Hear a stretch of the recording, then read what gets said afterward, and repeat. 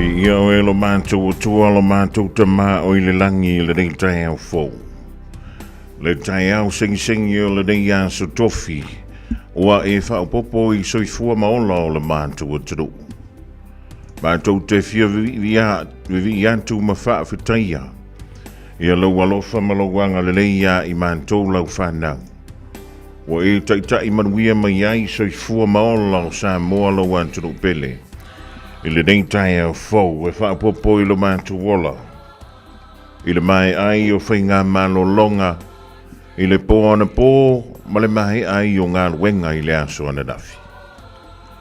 Whaafetai lo mātou ta mai ua mawhai ora mātou wala whai mai whangunga le lei o le nei Taeao fōu. O se aso fōu e whaapopo i lo mātou wola ona o loufi na ngalo lea. Mātou te vi i ai la wa fio. I le nei Taeao ona o le maua o le ola ma le malosi. Pei tai lo mātou ta mai e leo i mātou uma o ala whai mai e whangunga le lei o le nei Taeao. Ona o nisi o mātou tau a inga o lo whapea lea, ona ala whai mai i lo i mātou ta malingi o le wha non noa.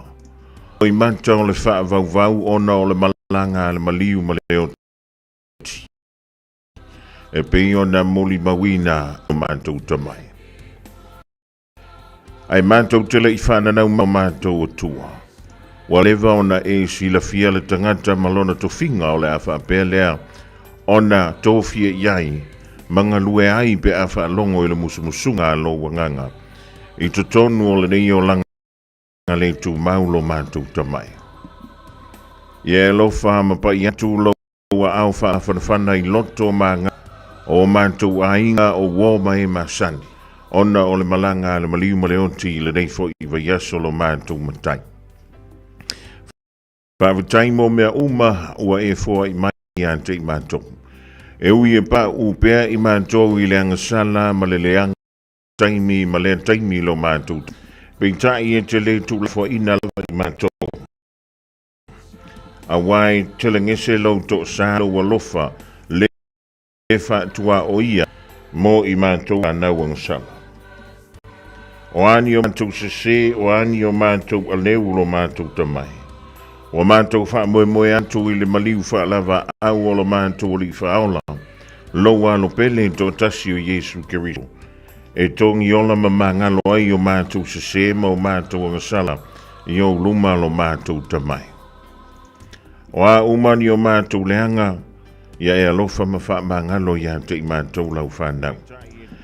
E le nei Taeao fōu ma le nei asa fōu o sauni atu lo o tano ue le nganta i nei New Zealand. Ai whapea fōu i alo mātou whaasino manga i Samoa.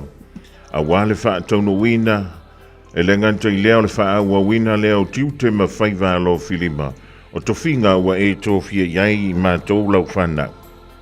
Ia e alofa ma taitaina lo mātou nei aso ma e mua i o mātou luma lo mātou tamai.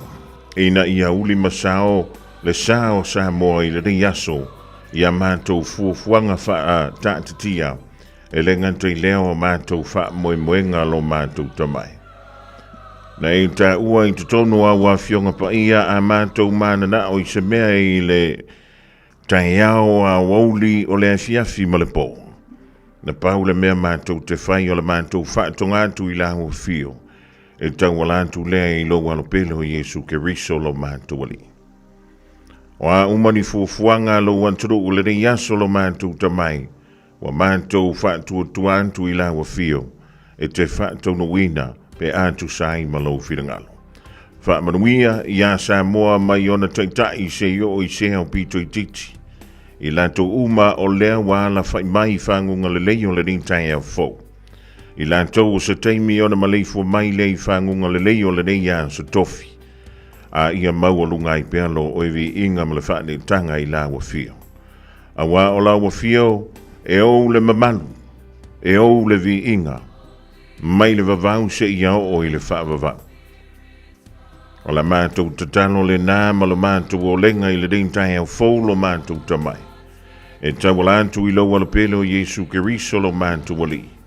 Ai mai se ai le fautua tatalo o la mātou tina pa ia o Maria, o le o lo fautua tatalo ia Yesu, a waso mātu mana o ngai tau lantu le I lawa fio. I lea Taeao ma lea fo I aso. E a wālawa se manuia o Samoa ma ona tangata. Amen.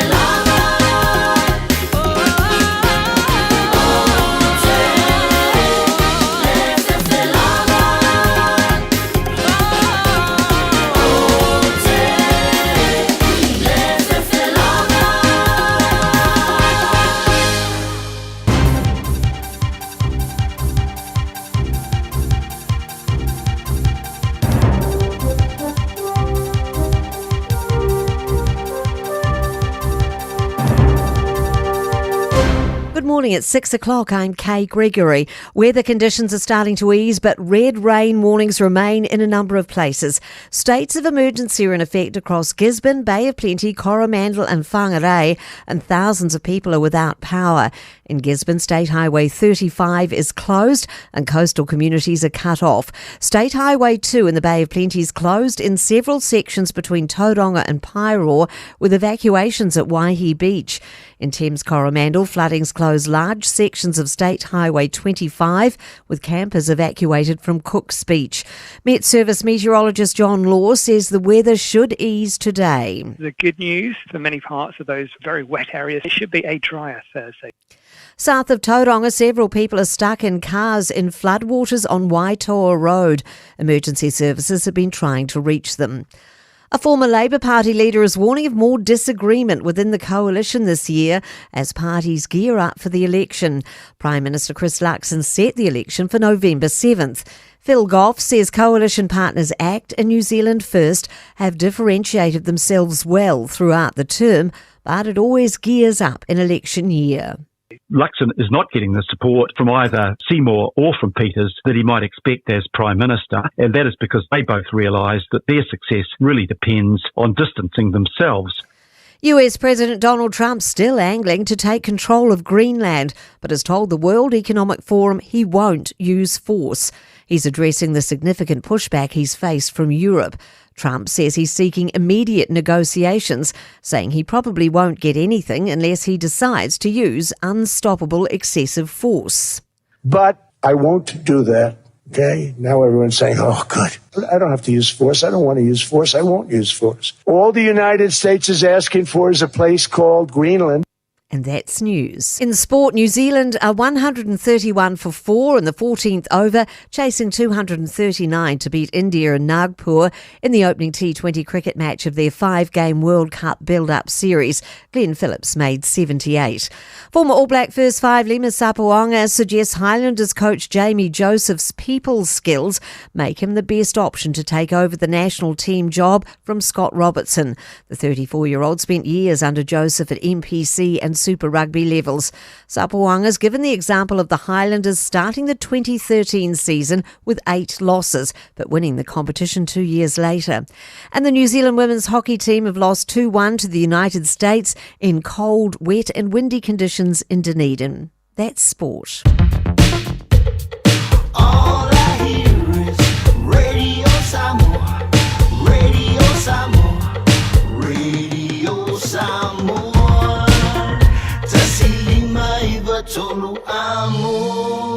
Radio Samoa, kasilima ivokuru amo.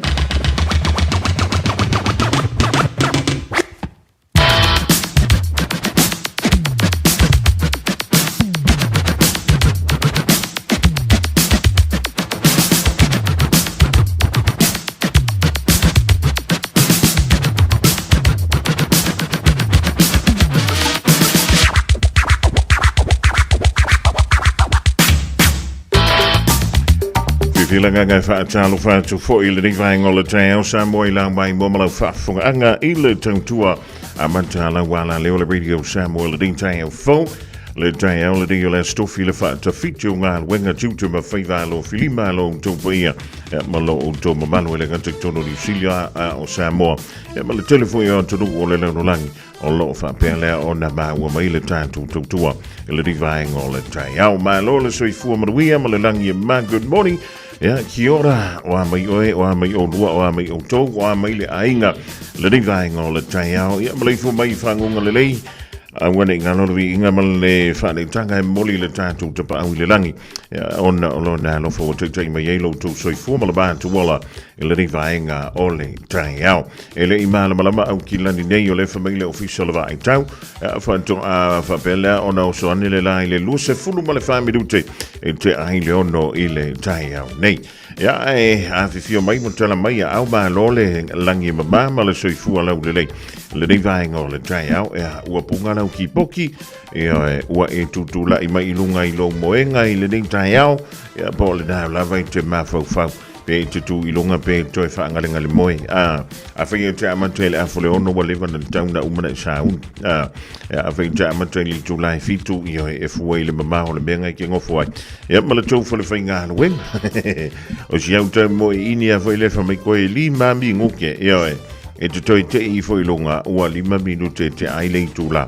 Ia ole dai te amatai. Ai ma lole fa malo si mai le vai ngol Taeao fai si vela so le Taeao nei o to mai fo le savili pintai o lo fa pele ona ma ulu lava ia o kilani somtani le o se ma ulu ke le foi le ia e pe yo le mol fanga au foi le kang fa pasile mui fa e fanga ia wa lau tongala e tai fa pena le Taeao nei ala uta mai nei tu lava tanto tala I vai fanua fa mai o le so o le a to a mai ai le savili e mati munga I le telo vai ngol tanto tu a mi se lava tanto e nei au kilani fa solo tu longa o I Northland te taimi ona fa pele ona au tanto ia se li poti e pe ona tu I mai le vai ngol telefon wala vole long pu ili o lo topa ia malo to malu tu langa fo I pe ona tati o mai ai ia le tu I ma tu o le tanto motu nei ma tu Fiafia mamafo te munga ia malo si fo le tova tau savili I le so nafi mala pona po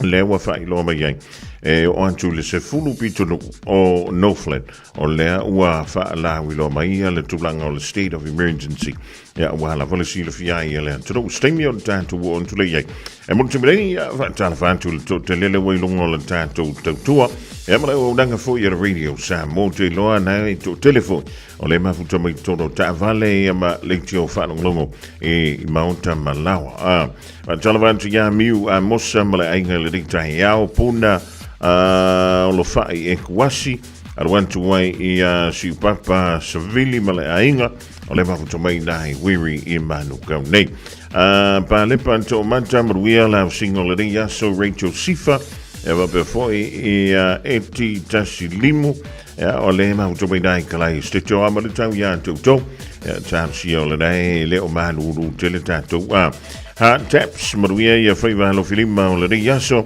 ya o chupi io ya maruia le ria so le chupi ni te solo male ainga ya maruia foi la singa o le a fenga ia le Taeao ia tamama tira ma tua o le foi wala fai mai fangunga le nei o le Taeao fo ma fu mai le tanto polgrame ia ma lo le sui fo maruia male langi mama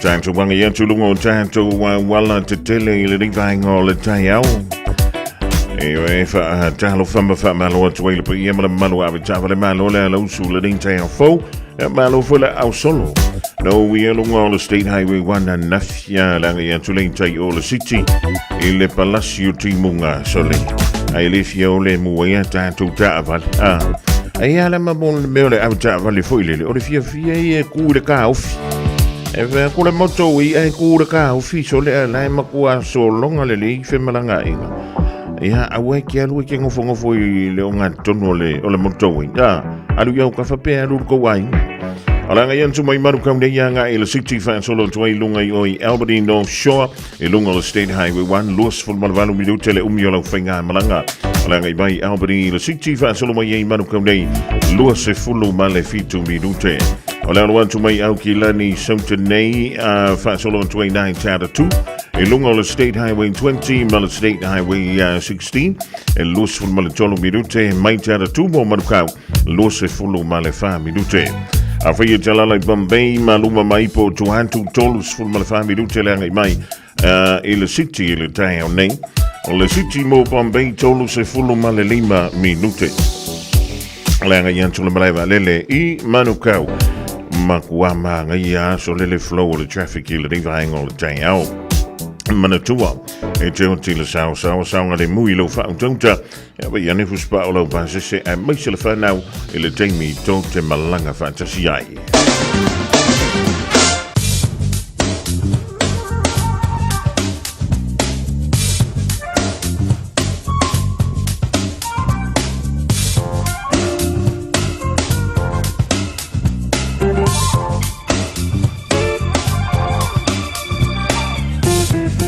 Toe fa tanvantu I lang mai mo mo fa funga le vai ngol Taeao I lo mo le fu mai e fa ngunga le le o le dia so tofi Ola venga le tanto tala le town mo le somla so Taeao mo au ki lani e peona o mai le lo ufficio le vai town wala volo no for si la fia fa me le so Ia timunga mai ora mamafa timunga ile tui se sae o au kilani e whiololo. Ia le tōlu mai o nei uanga ai le malama lama. Ia peoro whaiantu ile Taeao nei o leo tau mai. Ia timunga ia na iai ia mise fo le tōlu vavaslo ai o uanga. So vini angi mai le tui se sae fa solo ina angi mai le tu i se sifo ai le i malama lama mai tō whatu tau savili i no fuanga ta alai lai. O le so e luse fulu ma le lima tikerile ma whanawhana e peo le ta o mai lea e le official wa ai tamu le maha lui le poa ana nei e se fulu ma le iwa tikeri mai whamai o le angoto le la i le toi luse fulu mirute i leitu la e iwa i le poa ana nei. O le vengo la so a Taeao le whai ngole vei aso e o so ane le la i le luse fulu lima mirute te ai le ono i le Taeao. O mai o le a iaina i wanga e tō ulu vava solo ai mo au kilani. So vini mai le tu i mantu i sifo fa solo ina balosi i ale angi mai i le Taeao a Taeao. Fa talo fa antu ai le malifo mai o le tātou tado ui a inga wome ma sani Samoa le Taeao fau. Pa taile ma tamai longa o le fa mo tasi o ono tesi ma le tasi i Samoa pe a whio denti alala i Samoa i lau leitio fa longolongo ia e misi lava leitio o lau ta vale. Wa mai i winga o le tau i le so i Samoa se vaenga o peangwa mao le eolo o taonto pe lunga o Samoa. Mai o mai timu fa peana i wila ma fai tili e a awhia i le toro ui ni si o taimi.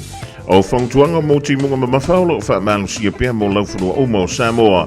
Whangtuanga mo lo longa lo wha malu si a pea mo vai tafe mro whanga maua lalo e a awhia ngofie. O winga o le tau i le so mo Samoa fa mai e awoa i nisi o taimi, ma timu e tōru vavasolo ai e ma mawha ai pupu wha pia wila ma whai titili. O le an tōru vava i a timu mai whiololo wha solo ina ma mawha ai pupu i nisi o vaenga o le toro i le anga iantu lea i le aso a Taeao. Tulanga nai pio ni ei winga o le tau i le so, e ma le so an Taeao mo au ki lani ma Samoa au ina mai le official va ai tau. Wala va lo no fosi la fia. Jalavan tu ya junior tu veisi ngano ma lo le usu le ding Taeao fa before ia mayava si morning talia ma le ainga. Yeah, good morning. Semeli savusa before ia tu malava lewa malifu mai ile ning Taeao fo o le aso tofi. Eva mai pe i de radio kasi lima i vakolu amo.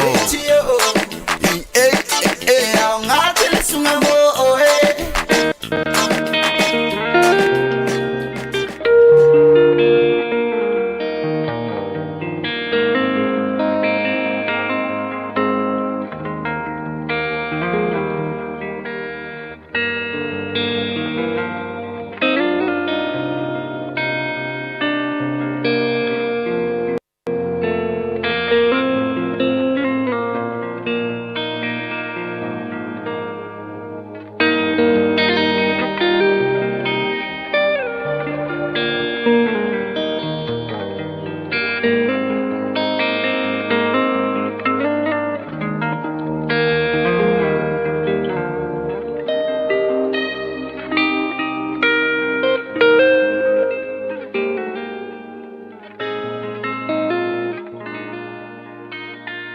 Lui tau mō le aso. Fōai mai le loto e malie. A cheerful giver.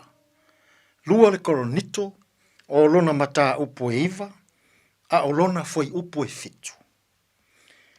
Ia taitasi ma fōai. E pei ona fili e lona lava loto. Aua male tinga. Aua fo'i ma le taua nauina. Aua e alofa le atua. I le ua fo'ai ma le loto malie. Fo'ai ma le loto e malie. A cheerful giver. E ese le loto whaafetai o Paulo. I fo'ai ma mea alofa a e ka le sia ese.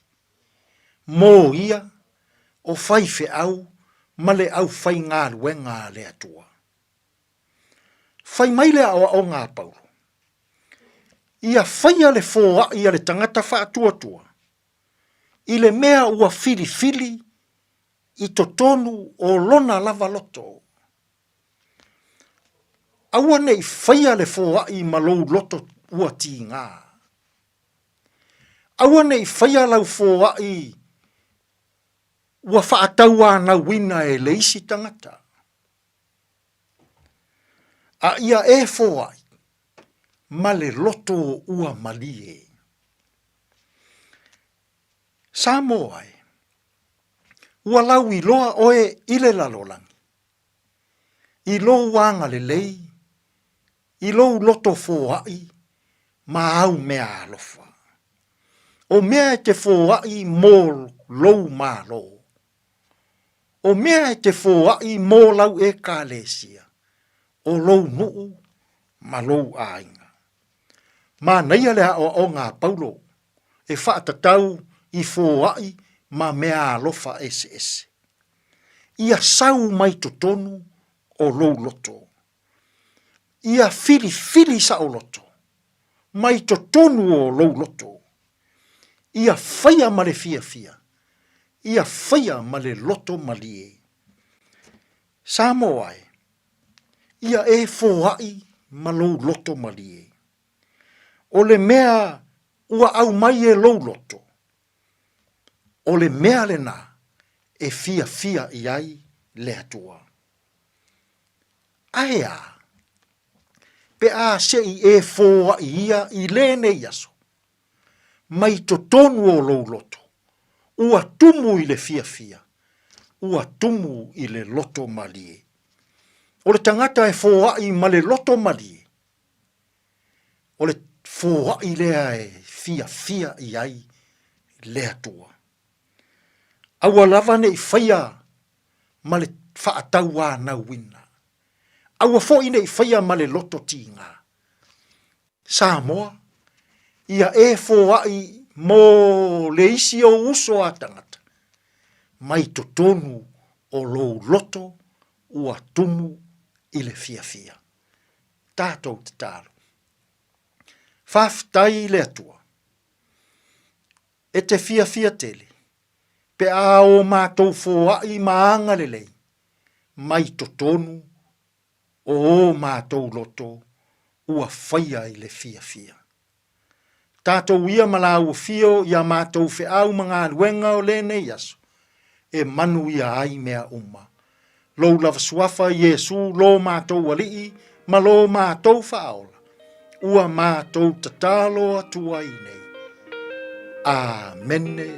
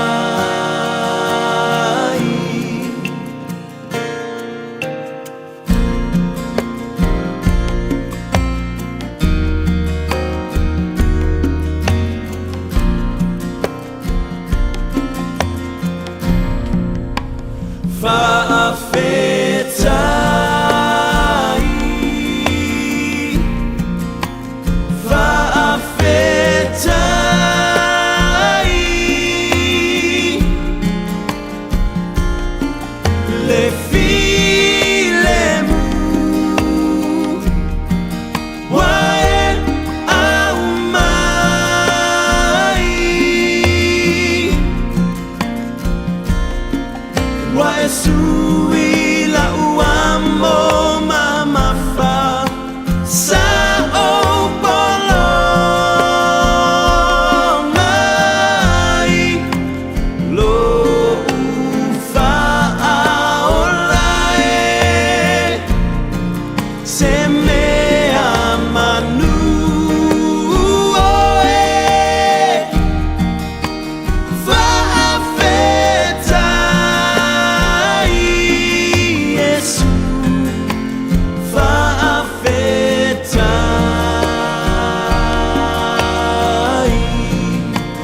lo ufa aolae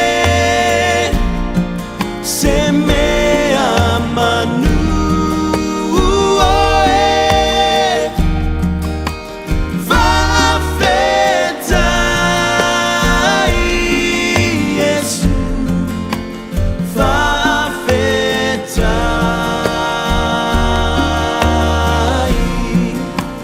faafetai Yesu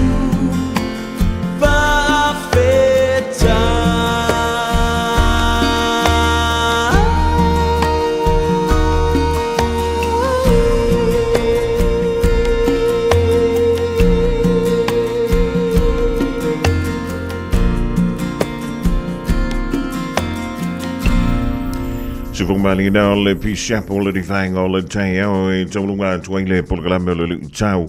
Mo le aso e pia o le fwina tu matabraina le sunga i le whaafingainga ia Reverend N.T. Sorangafa le rifo i Taeao fau le Taeao le astofi so lusu mantasi reo le masi lusu fululua le rimasino Januari lua afe lua se fulu maleono.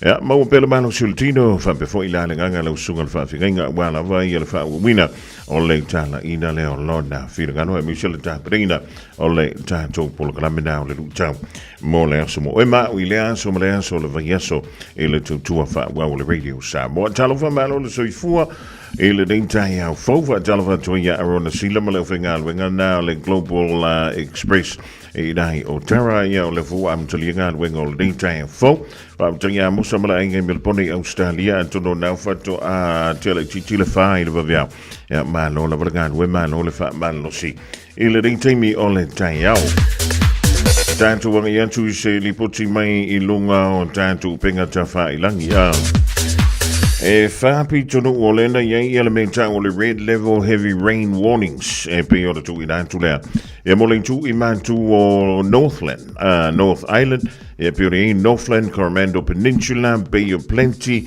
and drive for Maroto Roma Gisborne ya ma Tolaga Bay anga yantu le tu i mantu au ki lani ma Great Barrier Island Gisborne South ma Tolaga Bay lua tuai ma Hawke's Bay ma Tasman West ya o le fe mai o tantu le yento no le meta o le lanu modi po le orange level e ia ti munga mamafa pe ona sava pele ona yai ya mai le po na po e se fulu ye tu malo o le ana fa ailoa ia le tulanga fo ilele o le state of emergency e Fiafia ia pitonu e ono le tutonu o le pitonu o leo Bay of Plenty ia ma nisio vaenga i nei au kilan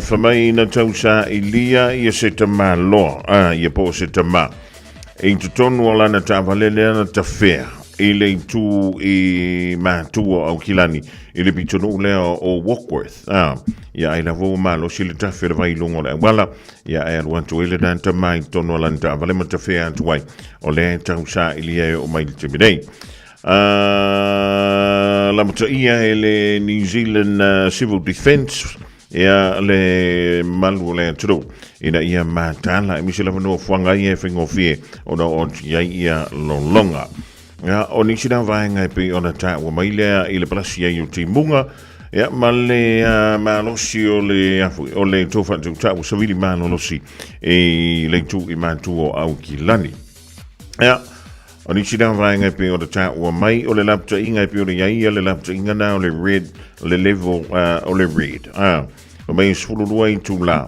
mai le aso le po na po se ia ni le tana vanu i le Taeao nei fa pe fo i la le tulanga i le lanu moti ia po le orange mai le aso nafi po le po na po se ia ni fo ia le Taeao nei i le tale o le tula e valu e mo ia la na falangoina ia le tofa tuta o saviti ai vevela ia la ngata leo le pala siuti munga ia sa we foi mo wanga ini siu time ia tanto la vai au kilani nei ia miseu kilani sote ia tailo i le topi tonu na mai le topi tonu ma le pala siuti munga ia miseu le tofa tuta o saviti ia tanu sio nai sa ngole mo umalo tanto tonu mai o to nai Hawke's Bay ia tanu sio nai manuia foi le fenga ia o le tanto tunu e misila tanto o le malanga mai ngā ruenga wha mai taimi mai Samoa e New Zealand nei tau siolo manuia o tō uma a mawhateliti munga se whai e le pule sole o le mawhaki munga koe e mo wila pāpā whai kiri ke o si paka se si o tātou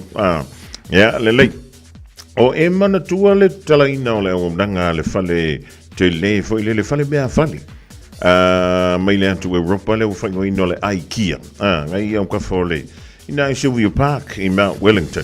No e mara tua le tau sangan se mwaen tu nei lena mai i lam ta inga whamai. O le apo loka i le awala i le fast full minuti. Ea, le lei. O le tala la mali e lo te whaitau atu i e le o ke le se kala o sau le whaatawina mene i o mea fale. Ai mata utia le le koti na whaapea o na whaatawina i le aso fitu o la masino te sema. I le tausanga na sei ma vai today. A lo o fa be mai e le fa matalanga. E silia male afa miliona tangata. I to tonu o au kilani. Sa fa pe lea ona fea. Pe asia. I le fa lo le o le IKEA. I le masina mua talu ona talaina ona faitotoa. Ia ma o le la fo i lea o le fa lo le IKEA. I Sylvia Park. Na numera tasi i to tonu o la o le fale o loa le nei i le la lo langi atoa e le i numera tasi la ona o whaataunga o loa fu i e tau mea fale e na numera tasi i le la lo langi atoa ona o le toa telo tangata sa o atu whaatau i lato mea ai iai e le ngumela kasi mo me o loa ia mawai tutonu ai makua ngumela kasi ia i le tūlanga tau mafa. Whamei o le aso pito i silio na pisi le whalo o loa o le IKEA. O le aso fitu leo te sema luafe lua lima. E sili atu ma le tolu se fulu wafe tanganta. Sava pele o na asisi atu i le whalo o loa o le IKEA. I le aso le da ia masava pelea ona o atu i le tasi male iwa miliona tangata sa lantou whaangaina le upenga ta whailangi a lea fo i fale o loa. Ia mai whaimai o le aso le na wha se fulu afe mo meo ipu pepa sa whaangaina. Ia ma le luas fulu afe mo mea ka ua meatballs sa wha pelea ona whaantawina pe tama whaina e tangata. Sole. Ia e no fola mai mafofo wa kere ia lua wi e le falo lo talu ona tala ale meu te vai atu faina e tu ai o mole i tula ia a tonu ole fo ole falo lo ia male tulanga foi lele ole fukaka ko wale ia a tonu te fa pele tala ni no le o nanga foi lele le Costco le falo lo americane o le Westgate e dai au kilani sif ia au te le fa longa la mau te le fa tau foi se me fa pe ua makua sili aku le kauria o le mea ai ia ngai lo le kauria o lo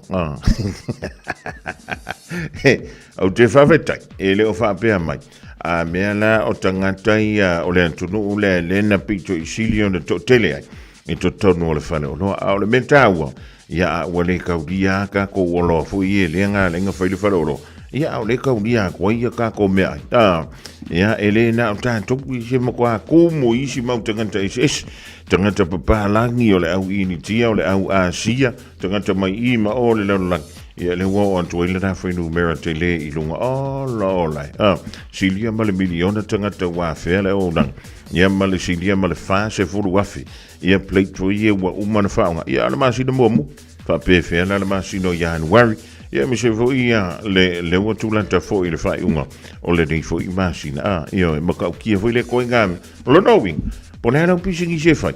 E kanga fa pipi e masinga mea ai foi le. e pa ia ko ngā mele ma kware o fianga ko Tasilima i watolu amo. Radio Samoa. Afaling tulai o fa talavantu ia no manti langona mai mangele fa wina tani yelu. E be foi silo matua o Nicole Wea la wa ino ko Samoa ino ia na fala au ni Taeao. Fa vivia tu lo tolo e fa sa mai tera tu le peninsula.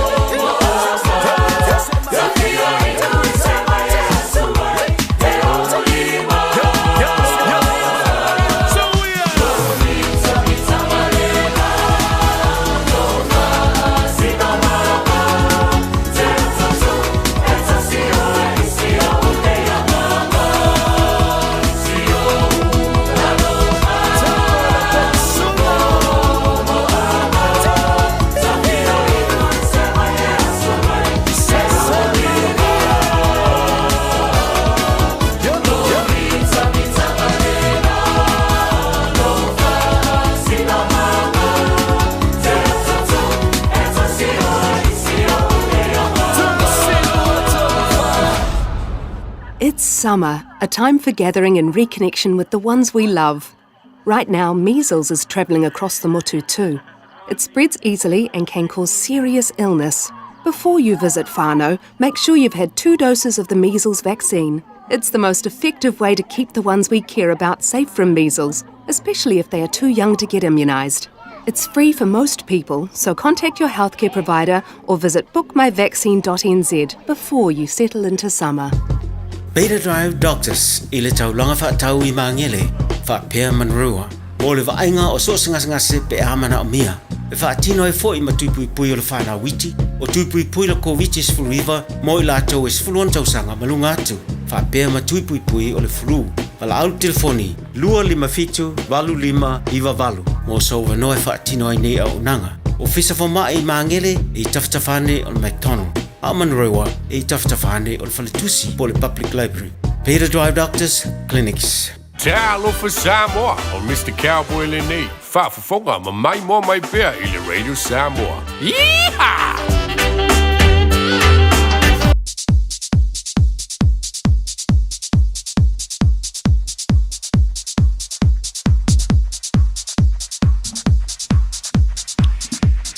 Ja, o lewa, tue lusu lima me du tona tale o link tula fitu le divang o le Taeao, tue tala fantu pa fe o le malink fu mai. Ja, ma fantu e ma fantu mai fo ile tutu fa o le ding le radio Samoa le ding Taeao le stofia so lus fu lua le ding masino ya worry lua fe lua ono. Fa tala fantu ai ya Caroline tuala mala inga dai mangeli sa le gantu fu ile. Ja, o le pes javale Samoa le moteli sala fa ya le fa ava la fa Malu. Ya, o lona uso ia lilo mai yava lei o i le fale talavai mo tautua. Ia e ta ilo hai nisi Java o Samoa. A o pes Java ia o le ainga tasi. Mo le vaa ma teisi a pisala. Ia, fa pe fo ia si meona su ena le mafuta mo le nivaenga o le Taeao. Fa wina tani yelu i o tara ma le ainga. Ia, ma na wanti langon. Mai mangi. Ia le ngā. O le umana o fia aka so le i le matautia. O le tantou whana o loa lea o le aikia. O le aikia, e le vana te tala. Ai o te whai atu o mea whale mawai, o le makua makaukia. Ma tau tia fwoi lele i le tūlanga o le matua mānaia, e toi mānaia fwoi mālantu tau. O le isi lai tū o le whantou sina, le whale o loa male o nanga lea. O le tūlanga lea tau mawha. Ia e beila o ta ua mai e. Ia o le kama fwoi lele o meatball ngai mawai i ngā. Ia a whaida o lena matua i to a tele tangata pe tele mea ai o lena tauli. Soli. Ia ai siala le mea o le a ku maari e le ngā kūla. Ia au te whawhetai au ia. E le o whamanino mai hoi le lipoti. Mea e whapea. Ia o ka ngaka mai lea kungu ule o le ngopiko i siri anga ko aki. Ia so ia ka ko ke whapenga. Ia whapenga la vale nei ia o langa. Mai Mexico i Amerika, o le mafuta mai ai, ia waa sau mamao Kenneth. Ma loa li le soifua manuia le tausanga fo. E le reifo i vaenga o le Taeao, o le timu ia ma le savili, o le tūlanga le da.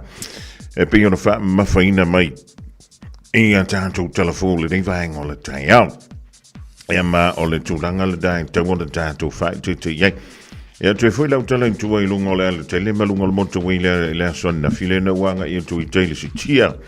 Sale, se o le mele le ala nga po loka le kele o tātou moto wei sa. Ma si low e ma le traffic.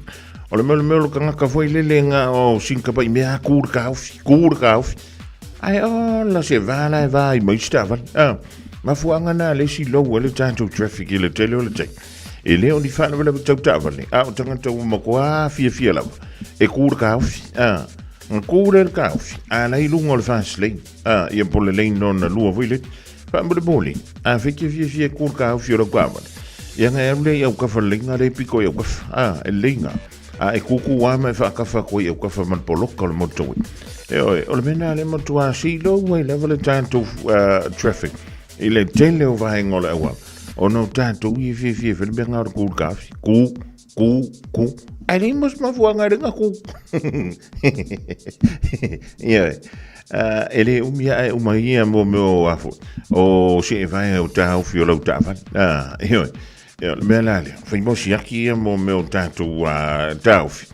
O tāwale i lea vai tang ma lea vai tap. E wana mea ngā le kupungi lunga o tātou moto weis. Ia vai. Ele ngika ko moto weis i ngai Samoa. So ia ko ke whamiri ka vati. Ia maso ia koke so o ngā oi le atoa i lunga o tātou wala tele. Na o le tolus fulu fia.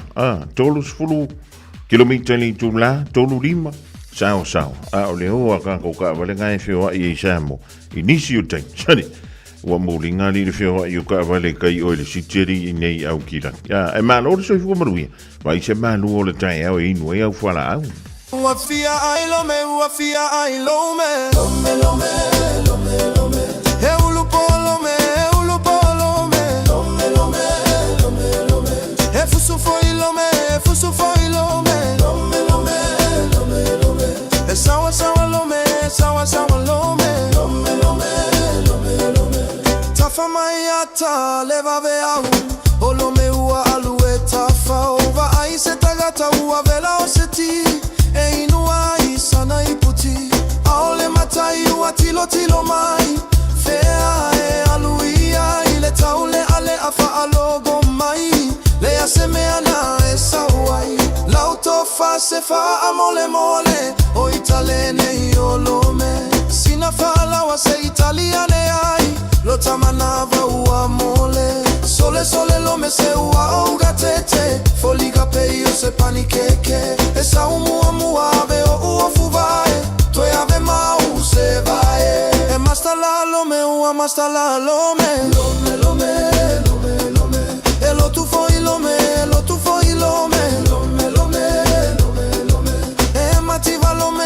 mativa lome lome lome lome lome ole uso lava lome ole uso lava lome lome lome lome lome mali elo loto telemo e tolo olo melene e ulupo e aile silome e no foi uta olo metonu la valena lei atali la uva ai oleana e sauai tagi fa lululuga ole mago a ofaila utatalo le ai toina fa atalia ua sasia awa te vave au fika gae fai te ai pole si ai tata ulava nailoa lo me mai au te alo e ai le lo me Samoa o lo otagi peisemo ua mawane lome lome lome lome lome e ulupo lome lome lome lome lome e fusu foi lome lome lome lome e sawa lome lome lome hey ha chino lome hey, ha! Bread of life sent down from glory. Many things you were on earth, a holy king, a carpenter, but you are the living word. Say it now. Come on.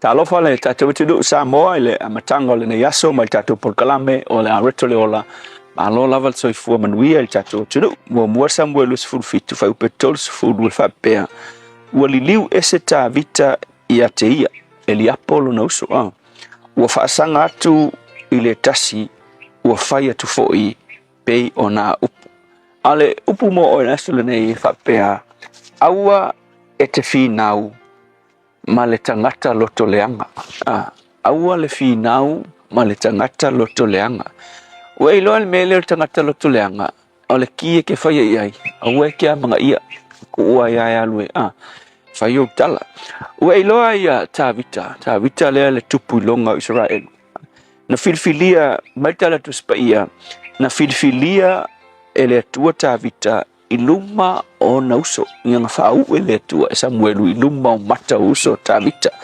aina avea mamea e loto leanga ilo nauso matua foi leo o Eliapo awa aina manatu ya Eliapo wa foi ngai ile asole fau wa ngalaku ya Samuel fau ya se kupu masawa Eliapo il mangako Eliapo ai o ia wa foi o ia unu matua ele ngate na unu matua ai ko kingo kele alwa elumo Samuel wa femeia le tua Samuel ele filfilia le tua le tangata ya ai wake ia Eliapo maisio ngauso wa to fitus ai wake ke ile le filfilia ila to ai filfilia le tua le ngai kamala kiki ya tamale o tavita sa nofo ile fatuanga le la wa fe mai inga walu la tavita yasi vai ngalu ska mai faile melele na fai ilon tamba yesa wie ku o ma mo ai alu le taua ale asinga yo uso le taua po mai ngalu ska mo tavita le mamau alu e asi o uso alu le me fai ngata la fai le tau ai la ku ska mo sa kaunga lo fai ska mama ai la ku ska mo tavita ave mai loto leanga ia Eliapo la ku ka vika sili fliskia le fiu la vale mai ai ka Eliapo fa mai o wilo lo leanga lo roto wa e sau ngai ke fi maka makal tau ke ia wo lo ko leanga fo skam ke lo menga lo ko leanga wa kofi le tua ia ma filfilia le tua ia tamo David ai le filfilia o ia ke lo la me David na fai ai fai taule mafu angale na tango fa utala fa ngale foi taule fa upetol fu fai mai wa saule li o ke ngia ka vika ai fai mel meta vita na fai wa liliu eseta vita mai Eliapolo no so ai fa sanga tu ile tasi ua fai atu iai le tala lava leanga fai fo ilisi kusa sau eli apo kele kala ia kavika loko leanga ia kavika al meta vitang fai ngal faliwa kavika koe kalango ilisi tangata mo koe fai ilisi tangata winga ile ile tau ile tupu so le songa fo ilana mo oile nei aso fai e lo ia intangata loto leanga ia te oi ke lo le me kia fai ngai o lo kom fai fo su el mela loto leanga ai lo o ia intangata loko leanga ia ki oi le kiri ngai man kuspaia awe ki fasanga ia fasanga isi e kele aku isi tangata loto le leila ia i maro lo foi ki oi ngai lo le au me loko leanga le loto leanga i oi e el tala mana ia la vale si fai au fai mele le loto leanga sa fai mele na o ngalesia mo lungal TV fai mele tala e alanga e lo mel mai ngai awe ki kape alo to leanga tangata i oi e ala ona loto leanga tangata i oi ona la totele o maua mea ngai ya ki oi awai lei mes kanga ki olo ko le ngai ngafua o tangata ye lo to le ngai na o tangata fa manu ye ina e o ai lo ainga o wo tangata sidinga la kala ka ye ki oi aka mai system aka ngai lo ko le ngai ye oi vai foila ele ongisi mai fa funga lo ko le ngai ya tabita o lona lava uso to tono lona ainga na lo to le ngai ye te ale upu mo oi le aso le nei a fai ua e le maukongu o nga ua kele au loto leanga a wala keika a fiafia ia o nga kelo e alang fa penga ngai ka ngaka kau kiel menga wo ye oi ia le tua fa fitai level nei aso a o mai o fionga ia te matou ia o nga mala matou te mau ai file mu e ala i lo finangalo fa fitai yesu amen.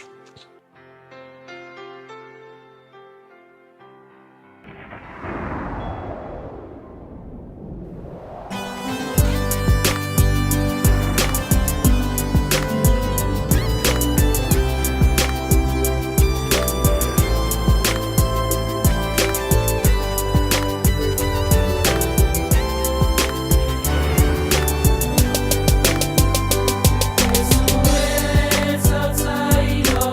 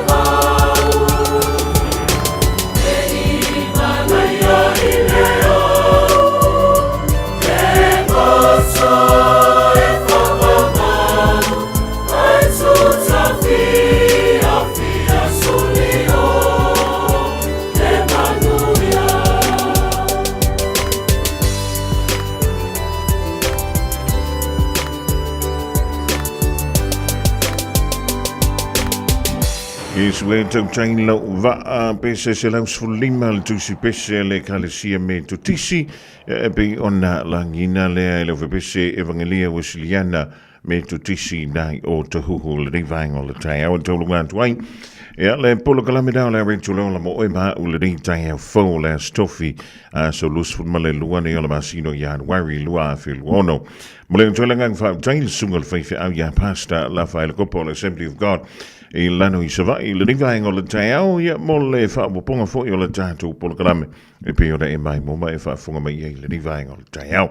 Le to mo se si on fa ponga I le aso an Taeao pa tatu wo le lofa malanga le o le tua ia wa la vole fa wo wina le tutu ma faiva lo filima o le pa ia malo le tatu no o le wa to e fitu widu ton tano link to live fitu tal fitu on to e ora to le se si fa ponga o tatu tala I vai funua ma tala foi talonga I le ngana parentani e pe o na tapena mai e le vai ngale o tala fo wa tala va to I le link Taeao I le si foi java le na ma futu mai Samoa ja e ma futu mai nai mangele sifo masali monta il tanto wala leo le tasi ono a tasi maltasi famo ia po le ala leo na lo fanga ina le radio Samoa le suga ya si uli tun fono vidiamu ia ioi maratua fuala au le rifo Taeao tili ia usu ia e Fiafia au le ainga Christina terwasa mala ainga le ma futu mai nai me le pone Australia fa talvantu le rivainga le tanto polgalame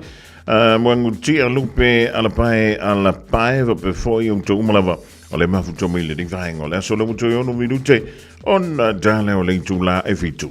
It's summer, a time for gathering and reconnection with the ones we love. Right now, measles is travelling across the motu too. It spreads easily and can cause serious illness. We can show our care for whānau and protect them by making sure we're well when we see them. The first symptoms of measles can be a fever, cough, runny nose, red eyes or rash. If you notice any of these, get advice straight away with a free call to Healthline on 0800 611 116. Got something unusual to get rid of? E-waste or a hazardous or random item? Don't just chuck it in the bin. Find out where it goes at aucklandcouncil.govt.nz/where it goes. Tāmaki Turiki. All together, Auckland. E te manae maua se luma nae manuia o la wata li I polo wa whawhine.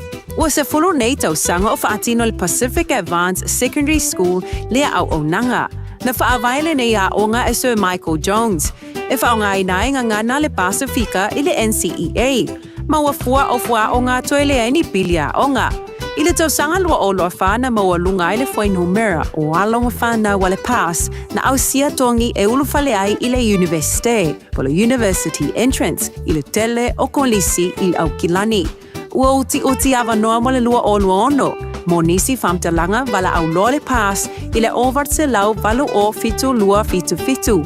Over se lau valu o fitu lua fitu fitu. 24 hours a day, 7 days a week, Radio Samoa streaming live on www.radiosamoa.co.nz. E to titianga lo ya ule fa unta wa vui le lo polkalame o la reto lo la le Taeao.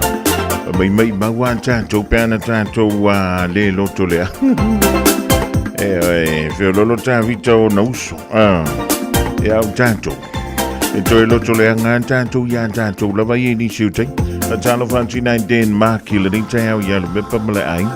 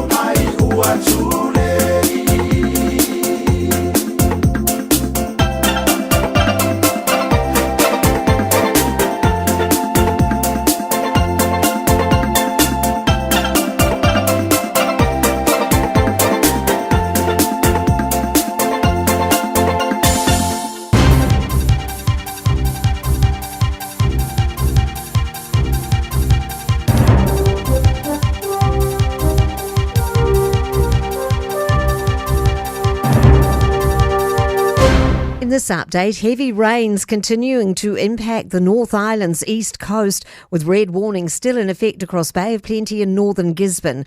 Gisborne State Highway 35 is closed. In the Bay of Plenty, State Highway 2 is closed in several places between Tauranga and Pairoa and through the Karangahaki Gorge. Flooding also remains an issue on the Coromandel Peninsula. Met Service meteorologist John Law says conditions should gradually ease today. There's going to be a wet day up that eastern coast, and that rain is taking its time to clear away. It will be an improving day. Emergency services have been called to a landslide on Papamoa's Welcome Bay Road near Tauranga. Fire crews and paramedics were called around 4 a.m. A former Labour leader believes there's a real possibility of a one-term government. Prime Minister Chris Luxon announced November 7th as polling day, as Labour leader Chris Hipkins said his party was ready to go. 15 years ago, Phil Goff was in the same position as Hipkins, attempting to unseat a first-term government. But he says in 2011, the country felt the key government was on the right track. At the current situation, the right track, wrong track poll shows that a majority of people think that we're on the wrong track than the right track, and that never bodes well for a government. The US president's likely to have ruffled a few Danish feathers with his description of Greenland and version of events during World War II. Donald Trump's threatening tariffs unless he can buy the Danish territory, but has ruled out force at the World Economic Forum. He says the US saved Greenland from the Nazis and then gave it back to Denmark. How stupid were we to do that? But we did it. But how ungrateful are they now? It's the United States alone that can protect this giant piece of ice. The BBC reports Greenland wasn't the United States to give back, as it was never their territory. I'm Kay Gregory, and that's news. Sport now to T20 cricket in Nagpur on Sky Sport. Smashed down the long off for a single, and that is as conclusive as you can get. India go 1-0 up in the series. India have beaten New Zealand by 48 runs in the opening game of their 5-match World Cup build-up. The hosts posted 238 for 7. Jacob Duffy returned figures of 2 for 27 at an economy rate of 6.75, the only visiting bowler to concede in single digits. Glenn Phillips contributed 78 as part of the Black Caps' 190 for 7. And the 38th America's Cup match will be contested from July 10th next year in Naples. That's sport.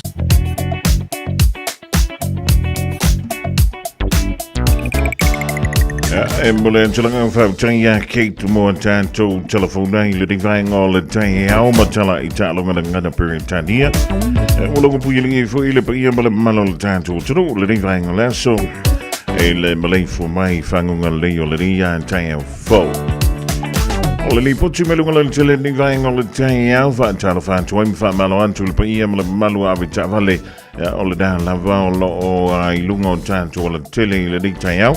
Anga yentu fo I mo ngā wenga tūte mawhaiva lo Filima. O lenga yentu mai marukau nei anga I le city whasalon tuailea I nai Albany. Le rivanga o le Taeao tolu se fulurua minute le umi o lau whainga malanga. Wha umi le titile malanga mai Albany anga I le city whasalo mai mo marukau nei I le wha se fulu minute. Anga yentu mai manukau nei mo au ki lani si sifo I lungo le State Highway 20 mo le State Highway 16. Ole e whamai e luas fulma le valo minute le umi o lau whainga malanga. E sangwai jara tū mo manukau nei e tolu se fulma le lua minute. Anga yentu mai Bombay anga e le city le temirei tū la ma le valo minute. City anga I Bombay tolu se fulma le ono minute. E le o si lau tele anga yentu le maraiva lele I manukau nei. Le divainga o le Taeao wha malo atu ai le pa ia mara malo avita vale. Malo si sila malo le wha toa fo I lunga o tātu wala tele I le divainga o le Taeao le rei o le aso tofi.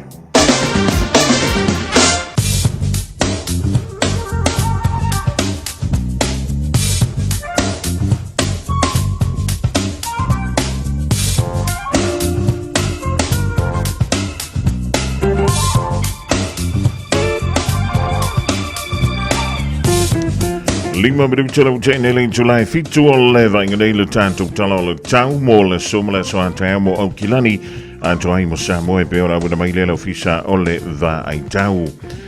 O le Taeao nei o le whamaia winga o le tau. O le sa ia ti munga mabafa e le watau whiololo mai ia e mese lavali tui se sae. Whiololo i nei uanga i le Taeao nei sa vili angi mai le tui sae. Pa solo i nangi mai le tui sifo ia e le imana malama e mese le tau whatau tau i nau whanga ta lai lai. O le mawharwhana mo le deia stofi mo ki lani lusful lima tikeri iei le whama moe o le po ana nei sful mo le iwa tikeri le malu o le ea o le aiai ia mai o le angoto le lai le toe lusful minuti le tu la e iwa i le po ana nei o le aso a Taeao e usone le lai le lusful lima minuti te ai leono i le Taeao e ono iei na iuanga so vidi mali tui mātui sasa mātui sifo e ma losi langi mai teimi o le Taeao a Taeao Joe Fantana Fantuai Lutato Trui Samoa Malo le usu malo le fa malo si foi e le di Taeao le so tofi o wingo le tambo Samoa le so se vainga o perma ma le ea o lo tanto pe lunga o Samoa mai o mai timu fa piana I wila ma fain tili e a fiaila trui ni si taimi Fautuanga mo timu nga mafono fa malo si pembo lo furu o mo Samoa Fautuanga mo lo longa lo fa malo si pele mo vai tafe e mo fanga mo lo lalo e a fiango fie. O le venga mo le somo Samoa a wawa I ni si taimi ma timu tolu va vasolai e ma mafa ai pupu e fa pia wila ma fain tili.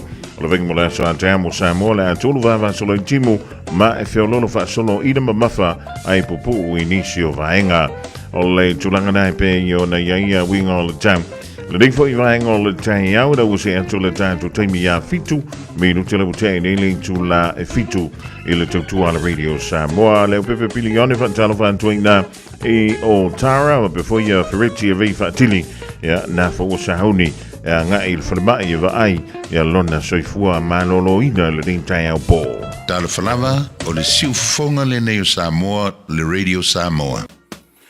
O ai fo I o le mua nei E le tau mate peni pese mai fea A ia malama O lei ano foi le moana O lei a fai anga tau a sai le tai papa o le tua masanga E o lei a lava o le ngatai fale Etaele lava I le taifana e tautai ai lava sauma e afe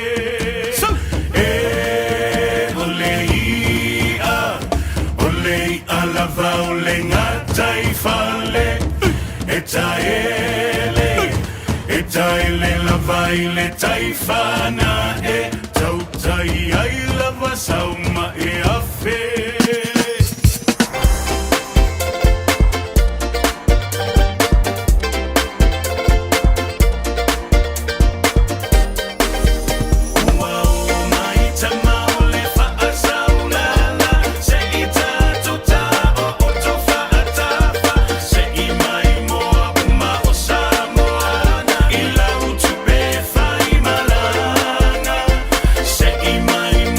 Ole ne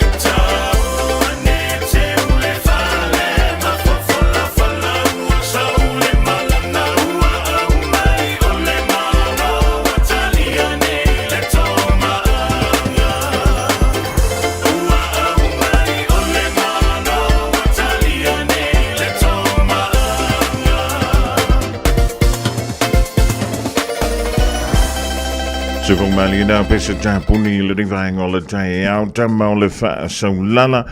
Ina was full of Wamala from Blue to Channeling to life, feet to living vang all the Taeao, they were way chief of. Yeah, well, my tenant tongue Malamala, my fancy fat only. Yeah, my fat man, one way for a week all the time. We Manu Kabia, Michelin, Yantule, or the Blava Lily, a Manu cow, living all the Taeao, yeah, a lead down Fiafia. You know what else would tell to finger and wing? Yeah. See, Vanganala, way to finger and wing a fuffle. Yeah, I to tell you my dream. I a lot of wing idea on if a team, Jim sing us. I have to finger and wing and tonal the valley. Finger wing and tonal the passy, tonal the tavali, tonal masingi, Congolana. Eligible the angle for the fun. You were we low with your boy, and one a lepoa to an po, a tofa. Yeah, the men of doing. I want to Valley on Tanto, Lotto, I want you to Pole Valley. J. Walla Vesta Valley, be move for the valley, or Punga, especially one way out, poor young and fish. Police, even Talvan to Vegas, in Taeao, so you'll be so much in the pulley, yeah. Maar no, also if we mama lelang ye ma le pepe Howard Schwager, Talvan to foil the divine all the time to Polkalame Panti Mick, Malole fa Malos. The Canadian Okofiko when you divine and Neol Taeao. In le Philadelphia, in Pal, Mio, New Zealand, Christopher Luxon, Lance Solfing Palo, Tomato 2 and now the total shelter and tenant fa too long in a solfing up a lot. Yam fa I law my foot. Tangantalo tele, all the time to water the day of New Zealand. When now Lely Palimia, Poltomai Palimia, Lento Sanga, Yamalefuito Sanga, Palimaya, a lento finger. I might allow na fa allow we law my pay on the file on my Lely Palimia, Chris Luxon, Nason Nuff. Levant single vang for fire national is a for United States. Ja, on for a long way le ko vanna o le malo New Zealand e pol suiva ia le o le ainga tup o Peritania le ko vanna pe o le ia le temple ia o nga fa na we ke le mai lo na ia le ia wa telefone ni fa mtalanga o fa pe on fa ia o le tom fa le pa le mia fo le ko so fa nga pa lota e o nei fa ia le masina o to pa le tu le so fitu o le masina o November ile tu lanta il fa ngol ni tu sang. Ja, van mij wala nga koso ikua. O nga ia lava le taimi e recover ai ia le tamau ai ngau New Zealand. Ja, o le stulang o yele tau company le pisinisi nai te whainga alwenga ye. O toi haia atu nisi tanganta ia po le nawa whaititia tanganta whainga alwenga. Ia pe o toi mawasa ngā alwenga talo le e malolo mai se company sa e ngalue i le datau sanga o tuara iatu. From me now, Leono Masina Lena, Lunga, let them out eyeing on New Zealand to Sang and Sim Van today. Yaona to a Palasi Foiling, Lano, the Amatanga, or the Nito Sang, I know my aunt to us of Fiafia. Ya, or like a Risi Massima, the Tau Sangafon. Yelefuila, Wuka, Lukaku, Yukuli, the Ding by Town. I only to Ranga, I pay on the Tatia by Ya, Le Afon. Elephant to Langana, Leo, Le Vaitam. E fai ele fai ngā palo te tele New Zealand ning tu sanga aso fitu o le masina o November. Tele New Zealand ta wana tātou fasili ai lawal tangata i ia te ia. Ma le pāti e meisel sui a fai pule sui tau wā. O la wapele ona tau wā ai. Ma le vāinga fai mālan tau polisi.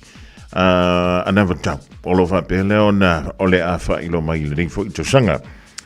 Mai e fai whainga tā o le whainga pālota. Ona, e mo mia e vāinga whai te tele pe ona i le national ma le leipa i tono New Zealand. I ha wha le tui po Party Light, e pe ona i le Act New Zealand First, o le Greens, i le lewa masofa le Party Maoli, e lewa koe o e whamei koe kam whai mai. E le whainga pālota o le nito saka, a le Party Muana, le makau kia o le tūlei mai le whainga pālota, le wato ama vai today. Le Party le amaud ia o ngā rua ia rua i lea ia kala fui le le ia le mangua i ko kongua le loko i whane la kui e mwhinga fuk e ngā pau leo le mangua ngā malepe au kongu sana lau mai fafu ia mawha le tonu o tō le lava ia le vang whai ia le te Party Māori ia e pe o ne ia le tō te leo lātu su ia na maua mai le whinga pāno ta lea tanu i nei ia mai o le mali e fu io folfolanga meni un tinta io vang fa mai le folfolanga Mako kele ngā lue mapai, mako kele ngā lue malawhai. Ai ngā pā, le whanga umar whainga pā, loka wai e kuele, ele a toa whainume. A wai le wawe o ngā kangor kele whangi, ioe, e mwhaianga kako karangoa lau sunga le male. E po le ala le ti, ngā male le fiafia, male le mana o ngā lulue mapai malawhai. O le mehe tutau na whai, e fia, tūla I mai le foi. E pilora I le whainga malo a le National New Zealand First, I le Act, I le teimini. Ia o tangantani I tōlua makua clash I ke miuma. Tei tai I le whainga le Act, le Leo David Seymour. Ia ma le sunga iawa wasa mana I Winston Peters, leo le New Zealand First. Ai makua le fiafia ni iawa wasa mana. I le whainga malo taluai. O le sa lantunga lue whaatasi ma le leipa. Whamai ia mama. Kele mea ili whaati noa, ia mai mama. Le sila tangata o tasi leo toa manuman. O le mea tau polokiki tono New Zealand. Whaase fulu tausanga. Ia pe whaase fulu mon tupu tausanga. Talu ona I ai tutonu o upu whai o le malo New Zealand. E mo I isi tausanga. E le manu malo ai. Ia mai le whaawawina ai I le tonu tausanga. E ala vanga whai lea o le New Zealand First. Ai o le mea whai e lautala. E le mwhida ngalo e nta. Ia le whainga pa lotana o le luafe sfulu male. Ia luafe sfulu fiku e sfulu waitemi whapena. Le ana malolo ai le sunga iawa wasa mana I Winston Peters. Tusa, e le ima ia le nawa I tau fui le leo le. O le tolu tausanga le na ma ngā lulue whaatasi e male leima. Ai wailoa le totele. E le toi tula I mai le sunga ia Winston Peters. Ia antonu na iloa le yala e Winston. Ia le mea na tupu ila na pātima na suya whaipule. Na ona uma o le whainga pālota, saule I unga o le whainga pālota, e oki le mea. Nga o nga uma maka kore koe whaalongo makboi I la vai le ali I porokiki. Ai le roa. Nga o nga uma kua le teimina o le pālota tula I me le whainga malo le saia. Ai ka milo ka mano e koe amaka ngā o au mai tutonu. Ia su ia whai pule ma tangata lango o lana pāti. Ia? E o atu le teime o lesi whai ngā pālota. Sole.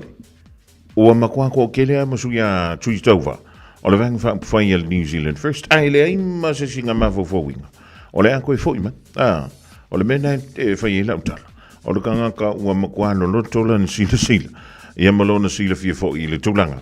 E pei ona iai mea nei o tūlanga tau pōlo kiki. Ia, whailo ma le whainga pālot. Sol. Sa unga le whainga pālok. E le kasi e le lua suia le a New Zealand First. E whainga si tōtele. Ia, o le ala le mele ngā oi. Ti ngāna wha mai le National, whai mai le Act. O mā kou e le ngā lulu e mar ngā raka. O le ngāka ngā makua mama. Ala le mele ntupu. Whai mo meo whiutana inga. Le vana whaile whainga pānga le National ma le Act. Ai sa ua wawa sa mani. Sa ua mua sui pāle mia. Ma o le teimi whoilea. Whanto a lua ini sui pāle mia. I tutono sa whainga ma lo. A le tuto ne o New Zealand. O le winga la lautan. Ia, o le mole meo le maa whoile le tu la fuaina.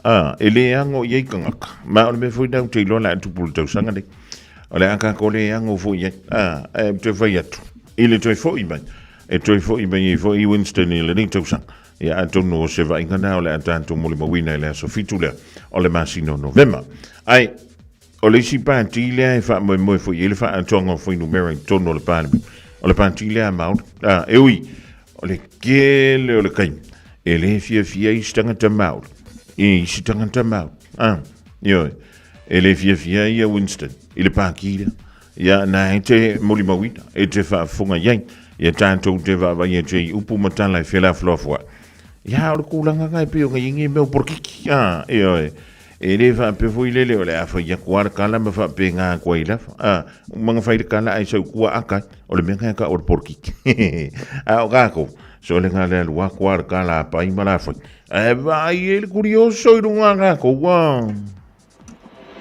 So ele foi le osi, se lava ua e oti, se le mna oli sa pasui le au ngai au mai le na sala.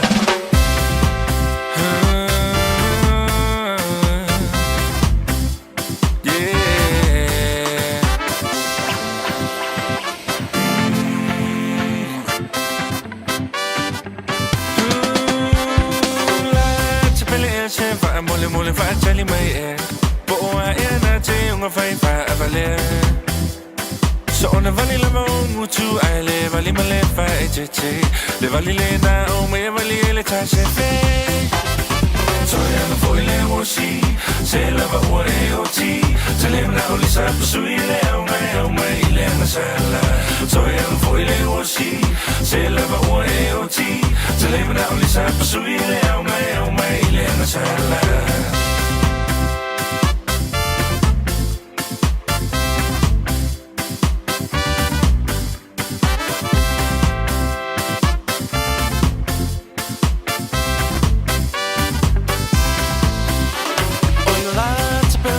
So say tafa so ina.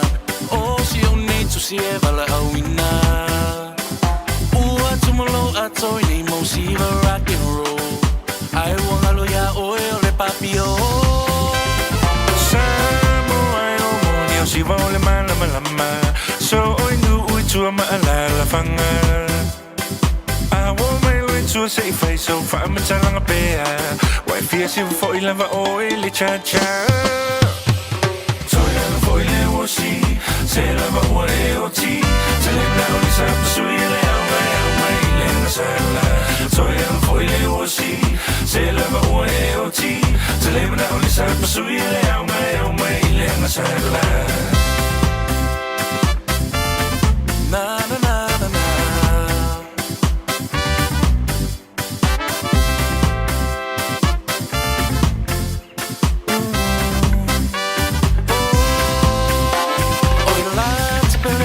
So say tafa so ina. Oh, si oni tu si e vala awina. Ua tumolo ato ni mo si va rock and roll. Ai wanga lo ya oe le papio. Samoa e ua moni o si va le malama. O solo inu ui tu la fanga. I want my lo tu say fai so fa me talanga pea. Wai fia si va foi lava oe le cha cha. Se lava o e o ti. Se le na o le sa sui le o mai le na sala. So e foi le o si. Se lava o e o ti. Se le na o le sa sui le o mai le na sala.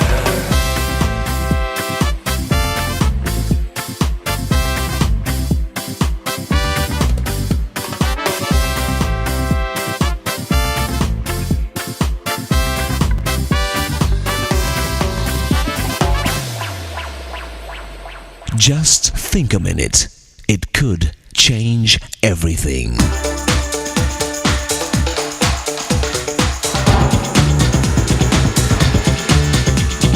Think a minute. You've heard the expression, what you see is what you get.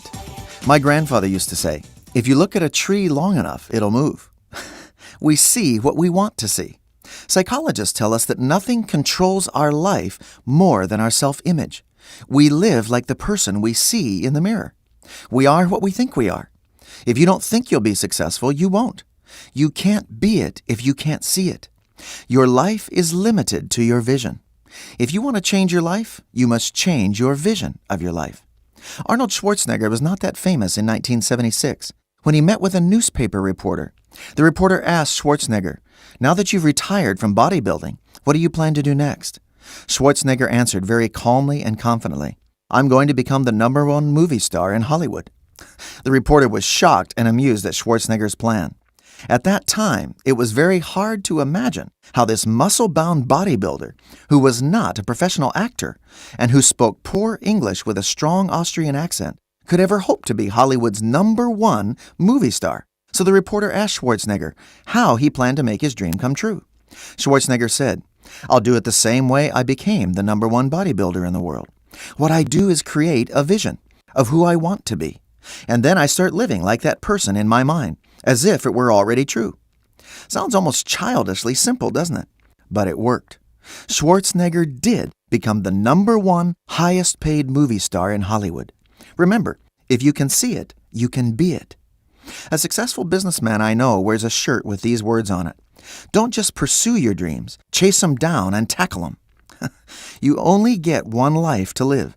So why not live the best life possible? And doesn't it make sense that the one who invented it is the one who knows the best way to live it? So just ask Jesus Christ to forgive you for living your own way and to take charge of your life every day. He'll help you start seeing and being the success He created you to be, so you can be fully satisfied with what you see and get. Just think a minute.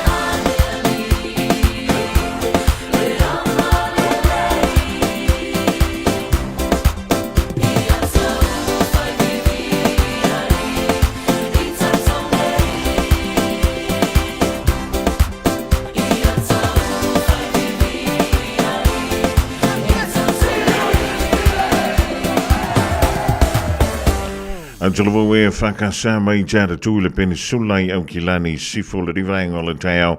Ma le pese nau tōlunga antu eile polgalame le think midderina ua antu e lus fluiva merute o le tāleo le tūla e valu le rivaenga o le Taeao. La antu mausei si ona whaapopunga e le teimi masani laso a Taeao mo le tumnei. Te pera mai au whaabrianga nā la wasoi fuama so whanau mai walau mai le tāturu mera tolu fitu tāsi lima. Eva tolu pole e meli o le on air at radiosamoa.co.nz. Ia pe tu mai foi lau fe au tu si e lunga o le Facebook po le YouTube ala Radio Samoa. Ta lofa lava o le siu fofonga le nei o Samoa le Radio Samoa.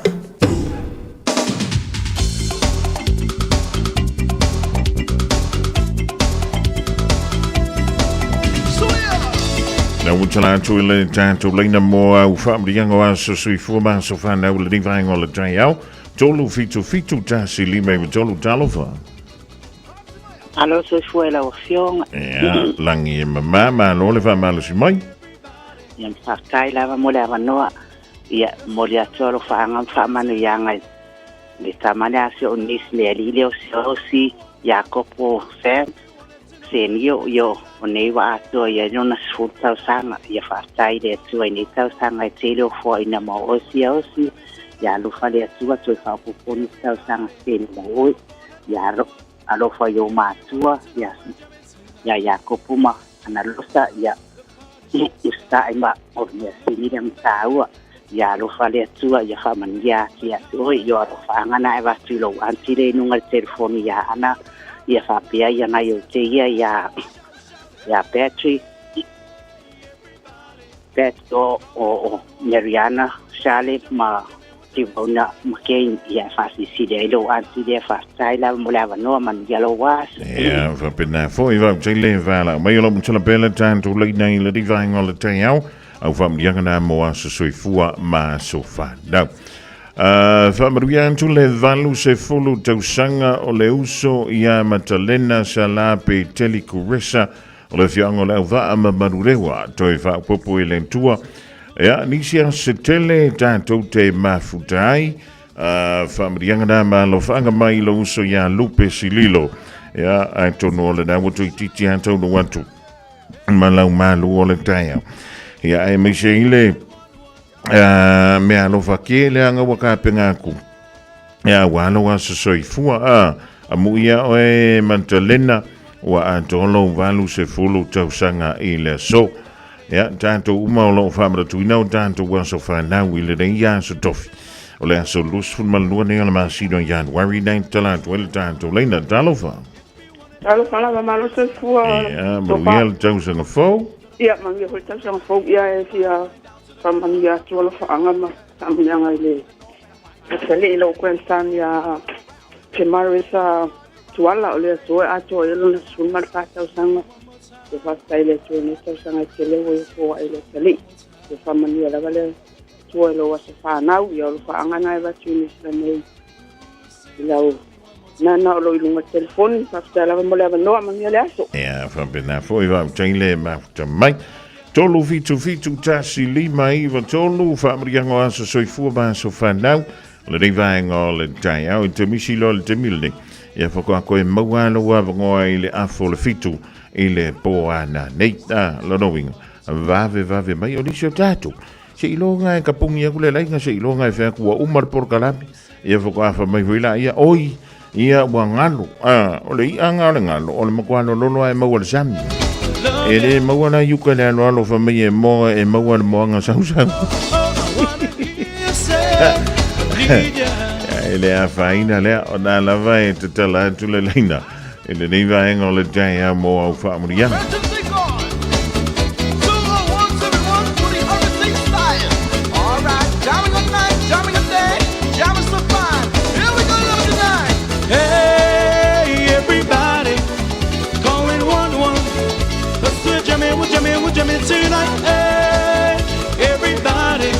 Ja, mo tog malabolo fama de twin le so to aso soifua ma so fa now ya mawari si aso se tele fa pe nei fa popoina le tua walo o to soifua ta to ia wa antol te fitus fulu te vanus fulu te ivas fulu amu ia o to ya o to sa wa le wa sa o le tana foi lele ya wa ma tuan tele ia fa mrianga le tua do to soifua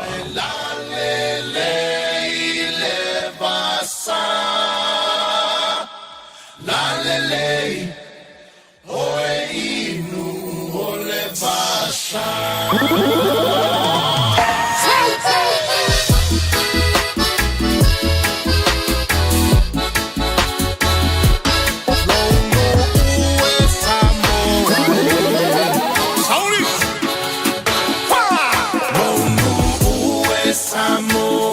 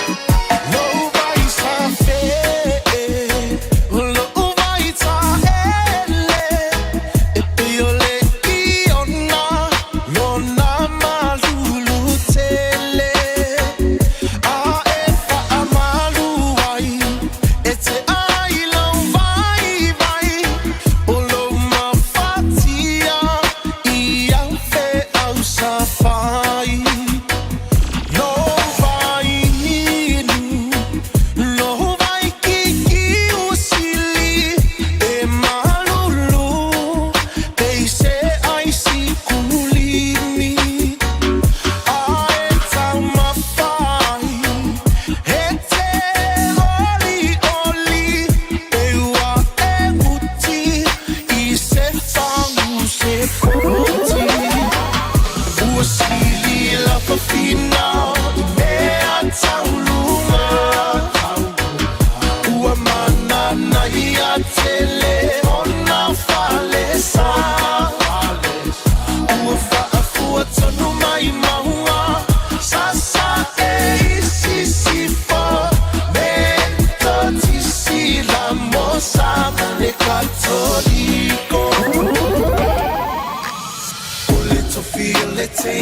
Samoa ya mala mala maleta inole sua le palua pa male sula tonga ya mana tua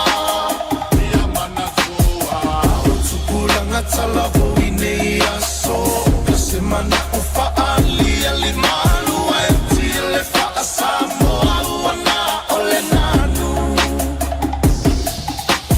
fa amole mole so te filo malu. Ole tu feel it ain't Samoa ya mala mala maleta inole sua le palua pa male sula tonga ya mana tua utupula ngatala voine ya so kasemana ufa ali ali malu eti le fa Samoa wana ole nanu fa amole mole so te filo malu now ya e mawale poto sili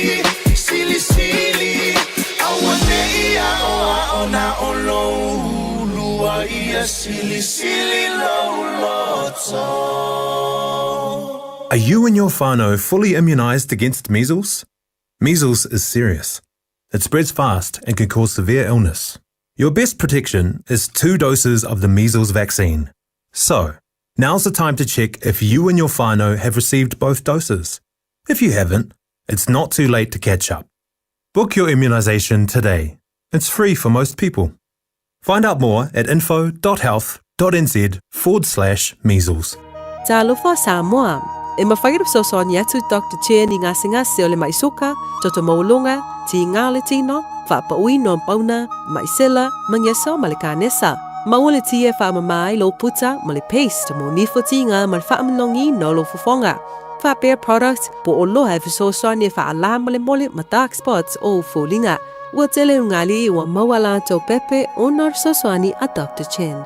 Ala au noi le lua fituono tolu fitu, lua fituono tolu fitu, pea fiuane i le lua ono, Great South Road i Otahuhu. O e sauni malanga i Samoa, mana tua lola mona rentals o loo whanga solola na whabitoa e luas fulpasene, pe a wha so pe siliatu e te whaonga i nai. So se ta vale mai le aso luas e fulu Januari, i le aso luas fulu valu o Februari o le tausanga fau. E mawhaiona piki le ta vale mai le maleva le lei whaleolo, po o whangalii, wha pealo tātou o fisa au tu i ala fua, pe momoli atu fo i le whale tali malo o loo e wha mautu ai ngā whabitoa, o le ia tātou insurance cover e te fili mai ai, ina rei tupu se whalawalawe ai o loo iai le wha mama avenga, maratua o loo iai le tātou account i New Zealand, pe lafo sa fo i le Moana Rentals e wha o ngā ai, le Pacific Easy pe wha o ngā fo i lau credit card e wha atino ai le tongi ina o lo sa. Mori si whamtalanga wala au le Pacific Easy i le oval se lau, o tasi ono, po le numera masani au kilani, o le lua fitu ono fitu iwa fitu wha, po le lua fitu ono fitu iwa valu wha, matalo sanga e transfer o i le Moana, pe asiasiane i le Facebook o le Moana Rentals, po le tātou upenga tawha ilangi o le moanarentals.com. Moana Rentals o laupa anga e taitoloina o i au malanga asiasi i Samoa. Alexio tātou whasalunga whabisiri si le riva hang o le Taeao e rau tui se fulufitu minuto lo toi o le tale o le tula e valu tala mai Samoa mai angal balamana au tanga vai tipi au tanga vai le poti la tamai lunga le tele le riva hang o le Taeao family official leo lo so longa le limpe a tātou whemalanga inga le riva hang o le Taeao malo si sila malo le whanto toa ia tuto e ave ta avale. Ilanga mai I nai fia I Albany mo manukau nei le rivaing o le Taeao lunga le State Highway 1 limas fulmal tolu minute manukau le city pa solo tuaila I Albany fast fulmal fa minute mai manukau nei lava se ia o antui dai tera tu ia o kilani sifo lus fulmal ono minute tera tu o manukau nei tolu se fulmal vanu minute Bombay anga I Angela City le Taeao nei lunga le State Highway 1 limas fulmal fa minute le city mo Bombay tolu se fulmal le fitu minute Ole ang mai I le maleva lele manukau nei o le ala vai solong le nei ia tatou femalanga inga nei ni fala ve mantu ia I lungo tatou le tele pe ona ta wa maila le mutanga alwenga o leo Michelle mutanga alwenga o femalanga inga sole esa olga de siro mo kuanga ile ilanga mai makua excellent ta mere wo ye o vai vele mulo sa le divang o le Taeao te le sa le mu E lau wha au tau tawa iane fuspa o lau pa sese Michelle lau wha nau le ring Taeao. Ua na o le Radio Samoa se furulima iwa toru a mo e tau tuaina o e ilangu ngana fitu aso le vai aso. O le wan joe furulima minuto na tale o le tula e valu e peoro tawa tato tala mai Samoa pe tale valu le Taeao. Nei fa tala fa antoi ia wha vale le fu semi male a ingale mafutome le rivang o le Taeao Marietta Eva before ia lupe sililo mana fa brianga na fa ma venga sa fai male ai ngale ma tome dai kla stetel rivainga leso ma lo soifua male lanie male uso ya Luciano e malo Luciana lo solo modern time realm la inga na ya male tone fa telefon tu le malupio va ia ufuala au maso ia ke fan wa yo le fa timu le vai tau ole tau sang e mo to malamo le na wa le bana manta tanto ngan wenga e pole da foi te fu te amata se timi le to mamao ya fai mali avio na poloka lunga le wala me se tanto samo wa fa mai ka ile vo le poloka ka ko ngi au kilangi le poloka o wala isam moto we yo ko wa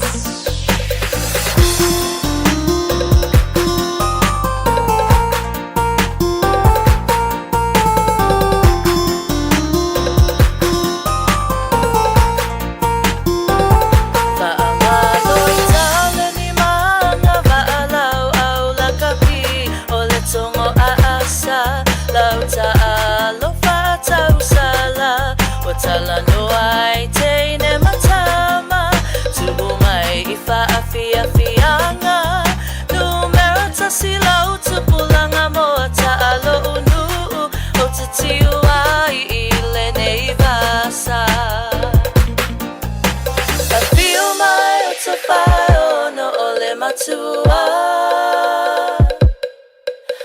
Fiafia asima le batu mai ngai tolu Maliu mai lawana tai manongi a manu matama pole no foi tu ainga ofua tamanga fa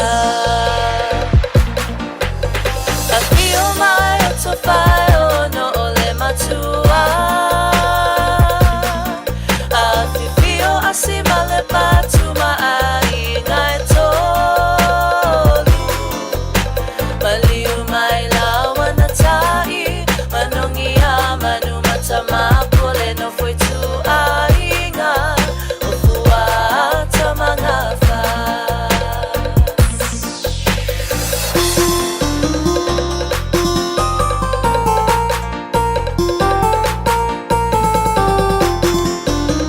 Malina, le tuminta Yolanda, Mali, Toma, Vivinga, le Fiango Monta, le Divango, le Taeao. Ida Wutwe, Sefulu Midutana Talo, Lentula, e Valu. Franco Sili ala e, Malo, Zoifumalangi Mali, Divango, le Tato, Polo Kalame. Omeia to luatangante le o maua o la uatino i le taimine, ele o mautino fo i po soifua ia pe ua mau soifua. E le malosi o timunga e pe ona moli mawina e whaita wafe i lato. E le o la tu i le pawa i le taimine talu mai le aso nafi ma le po ana po.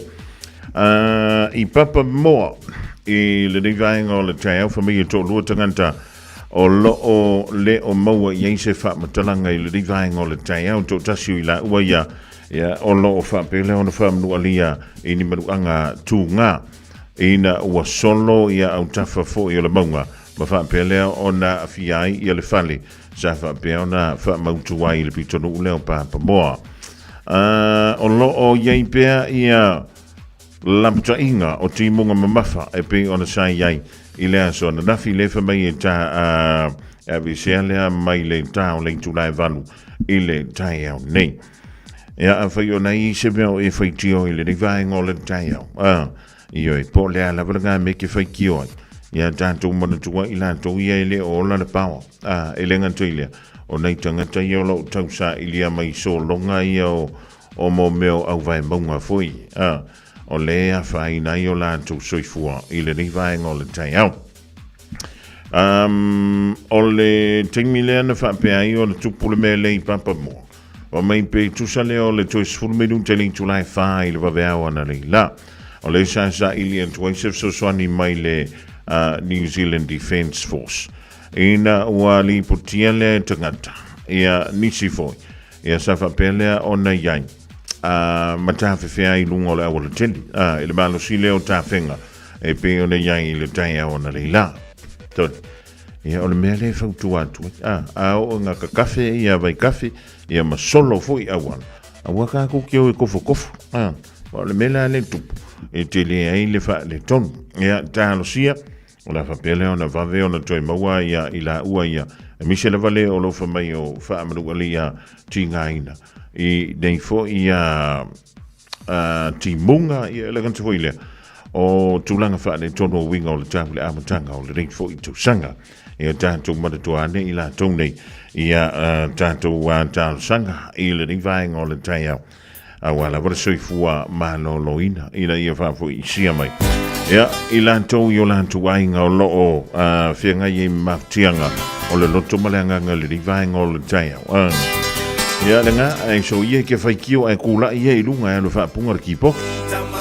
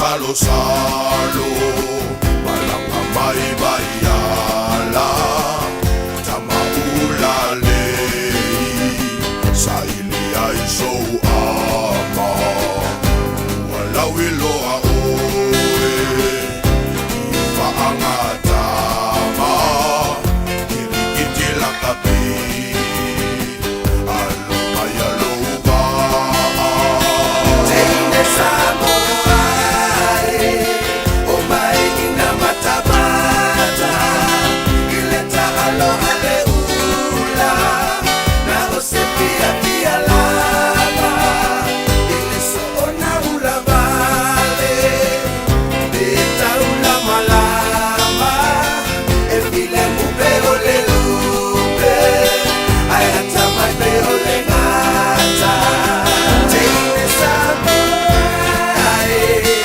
o mai ina matabata ileta alo ale ula na o se pia pia lava iliso ona ula vale beta ula malama e file mu pero le lupe a hata mai pero le ngata e file mu pero le lupe a hata mai pero le ngata e file mu pero le lupe a hata mai pero le ngata.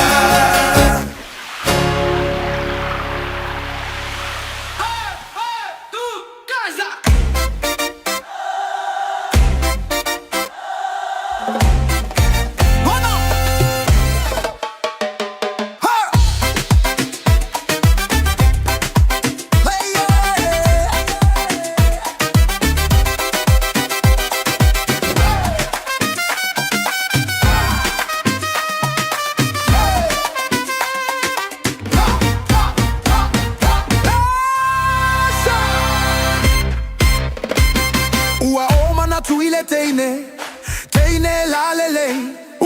Malanga tunei ileva alele.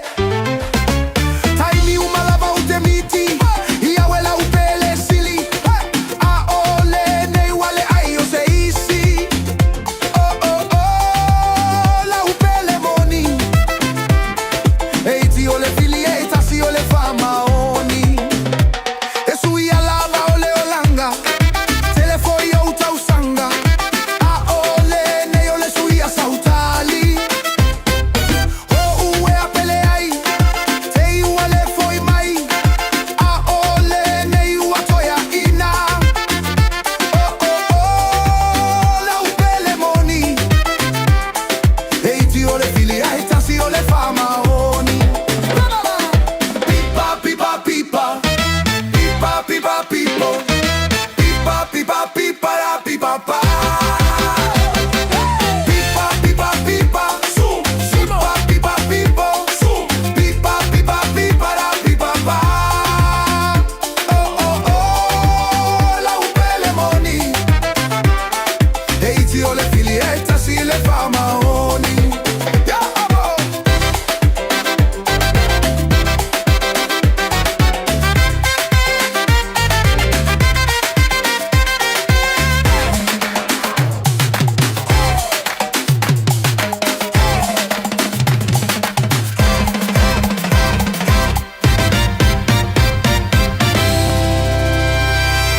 Taunu nei New Zealand. To e malanga foi ilu Amerika. Ele ngata ile sui leva ai sui fo I folinga. Awane inalo mai hamo. To e foi mai ise aso. Malanga au nei au kilani to eva ai au. Oh oh oh la upele moni. Eiti ole fili ai tasi le fama oni. Pipa pipa pipa. Pipa pipa pipo. Pipa pipa pipa ba pipa pa. Pipa pipa pipa. Pipa pipa pipo. Pipa pipa pipa ba pipa pa. Oh oh oh la upele moni. Eiti ole fili ai tasi le fama oni.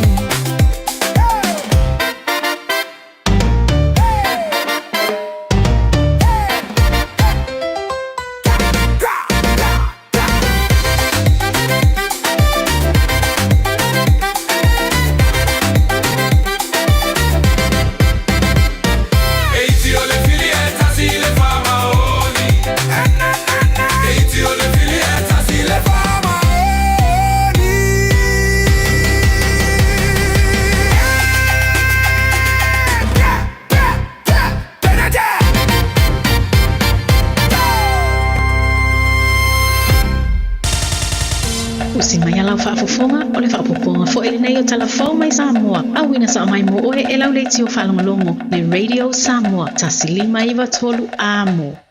O te whatalo fo lo tātou wa tino o tātou mafuta fo ele nei o sa fo o wale whaapoponga le ngā ruenga le whea utau longolongo. Tala mai lo tātou wa tino o usi mai alau whaafonga. O taria i nei e le fionga i le au malu o lo tātou malo. Le whautuanga le komisio ngā ruenga le whaamasino ngā e whaurulu. I le fionga i le whaamasino sili. E tō fia le tamai ta ilo i a sinia. Le fionga i a sili Elizabeth Jantung Peters. E avea mo se tasi o whaamasino. O le whaamasino ngā whaitu malo le tino. O le ato finga ua whaalia le ofisa sili. O le pulenga le mtanga ruenga o whaamasino ngā ma le whaafoina o mta ubutau whaamasino ngā. Le sunga papali i John Taima le langi a whele. O le a whaatauto ai le tamai tai whaamasino ua tō fia. I se sauninga ua whaatulanga mō le asolua o le vai o sa fau. O le fionga i a sili Elizabeth Jantung Tuautu Ross Peters. O lo ngalua i se ofisa lo ia tūma o tiro tātou o tino. O lo na wala wina e tautua i le tofi whaamasino o le whaamasino ngā whaitu māloa Samoa. Wa to alima i a te ia tamai tai lo ia sini o le tino. Ua avea ma whaamasino o le whaamasino ngā. O le teimi nei e to lua tamai tai whaamasino, o lo ngā rurua i lea whaamasino ngā lea tino. O le fionga lea i a talasa a toa saanga, ma le fionga i a la toa Rosella Papani. I le savalia i nei o le luas furu ono tau sanga, o a vea le fionga i a vui Clarence Nelson, ma whaamasino le whaamasino ngā Samoa. Lea sa a mata i le whaamasino ngā mawalalo sa ta ua, o le Magistrate Court, ai ua suia nei le whaamasino ngā whaitu malo. Ma si tia atu ai le whaamasino ngā siri e peo na ave ai, ma whaamasino si nia o lea whaamasino ngā.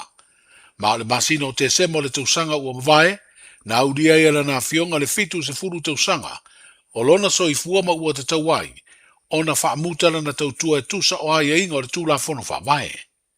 Wa whaeroa le ofisa siri o mta ngā ruenga o whaamasino ngā, ma le whaafoina o mta ubutau whaamasino ngā o ia fo i leo le whailau tusi, o le komisio ngā luenga le whaamasinonga. E ono masina wa toe wha au popo, e wha aua waire tautua le fionga le whaamasino sinia, ma le whaamoe moe mai alo na teimi ngalue le tofi whaamasino, i le masino uni o le tausanga nei. Toe tausanga mai lava ia, le fionga ia vui, e toe wha auina lana awaunanga, ono lo lava pelo na malosi, e me se fo i le tomai ma le angawaa ma le tūlanga fo i wo stasio whaamasino si ni e tono whaamasinonga. Te whaua i mole isi lua tausanga lana unanga o nolo lava pelo na malosi whaua i le tautua. Pita iane o le whaiunga le whionga le whaamasino sili ma le komisio whaamasinonga. Ua le talia ina le tārsanga. Ia au tua ila le ono masina. Le ono masina la le lo fofu e mai ina ia iuni. O le tausanga nei i ona whaamai aila i o le tautua fo le fionga ia vui. Pe ia o ni sirfia tanga vai. O le tātou tausanga whatulanga ina le ia i tono le tātou tūla fon whamai. E a toa lo le ono sfuru walu tausanga o le matua o le soifua o le whamasino. Ia ua malolo li tai aloa. Ai ia le malo si anga o le komisio whamasinonga. E la tau te whautua ina i le au le malo. Mo le toe whaua wina o le awaunanga. A sunga la fionga la ia vui na atoa lo le ono sfulu malu tausanga o lono soifua. Tausanga mai lo la ia. Matalia el komisi le toe whautua ina o le au le malo. Whaapopolisi lua tausanga.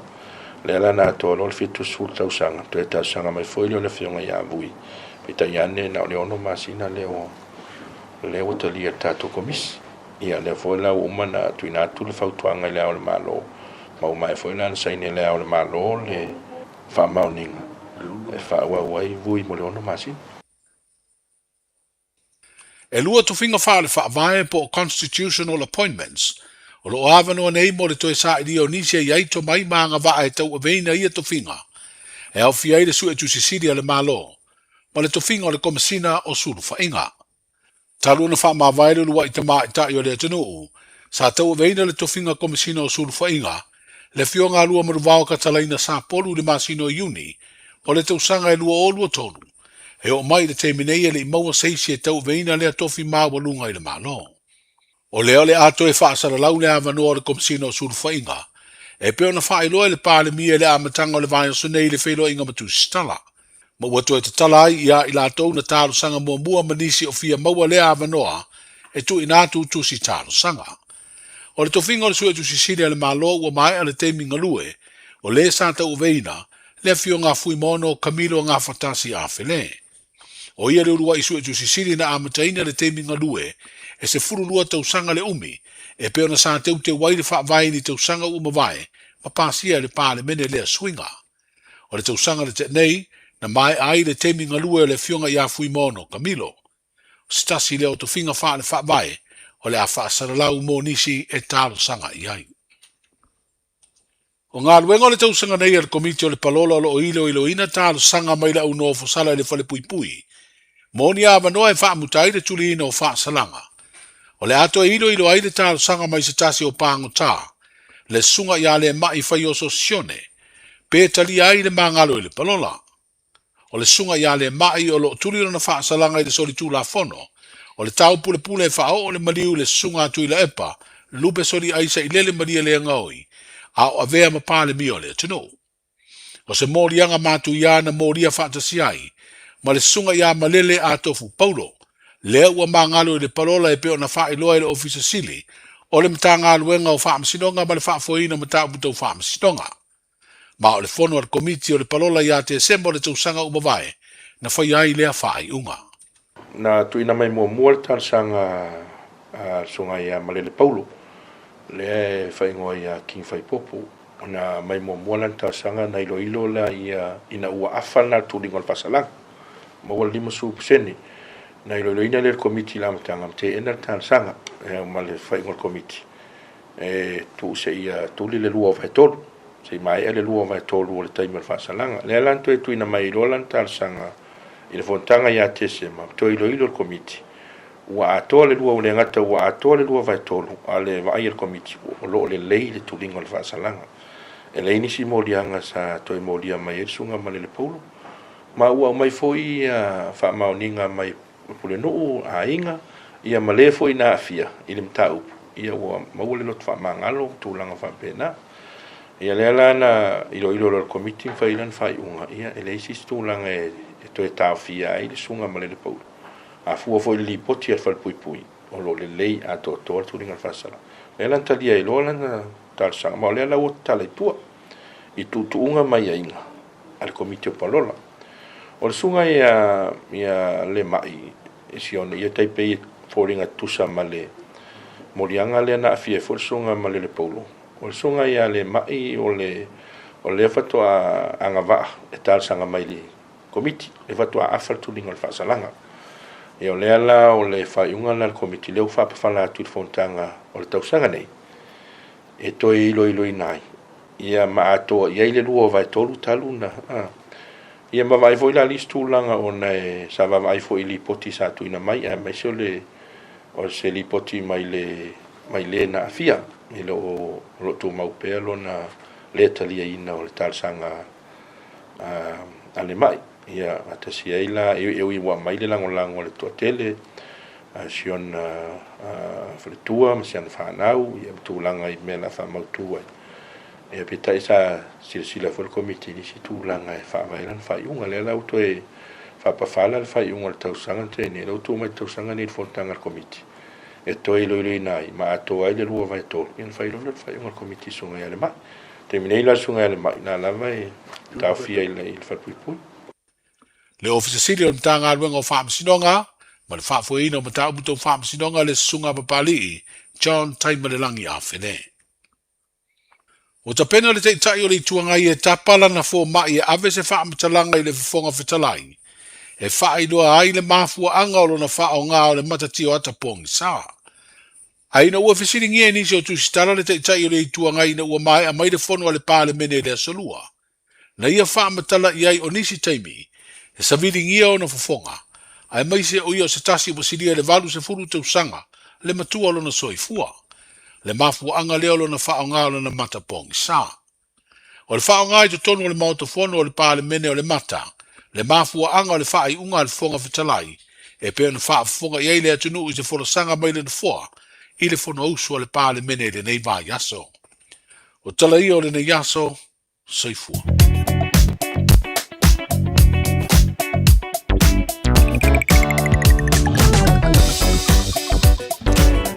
Le tsalanga fa tai le fionga yanga le bana au tanga vai tipi au tanga vai mo tato tala mai Samoa o le dia so tofi le fa ta fitu nga wenga tutu ma faiva lo filima e pio nga pa ti ai lo tato tro e la ngata ni sila e fa before il langia to la am fio to mo se si ona fa poponga e le a wo li dei le tau se fulu le lua le tau le fitu e le fiafia na nei.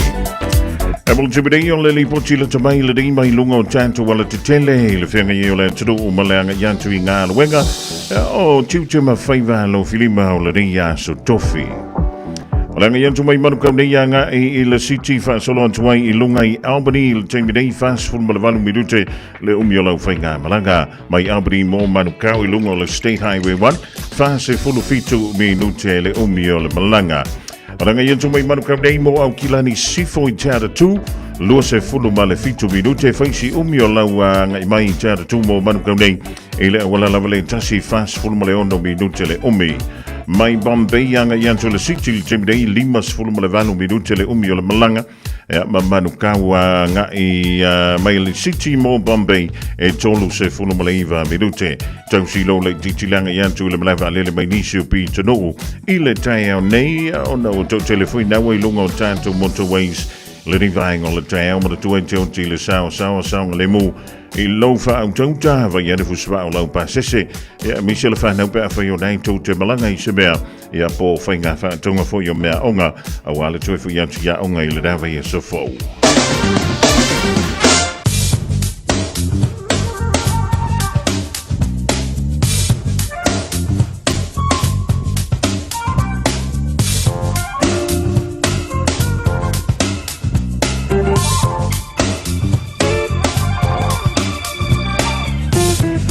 O le vainga nei le tātou tala o le tau mo le so antu ai fwoi mala so antu mo au kilani mo Samoa e pe ora ua mai le official le vai tau e le gantu i nei New Zealand fa pe fwoi i alo tātou fa sinumanga i Samoa. I le po se i malama le Taeao nei o le na yentu i mo gamba mafa antu ai fwoi. Ya, ma le tolu vava solo i wanga o sa vili le na angi mai le tui sa e angi mai. E le tui sifo e le malama le Taeao nei a misa le tau fatu tau wana sa vili i no foanga ta alaile o le ala watoa mai i le rivaenga o le Taeao pi tai o lo fa malu mai pēr i a winga o le tau. O le mawhanawhana mo au kilani le soelus fululima tikeri o lona malu i le poana neis fulumaleiva tikeri o i ele wha mai moe ngoto le lai le toi luse fulumiru te le tula eiva i le poana neis. O le vainga mo le aso a Taeao e o soane le lai le luse fululima miru te te ai leono i le Taeao o mai eono yeina i wanga a Taeao sa viru mai le tu i mantu i sifo pa solo i na malosi ia le angi mai se taimi o le Taeao a Taeao. Toi fa talafan tua yu tatu a inga wome masani Samoa le dia so tofi ma lo la vale usu ma lo le fa ma lo losi.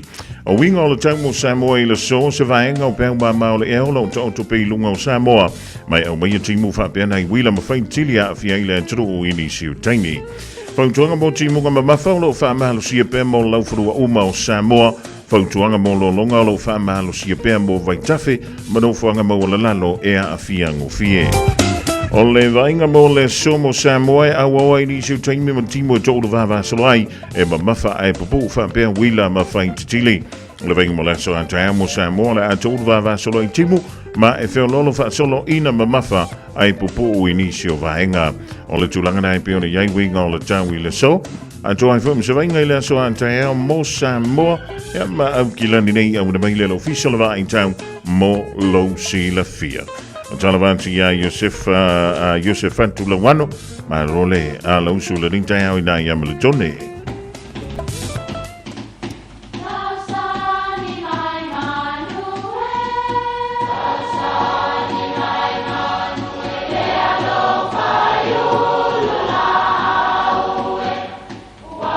E o whanga manu i ululu o la au, awa e whawhanga i funga o la au.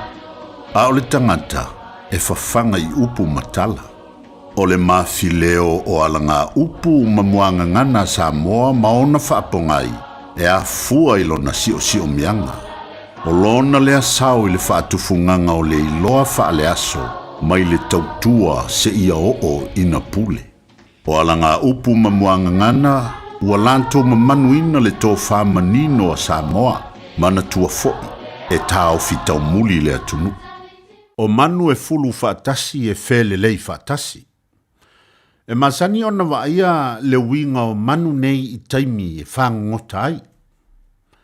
E o whaatasi ngongo uli e whapea nā fo i ngongo sina. Toi titi lava a le mawhai o na whangongota whaatasi. E iai lawa manu na o ngongo uli. E iai fo i lawa manu nga o ngongo sina. Toi whaita watu. E iai lawa manu na o ngongo uli. E iai fo i lawa manu na o ngongo sina. E sea o na whewhiloi i taimi e a iai le mafua. Ai a whewhiloi foi. E mangoto lo le mafua o na whelelei vaenga lea. E masani foi o na vaia i swing o le tau le whemalanga i solo. O i tu ai ngā manu ese. Ma i lea tu nuu, i lea tu nuu. O manu e furu whaatasi, e fui whaatasi. E whamantala i le winga o ni mafutanga ai ngā lulu e whaatasi ma whengalenga le ai.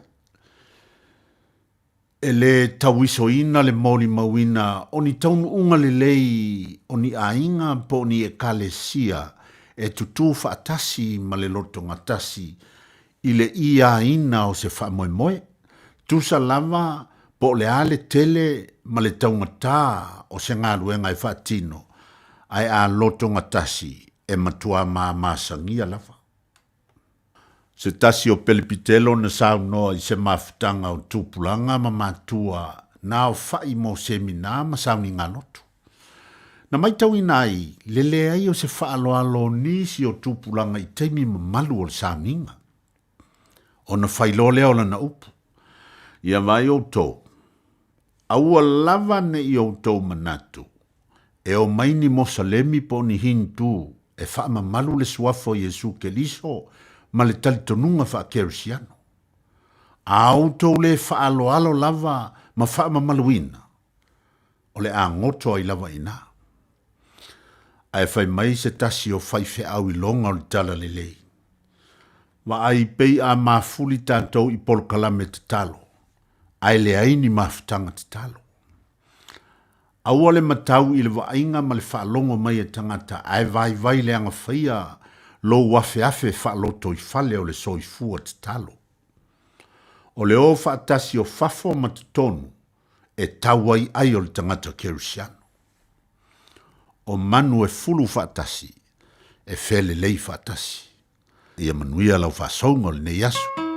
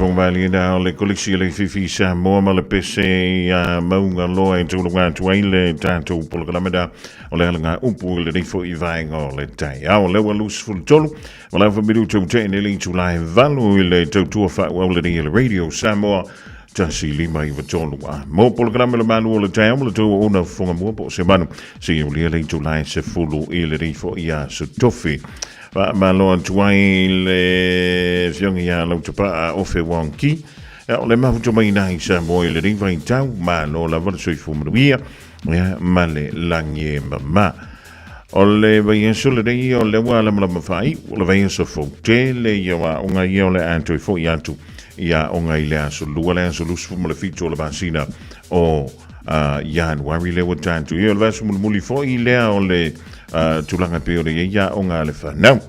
Ai e a mata le tanto wa songa le vai so fo wa ile songa fu. Ile so malo lo fu ile le tanto nei au kilani madatua. Na au kilani a manoflen. O le mafua. Ya on le anniversary. Le famada tuina to sanga de tasi. E madatua ile te mina fa tuina ia le ria ayo au kilani ya mi se foi lunga i o Northland. Ai ile tulanga fa le tono winga o le tau mo le fa le tono ai o le tele o pito no i lunga i up north ya atono la tala fe unga le male so malo lo ile so mafua e to eta pena i mo tau fa mama ya te fa ma o te fa la o ni si o fa le ainga ya le na lo vai ele ngantala nei i am kilan e mo se up north e fa pe fo i tanto i nai Hawke's Bay. Ja, ma le fa solo foi ni so pi to do to la tatu ma papa mole ye tangata ye na le lo mai o ni si fa mai na fe pe e lungo fandi ona ole mawalunga ole tulanga ole sa o tu ile vai ile po ona po o mai le Taeao nei ja ole winga la tala foi le Taeao a fe o dei se me o 90 tio ja e manu tu ila to ye le mo mo talu mai le po ona po ia o mai le nei vai ngol Taeao talo sia ia umane ia le vevesi leo lo vevesi e tau sa ili nei tangat e leo ia se sio ma wele soifua e toi ma wale fale toi ma wale ta vale e toi ma wa me to tino o le ola ia e kasi ale ola no foi mai ele li ia te me tu poi fa la fa fo se im fa la fa natura e ma fa ia i ona ma wai soifua ona i tanto tangata ma tu ani la tu ia o lo pangati el te mi nei ia talo sanga ia se mata sa fa pele ona tu la ia se li e le so na da fi lu mo le fa se no fa tu malo il pitto no le o amel tonne Vai mai o le me foi lele o le ola fa popo o le tulanga le na sa fa pele o na fa tiroina ele li is wafa i Shane Khan i sana wo ina ua mantua langona i alo na le Fiafia malo na ita i se la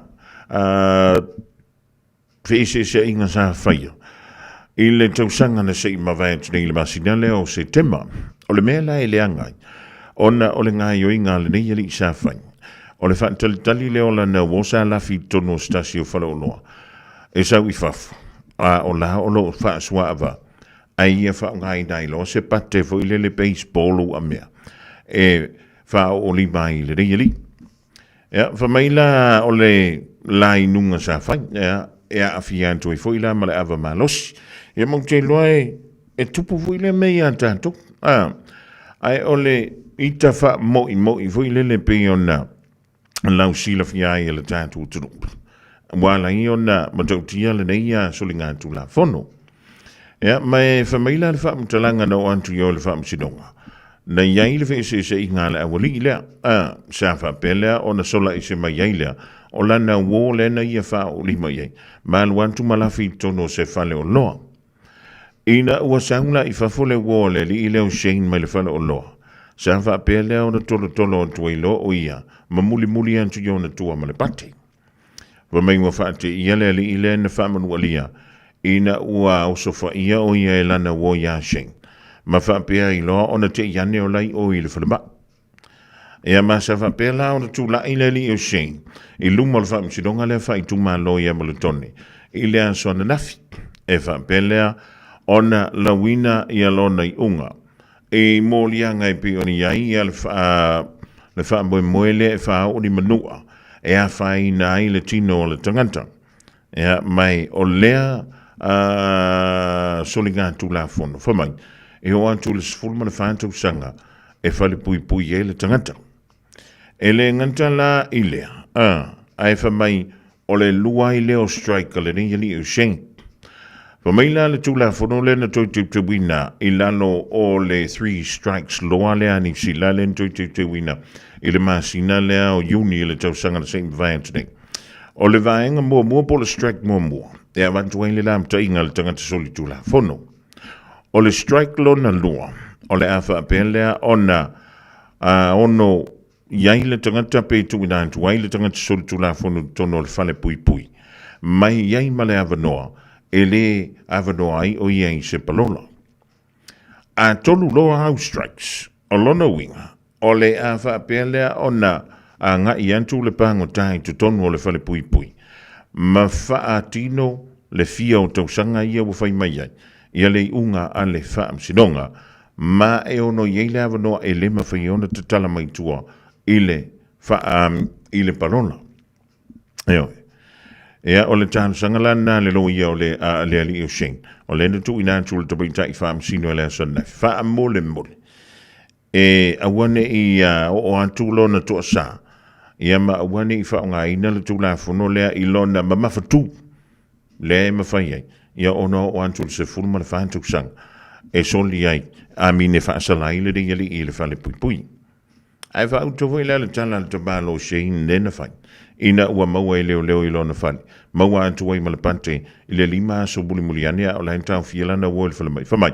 Wa laki le li ngā mangua i le ioki a tea. Ia o le tala lea le tangata fui le o salamo. O le tala a le tangata. Ua makua le aima salamo o i. Ia, whamaila na tala muli muli an. Antonu sa te tau ona ia whaia sa isi ngā ioinga. E se maile mele o le wha o ngā o le pati. Ai o le wha moe moe. Ina ia wha o i manu anga tūnga. I le tangata lea e le o fia iai. Ia ave fwoi la lea ma a oa inga i an tātuk. Aua e ke o la. Wha moe moe. Ea ma ue a mine a ue teo la wha popo. E le se mele li ngā me. Ea, peita. O lea ua au mai ai ia le wha salanga. Se fulu ma le ono maa sina i le whale pui pui. Ia ma o le a wha pelea o nanga wa aleli i le palola. Mai le se fulu ma le wha antau sanga. O le ua se fulu ma le ono maa sina. Ia. Wala o na whaia le neisui ngā e le tomaita i wha amsino. Ia o lo wha pea mai ai. Ona o le sana mōmoni.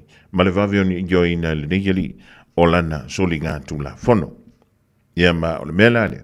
Na o le sifuru ma le ono maa sina lo na winga tausanga. Ma le wha maa sina e ma whaiona waviona palola mai tua. Ia, atonu ia tātou pēr wha pēr te whanongolongo tia. E le se mea fōu. Ai, a e nofo ma e ma fōu iei. Ana wha pēr lai o tia ila na woi. La na beo le a whai. O le alisi ngā yo inga i te tākuna whai. A whio nei e se si o ngai makua e ika i eil ngai kai au. Ia e toe nofo ma fōu tasi.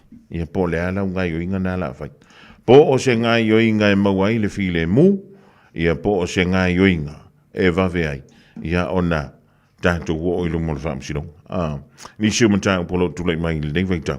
Tono le ri tonu toe lusful 1 minute on tā leo le tulai iwa. Leaving in sin. Where are we going again? The beach. Obviously. Which beach? One that's close and not full of poo. Ooh, I just found our matching hats. Nope. Okay, Safe Swim's got a green pin for Takapuna. Yup. Tide's good, lifeguards are on duty, and there's no wind. Let's go. Water quality, tides, lifeguards, weather. All pretty good reasons to check Safe Swim. Visit safeswim.org.nz or download the app today. Thanks to Auckland Council. Hey, don't be that guy or that auntie ignoring a sore throat. This isn't just some drinks and lemon tea in your sweet situation. Untreated sore throats can lead to rheumatic fever. Nobody wants that for their family, eh? Go get your Pepe's sore throats checked at your GP, school nurse or pharmacy. It's quick, easy and most importantly, free. So come on, whānau. This summer, take care of your tamariki. Get it checked and get it treated. For more info, hit us up on socials at Stop Sore Throats or visit stopsorethroats.nz. Mo le manuia o lou lumanai. O le Aʻonga o le International Travel College, Ua te tala nei le se tala mo le lua a whilua ono. I mata tau tu risi maha onga tau waalele. O la ITC e iai ona la lai au kilani ma whangarei. Ai ma whaifo I one ea onga online, mai lo whali. E leise tai mi whaatulanga I nei te a ongai. Sa ili nei loa so lumana I manuia. Langolango ina maalosi el ITC o e malo ainga. A waa wa onga. Asiasi lupenga te whailangi, itc.co.nz. Talofa o tō whinga le tau tala ma eselo Fiafia whanonga le breakfast le Radio Samoa o te maa o nai.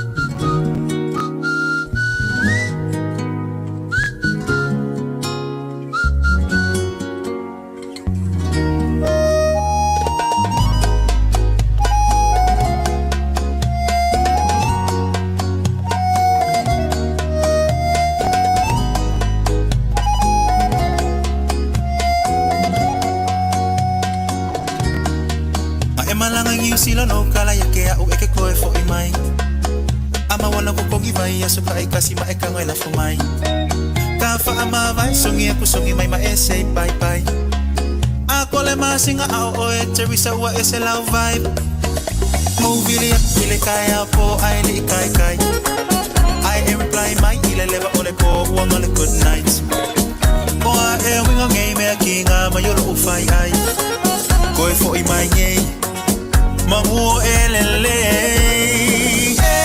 kai faingaka ue mama wakulava okay walelela aruloa I say wasili ailo kalinga le kama fukanga okay ofo ilole alofa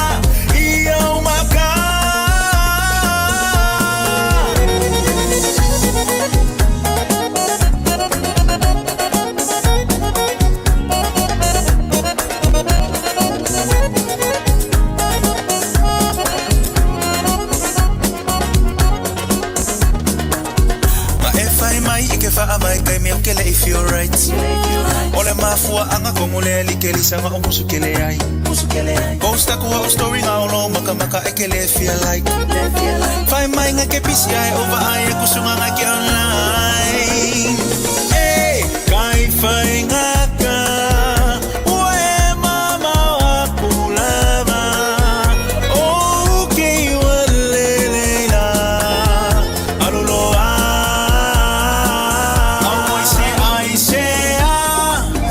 Wasili ailo kalinga le kama fukanga okay ofo inole alofa iyo maka Kelisa Ofenga yelo mafofa Ke faya kuanga yesa uvisa O levanga ulele yako kakfafsanga Yesi ekala mo sa o mayako la mele kupu ile vale Yo sisi o kele ke ya ikau kala sa o mai lolo fifa kali kali ya kwa kele ang o mai Umakula walo fauna umalo si umakula o life Ua o wilongi ekelelele Kai fai ngaka Waile fama o ngilava Okay walele fa Soy fuwa I say Wasili aino kalinga le kama fukanga okay ofo ilole alofa iyo maka I say Wasili aino kalinga le kama fukanga okay ofo ilole alofa iyo maka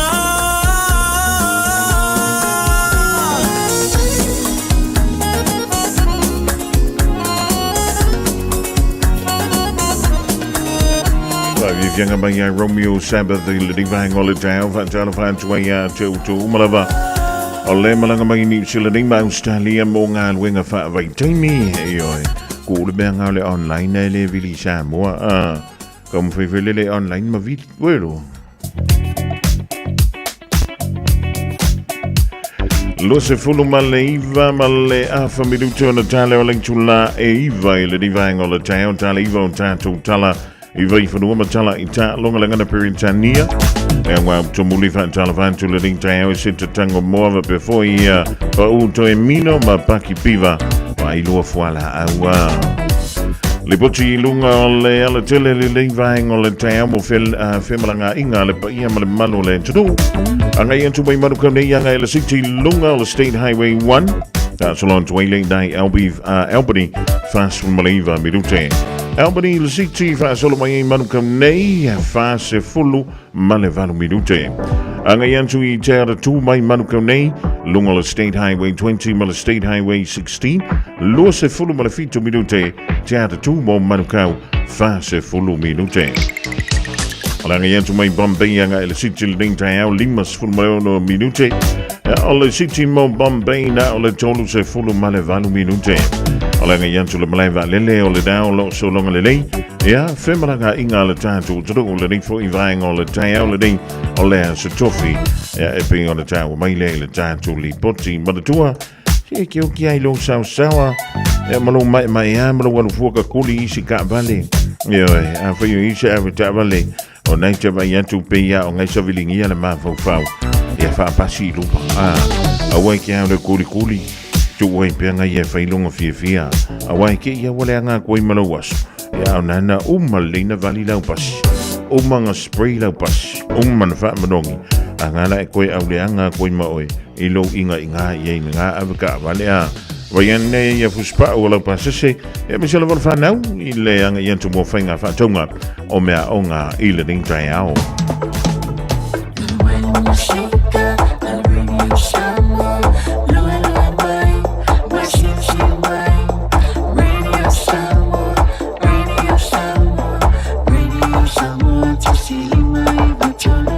Radio Samoa.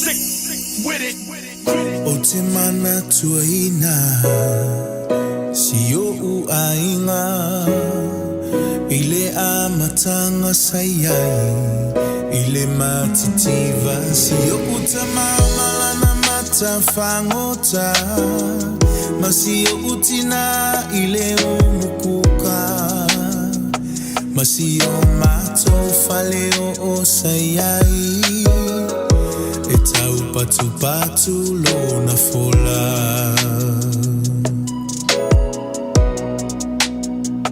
Ae atu la ua onga O faatali le faiva Ma utau fui paelo Mala ua mo O te savali le nu atoa E faataua o fangusea Se tupe mola o pili a onga Ma mea fai asi o ainga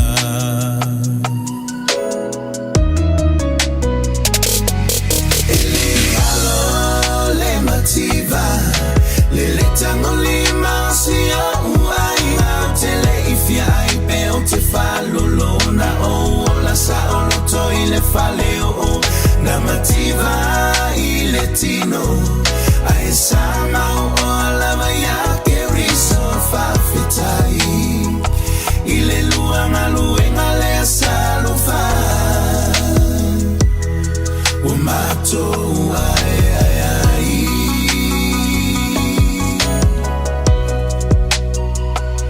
Lele umato tuwa Faita ito alua A esusu elava le famalama Mato ete paitua Ile fainga taho le olaka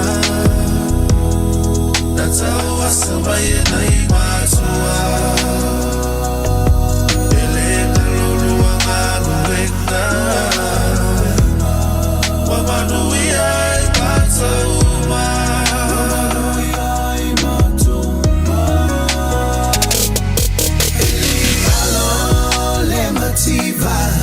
Lele tango lima si au ai Te le ifia ai pe o te falolona o La sa o loto ile faleo o Na mativa ile tino Ae sama o alama yake riso fafitai Ile luanga luenga lea salufa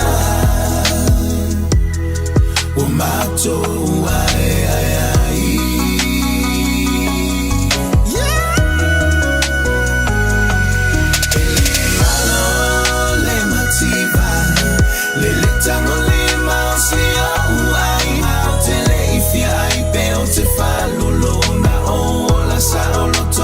Faleo La mativa ile tino Ae sama o la maya Yeriso faxitai Ile luanga luenga lea salufa Umato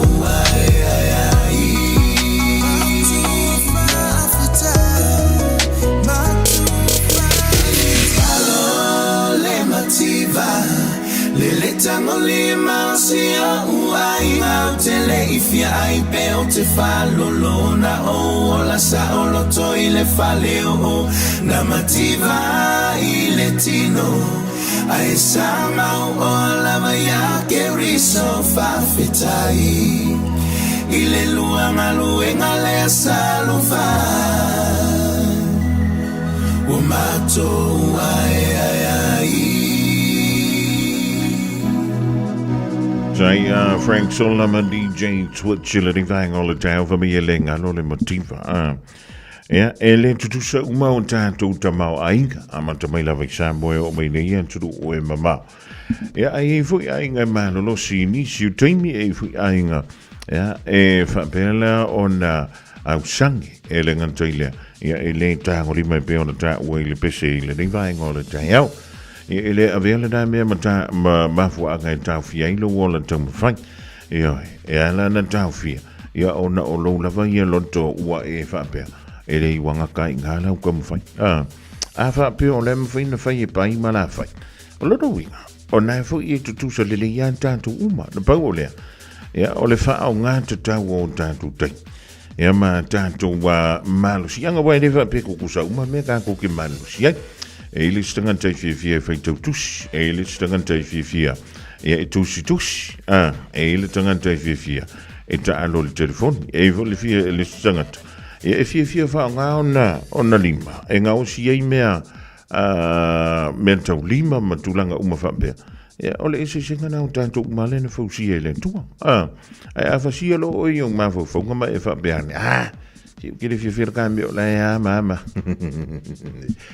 Allo wing. O tanto fo ya ina tanto tele amanteli se me. A wangi o kan ko fa penga. Ia kan ko o fa ngai kai. Me u ma la vem fe o tanto fa te ia. A fa fo se bi si si sa fa ye se si a o e va ai tu fo lele o lele. O le men tauna e alu sa i. Sa i li po le ma fu anga o le mawhai. O na wha wang. Wai ini siuteng. E le mawhai e le tamau a inga o le tunu uma le tunu. O na wha wang pisi ni si pe o le iai. Ai mai le na tāpuni e o le au na. E mawhai fo i o na lua tu le stangata. Sui le whai. Ea ma sui e lo. Ma le ala o le amwhai o na maua e se isi tangata. Pe a whai e tu ato toa i e lo na malo. Si malo na mafau e toi ati nai ia le na fui ati nai ia ai wilia o le tala e ui na wha no noa ni se pitunu pita o le wha mai ia le tala le tamai to o lua tangata e le o maua pea e o mai le teimidei ai to o fitu tangata o le ua mawhai o na lavia i mai lunga o taua lunga o ala tu fale e inai papa moa i le Taeao nei ioi fitu tangata wa wha o ngai nai helikopter e lawea ina mai ei i lantou mai ta walunga o lantou whale e fōli kame o le makua ma Fiafia la o sua waitim e pei o le ta wa mai li poti le aso nafi aso nafi o lau te mara tua wha mai nai Northland e le vā o le se lau loas fulu mililita le ma Fiafia o le sua vai e wha so lantou i le se lau limas fulu e a whaila ua pe ano ma le tangata i lunga o le tau lunga o le whale o lo knowing ua makua ma mafatu ia le mole meo o le tafing ia e mai sei il suava i timu e pe o le maua le inai papa moa e la tala tantu inai fefo i le ngole me inai Hawke's Bay i langa i antulele tu i saute o auki la ni neifa so tu ile ingai i Hastings ma Napier pitonu uma fa pena le pe o le ta o mai le i iafu i li poti o le rivainga o le Taeao Caramendo o lea iai ia le meka o le state of emergency anto ai ma Northland lena amatai lea so lulu lea so nafi tai rafiti Bay of Plenty ia mahauraki o pituru umana o lea iai ia le tulanga lea o le state of emergency ia o lea laka meka o le state of emergency li o lono wi e ta uma iai o pituru ia ale o pele pawa pele paipa motusia a wala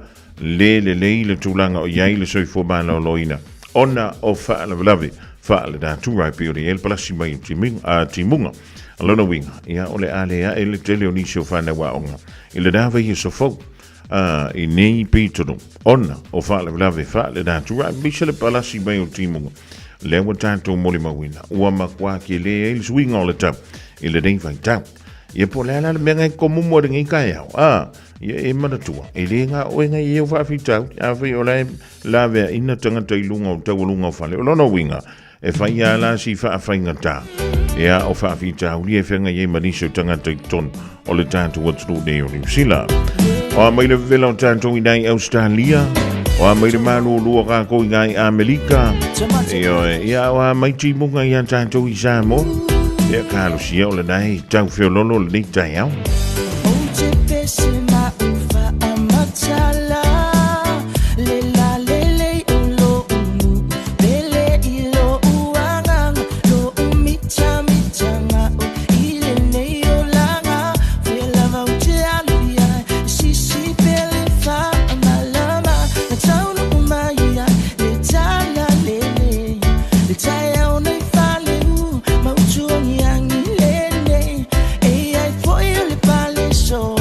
Atama fainga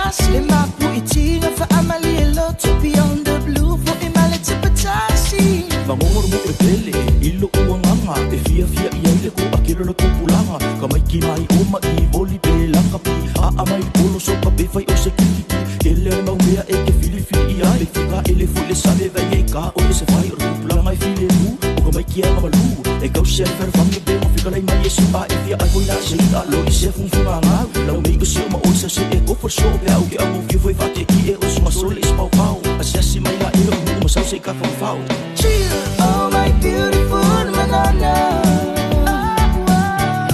you're the only one, and me time la ulata. Oh my beautiful banana, you're the only one, and me time la ulata.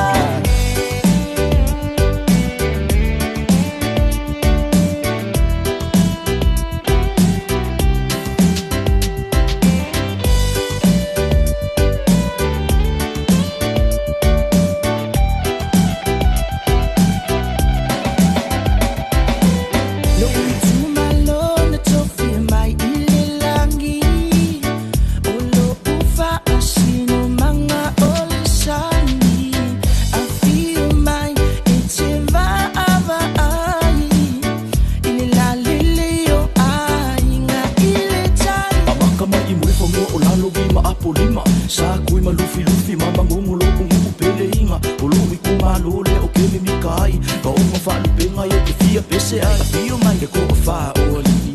So sa u fio leu soli. Malo kapa au, so le ko huli, malu mali ko yoe. Maliu mai lo ko lo masa ma aki malau kolo le fale mangongo ma ai ngai le kai o fa alu ke mai ke malu lo ko o fa le ko ia sa ku ia ma au ke le fa makala sa ku malu fio le ngawa e mamingo ke le ka fa ilo me ikusi mai se lima pe fa ma singo. Oh my beautiful banana, you're the only one, and me time la ulata. Oh my beautiful banana, you're the only one, and me time la ulata. Oh my beautiful banana, you're the only one, and me time la ulata. Oh my beautiful banana, you're the only one, and me time la ulata. Oh my beautiful banana, you're the only one, and me time la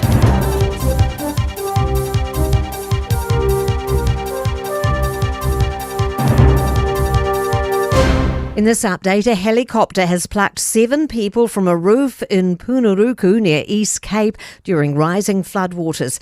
It follows civil defence officials in Te Araroa telling whānau to tie their tamariki to themselves and get to the roof. Meanwhile, 2 people remain unaccounted for. 1 person's been badly injured and several homes have been evacuated after a landslide on Tauranga's Welcome Bay Road. States of emergency are in effect across the Gisborne district, Bay of Plenty, the Coromandel and Whangarei. Tolaga Bay East Coast Civil Defence's Greg Shelton says residents should stay at home if they can. We were lucky. We were really staring down the barrel of a bad one, and the easterly came in and blew it out. Infometrics is cautiously optimistic about an economic recovery heading into 2026. Seek NZ's latest employment report shows job ads fell 0.3% with less demand in retail, technology and hospitality. However, construction continues to lift overall volumes, with ads up 3.4% nationally. Principal economist Nick Brunsden says overall there's still a lot of people looking for work. With that 5.3% unemployment rate, we do have a fair bit of spare capacity. We're still getting 4 times as many applicants for jobs on Seek as we were 3 years ago. Donald Trump may have turned down the heat by pledging no force will be used to take over Greenland, but he remains determined to control it.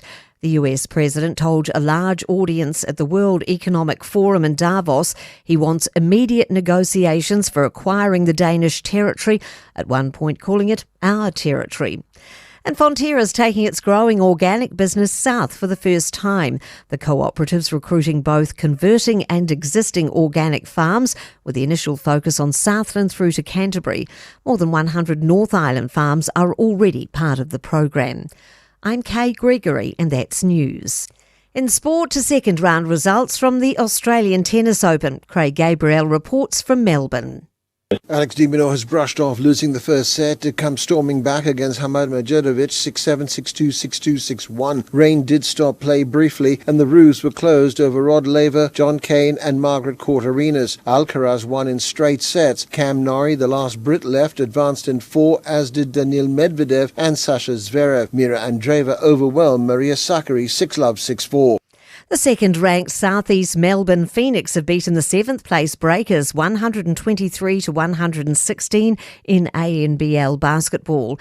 And defending champion Josh Burnett will don the race leader's orange jersey on the 5th stage of cycling's Tour of Southland. That's sport.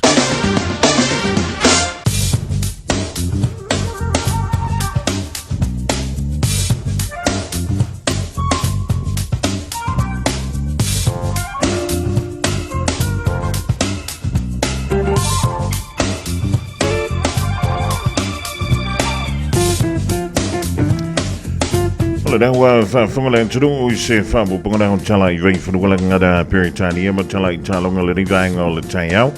Ina ua tolu malau whamirutu tēne ling tulai iwa tue whaatala whantua lau mai mo malau whaafuanga. Le rivanga o le Taeao le ringo le stofia so lusfulu ya wari lua afe lua se fulu maleon. Le vengerei le tātou tala o le tau mo le so, a toi whamela so a tau mo au kilani ma Samoa. Au ina mai le lo fisa, o le vai tau wā lava I lo si la fia I le ringa so tofi. O le so whamai e ono tōru wāwa solo wanga I le tau nei wape foi ia le au auli. O le mawhanawhana o le ea luas fuluma le 5 tikeri. O le Malu I le poa nā nei es fuluma le 5 tikeri. O le wafa le au ngā ina nisi o la inga o timunga mamafa e pe o le sasa wa I le poa na poe o mai le Taeao nei. O I le wha moe o le awa pele o na ngonto le la I le poa na nei le toi lus fulumiru te le tula iwa e au ki lani. O le winga mola so a Taeao so ane le la I le lus fulima miru te te ai le ono I le Taeao. O me iono yeina yuwanga e tolu wa masalo ai.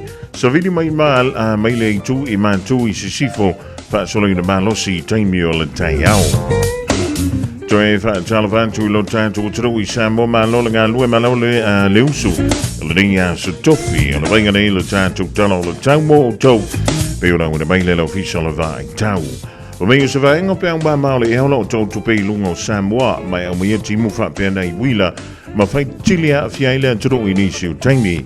Whautuanga mo timunga mawholo wha malosia pia mo laufuru o umo Samoa. Whautuanga mo longa lo wha malo si e pēr mo vai tawhi maro whanga mo lalalo e a fia ngō fie. O le vainga mo le somo Samoa au awa I nisi o taimi ma timo te ulu vāvā saloai e ma mawha e pupu wha pēr wila ma whain titili. O le vainga mo le so a te amo Samoa le a te ulu vāvā saloai timu ma e whiololo wha solo ina ma mawha e pupu I nisi o vaenga. O le tūlanga nei peone I winga o le tau I le so, anto ai fwoi malea so a Taeao, e le ngata mo I tātou I nei New Zealand, e misi lava tātou nei au kilani, e vape fwoi lo tātou wha sinumanga I Samoa. Tā lofa Samoa, waule nei o kāsputi alu, a wale sui alingila ura le ki o. A eva mai I le se furu 5 iwa kolu, a mo, Radio Samoa. Vevela a. Vai foi o tātou polokalame whasolo le ding Taeao o inisio whaafianga sui whiwhiloi le tautua malau nanga le Radio Samoa. Tala whantua ia tuwhilau Jade Stanley, siriwa tapsoa mala inga. E mau tau malau le mahuto mai le dingainga o le aso I le tautua le Radio Samoa. Vai sau wa I puti, matai lo Taeao.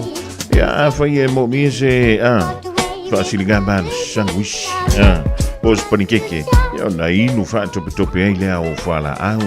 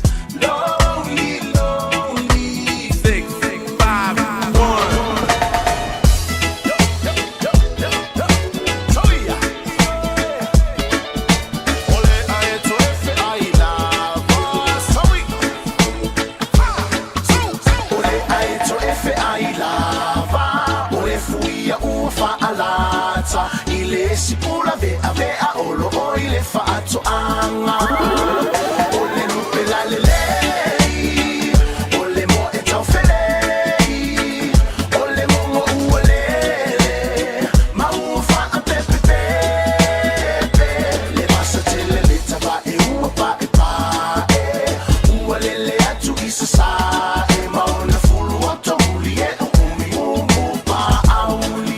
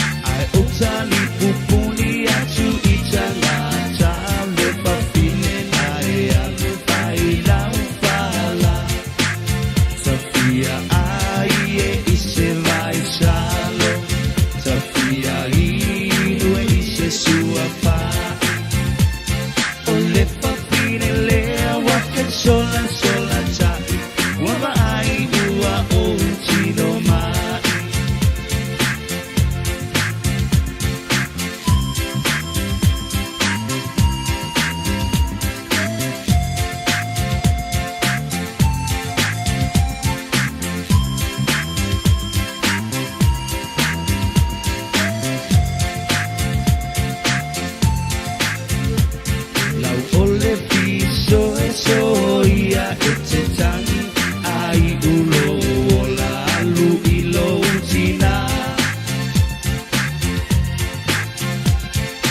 Momoli o alo fai lo u ainga Ua mali e lo ulo toi lau tau singa Tafia ai e ise mai salo Tafia iwe ise sua pa O le papine leo wa te sola sola cha Wama ai ua o tino mai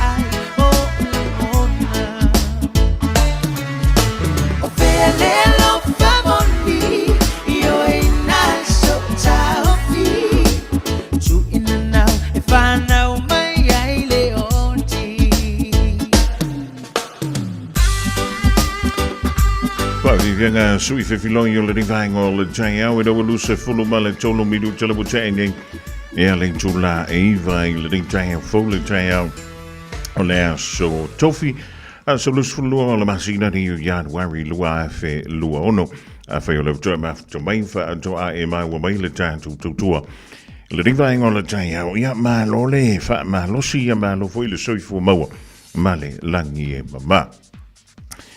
Inisio tanto lipot e pione ia tanto lipot io te vai atu le au mai Samoa. I le neia vai tau o le tausanga. I talo sanga o le palola. O lea ua mangalo ai ia se tasi. O le isa whapelea o na lokaina e leo.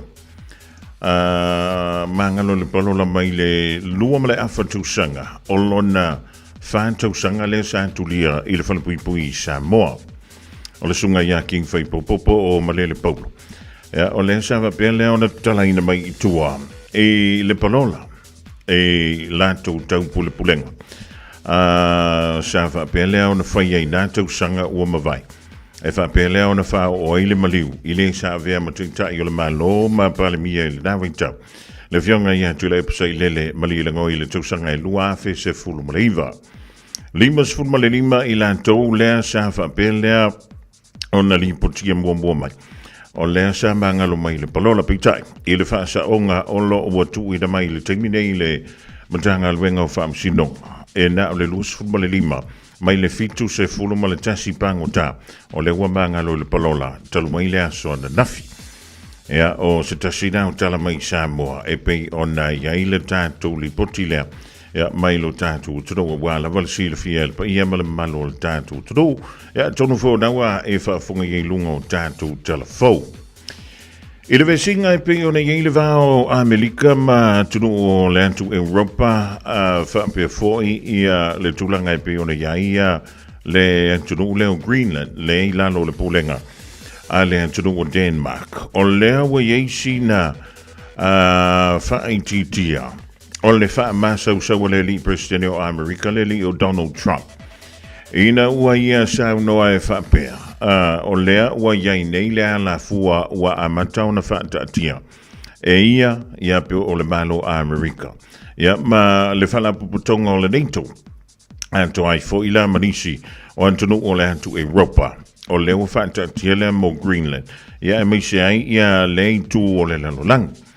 Ia ma o le mafu angalalea. O le ato e tau fiai. Ia nisi o la fonga po o tariffs. O le na fuafua. E tu inantu le ia tunu o le antu Europa. E amatalia le whaamaluina. E le masino i Februari o le neifo i tausanga. O se suinga tele lea e pei o na iai. Ia mai le tele o ana folofolanga ina ua mai. A lea o na... Po e ina whamalosi le sa avem presidente o Venezuela i le amatanga o le rifo i tausanga fau. Ea ma o se tala Fiafia lea o se tala fo i le tautu e se aile mo le whimeme ai i nei tangata fo i o le tunu o Greenland. Lea na whata ia i lato i le sauno ato Trump. I saungi o le la adwako e pū lea i lato. Ea ma o se tala Fiafia fo i le mo le lalula. E le vai taulere, se le afa e makwale fia manga o ansesi. I le tūlanga e pēne iei to e ngā wholafolanga iei ni ve singa. Paule mele mo mie tato, mo mie mo le meta o le tausi o le file mo. E ama sa ilia manuia e pei o na tato iei. O le upule o le fia pule ma lo si le sientunu o le sientunu. Se makwale manga mia ka kōrika me whautai. O le ua maua maile antala tau to aile ni vaenga o le Taeao. Ea ua la vai ia le sila fiel pa ia malu le tunu.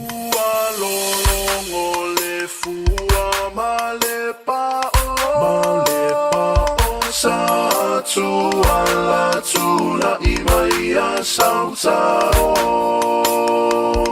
Tui sa vailu upe moni e la ufa alongo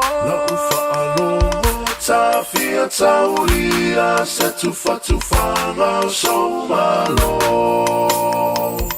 Oi Samoa Oi Samoa Oi Samoa Oi Samoa e pea ea Sa ufa a fofo ngai To a fia malie isi o ui tūlanie ua e masani i le aini usavie.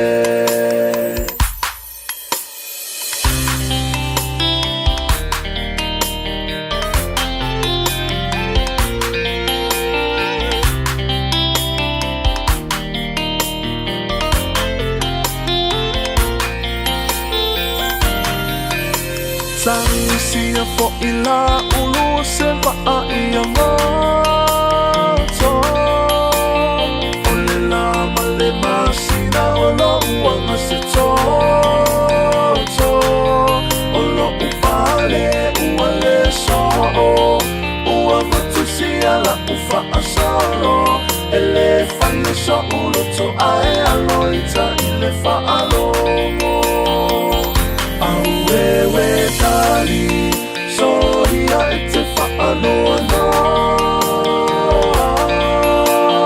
Ono ua lufa lena dia ua e loa Tasi lua tonu whale alofa Ae lima ila utatawa Ua lave ai o umama Ma o utotonga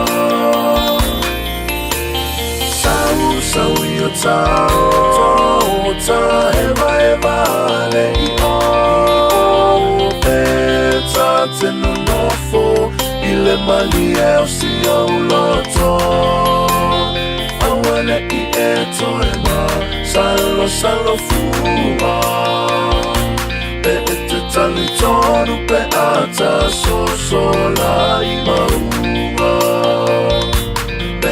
Tani tonu pe ata so la i maunga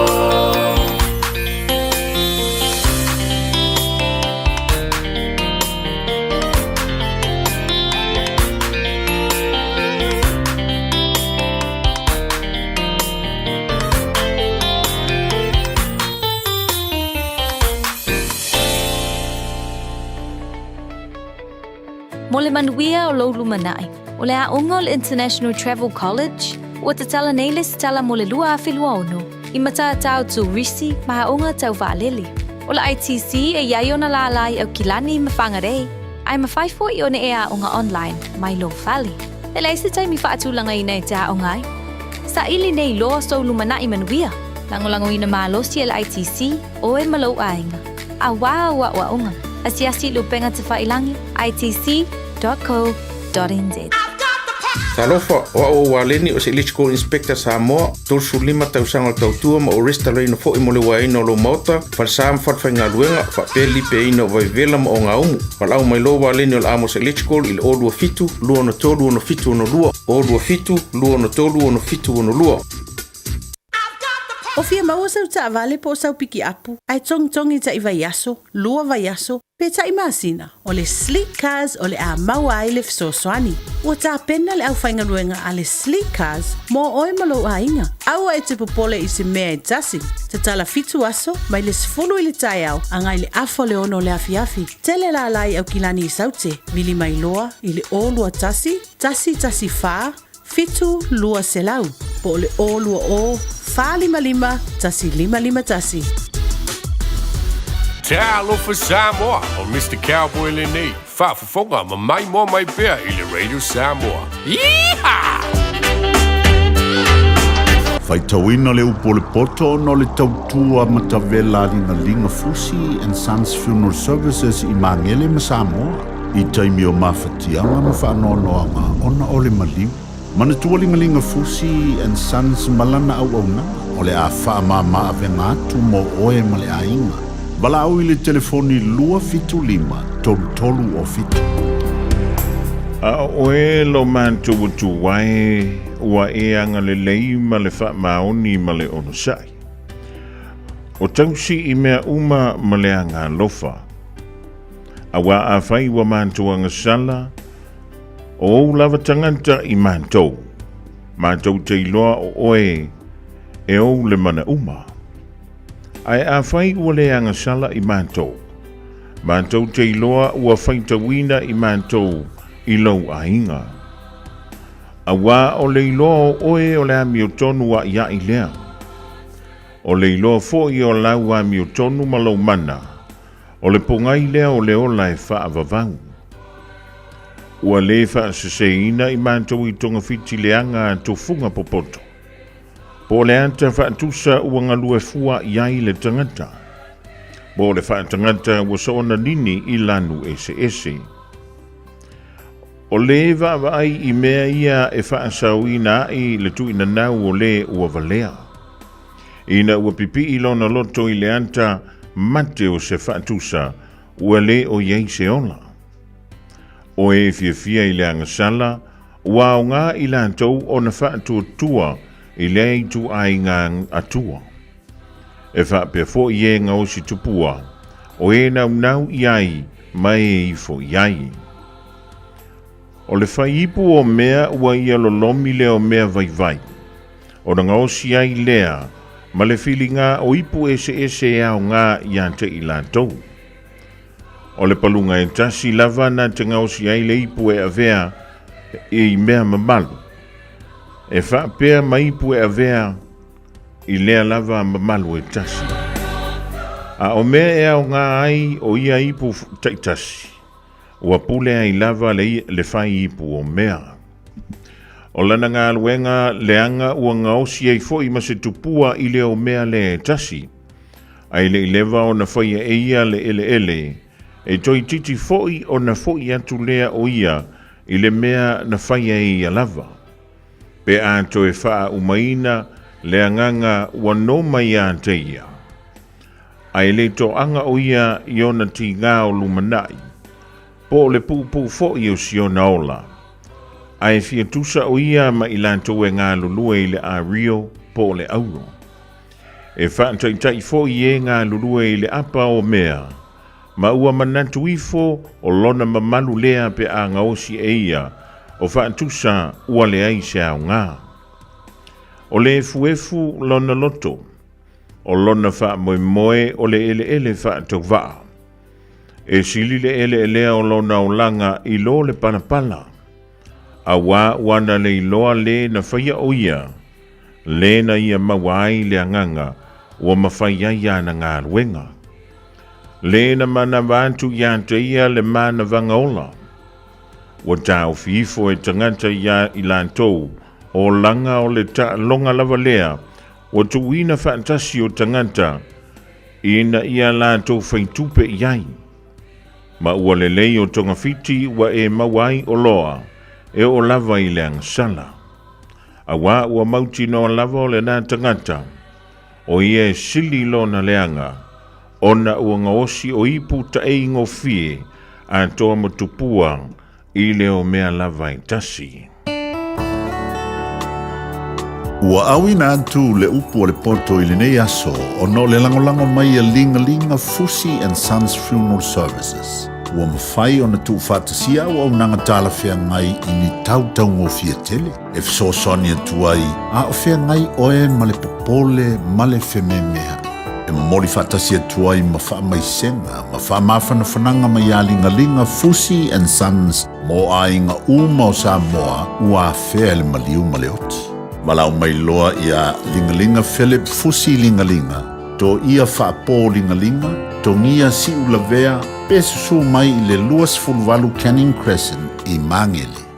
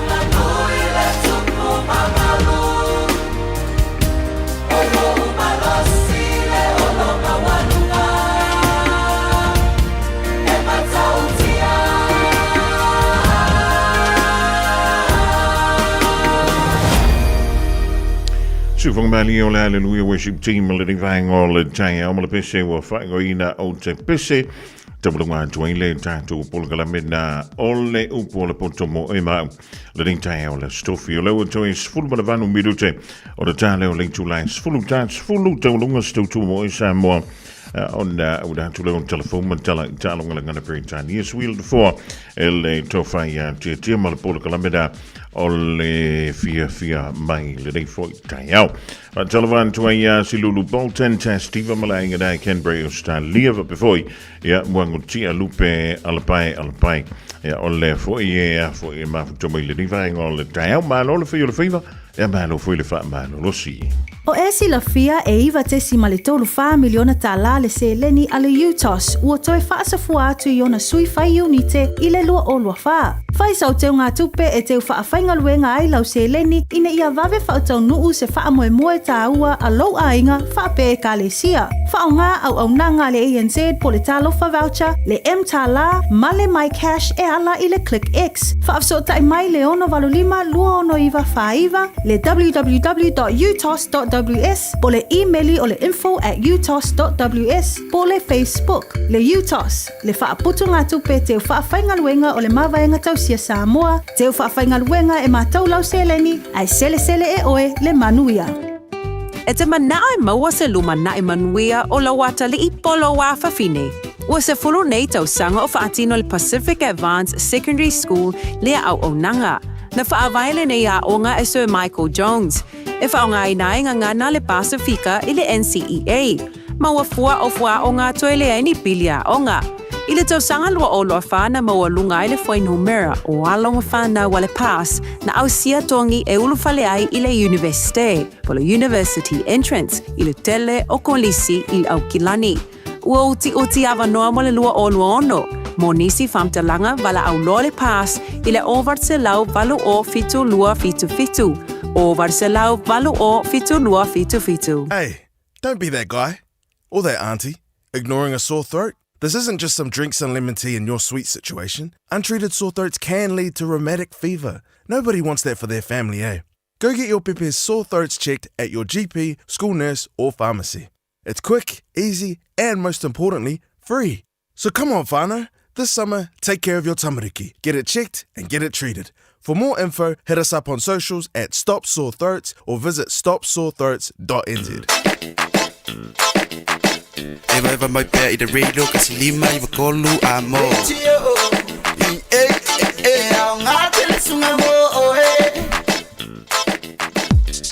O le wan tu sfulu lima malafa miluta na tale o le tulai sfulu le vang o le Taeao Fiafia nganga o le ufa si mele sunga ya Victor o le tutumala o danga le Taeao World and Auto Limited I ona la lai luai o Tara Wafo ia se whaamratu mo e maa ulanga tu whaiunga o le nei fo I long weekend mo I tātou nei au ki lani. But talafa tu Victor le vang o le Taeao ia muia o nawa umaso malu o le Taeao. Oh. Victor? Iya. Ya, se fumalia ra to fa fa mo. Ya, maro na bang sa maro to wa sa ila sunga. Pasra ko sa mo lo to ko ni mo sa malawan le sa ya, maro la bang sa ya te to. Ya, o le pa ingun ba ko ki so mo. Ke pole un malo ki a ko ingun fa ka silga ko ki. Fa malu wingo le tang ya man tu nei manu ka wa Victor o mai na o timo topo na mo sina la fiel ding Taeao. Ya, the wall of your mark. Yes, how do we? Kim, what is your mark? My Savidi.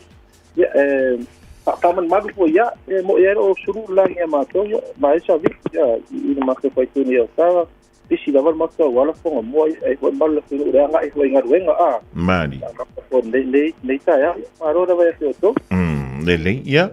O le ase tulango ia fa tianga polkala mele tantu o danga a matahan tu lava nei se ia liela sunga fuola vai sfule a sumalo lo tantu ni au kila. Ya, sa tato fale e taponi daso mahua das malo lo. Tato tala foi tato nanga masan I daso bua. Ya fa o te ala ia tato ngadienga se pa I daso la ya. An leva yaso. Kala ka ko pali ki masan lava banga de limba. Banga de limba. makato temi na tare kato fale va ke sau ke de lima ya fa ma de gasto lima ta pune kato a company ya kato la lai do o fa wa ngata tare nia le mano va te ole menam te lingai o e Victor te fai la pule mano lola finga wenga la so fuala ngola so malo lo fa matba ya o ka ngo fa ke so o malo lo fa ja, Victor, maar je staat to lipoti wale fa funganga fo ele tudu le vango le Taeao va mulmut. Taeao va mulmato no, amato sino mato con sini, so di masene che sia ta tiro sal mato pambu va kasi ro tala to valu, ma ko piso le tala no va sedi, una ingalo ecco ta text, scanto na ta fa ro, passa folera e poi ta Victor sa vale per PSAs mai con questi LPG senza che do suiva tala i sistemi a fatto da angara con questi tenga swap so con questi forma servizio tenga sta pam one ngalo lo swap ma tano ma tanga va la ta se gas si fa la rota come Malu lunga sta radio Samoa ia so fu malava o yasu ia ole tato a falsia ma se tratta si di motori stanno che ro palero sa quindi per vale a pete no motino a mai tono kai mako kang saki mo va ngana sa vale tono le motino e sanga le mudu na tsa wala pe pare wo su sala fukla no vidi mai a pete suma foi mato company e po no formato che se fukla no le pe pare wo fu service transmission service saki uma lava a sa kinu ma sa vale i o modi le foi e kimu le yasu o ki mo ngai o ki ma le ya so pa tinga ma te disti ta vale o le pali dis lo e misi ko le misi mo lunga o le tapos noko pu pas ta se reflex refer ta se loin mo ta se spoka scanner pale se le ta vale mo te inga mo ri so ma ta spot o ngai ma scanner ngato ko le o ta se fer so ki ma te le fer se ta o le ki le pa ko pa o sa ya sa e mato que se refiere a uma tecnologia mo que estava passando estava de fogo estava de tuai SUV hypercars mo vai se de upa o caso for Willy for winter Hilux Nissan está vale lá vamos mais uma na frente está vale uma coisa modify caso for kai for se refiere uma na lista para mostrar como tuai loco full pass e caso pick up lese me te pole uma na frente ta vale sa ta ina te me ma company ava pe ni tu langa ke mo ko sui se ta vale se pa sa ina se no ma te pe tu langa mo sa ina ko se ki mac ava pe ke mo ku o se si fa mo no se no ma te pe tu langa no ma te sa pa sa ga sene por ma fi na thanks to me para isso sa ina se ta vale ai se ma ko mako page i lunga le tato Facebook po lunga po tato website ia sainga e palai mai lunga mate sawer pasau ia bini man mato numero ole o iba lu ki fa se do o mase so sani far pau ta ki furu pe so sa o ki vai se ki me tio o se fa vale la se tu bima ai lunga sa duas furu ki afwa mo malava ia ma se ki me tio se rosa o te pole aga pelo lawa pelo se ni fa se ki na se sai e mano tai ma sani ta so pau nga ta so le ta se ki me tio duas sala de aso dunga mate sai na stung ia bidi man macho numero ole o iva ru kasi so o mate se sani mo te to fa u fo widi to kasi nga to fitu fo mo va sai mo no fa sai lava Malu i tele nga wenga lo finga ye me se la nga tu ile long weekend le fai ngol rive aso le sunga ya Victor wa vela vo ia mafunga tamul molina le tumula unanga ale Taeao World and Auto Limited iona la lai lua o tara wala vale fa le ia le luxa ya tele yanga ia tu mota faunga ia mari fuanga le ainga il fai ngol rive yaso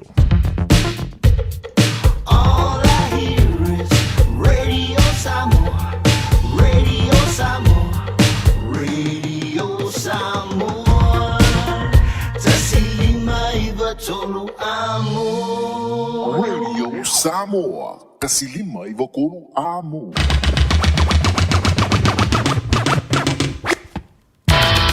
le wan so valu mala fa minuto na tale link July se fulu le vainga o le Taeao le o le stofi so lo sulu ani le basido January mole antulanga fa tai lo tanto so ile ma futa mai pe le totua fa wa le radio Samoa le vainga o le Taeao a fa we isinga na le tota mali le tanto ma tanga e potale tota ile timi sa sila na vai te tuolo so fua Malu mantu wala ila so fu wan Taeao da tatu tau ma vai ila ia mai le polkala me fo le Malu Taeao ila Taeao pa tatu o ia lona lofa ma lona le ia fa be moi ole antu tuli mai le sunga le o ia to vai le davi so pe mai ala so Malu lo ole Auckland anniversary ila sunga fu te pe mai le sa ole tlinga ia ti le ding Taeao to te ma futa si lia se taimi la woli ole so Maru e tele la singa mga luenga tutu mawhaiva lo filima pe ona ole a whianga iai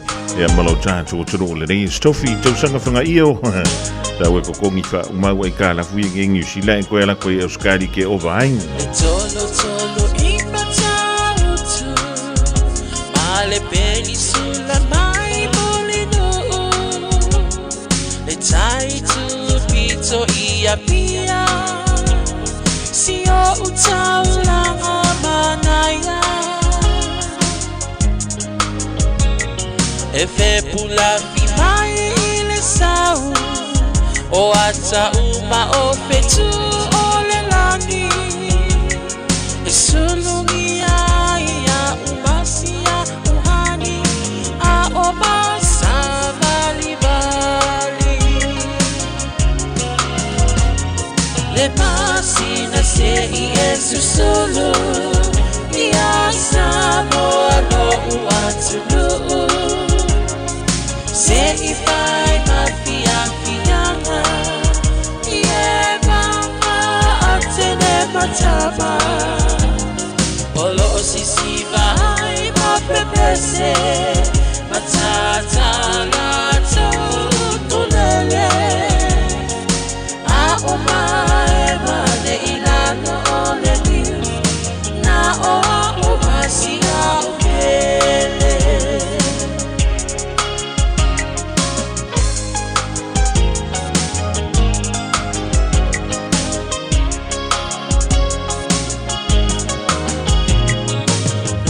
Nofo ifama pei Lesi tau langa o sabonei Ai mana tua pea o upolu Ole ingole osu o motu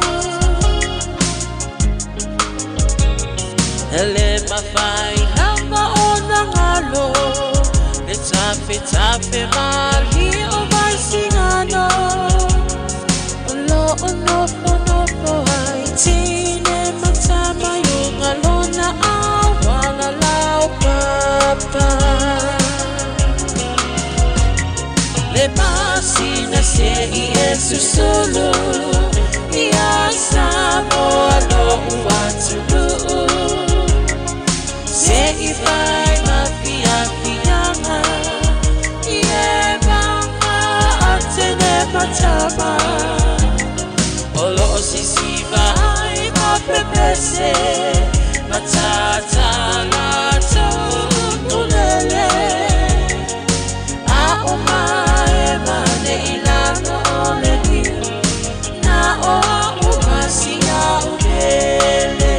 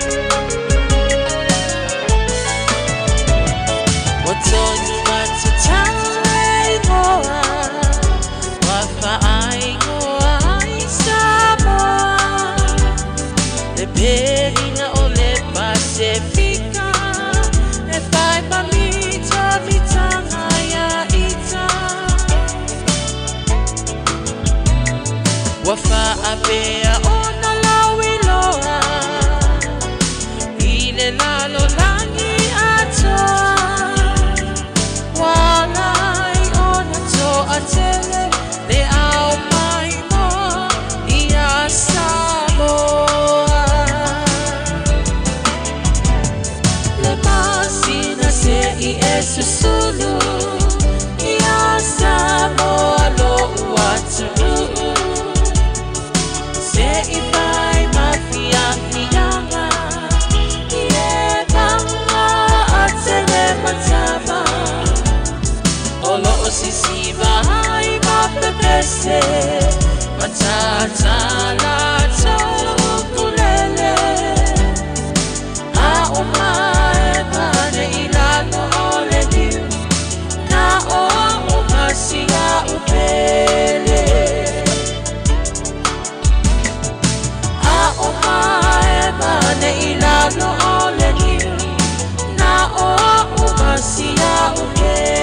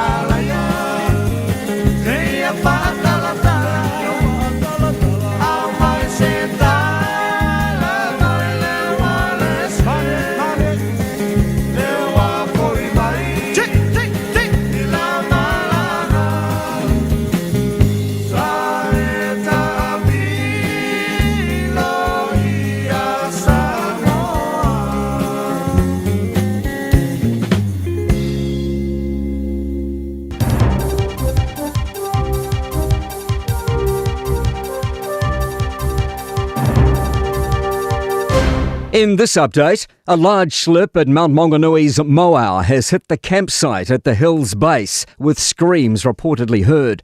Tauranga City Council says the mountain is closed to the public and the area is unsafe. An eyewitness says screaming could be heard from the campsite and there are concerns some could be trapped. They say the slip has hit tents and camper vans. Images also show extensive damage to the popular hot pools. Meanwhile, emergency responders have pulled off a daring rescue this morning in Taeao near East Cape amid rising floodwaters. 7 people were pulled off the roof with a helicopter.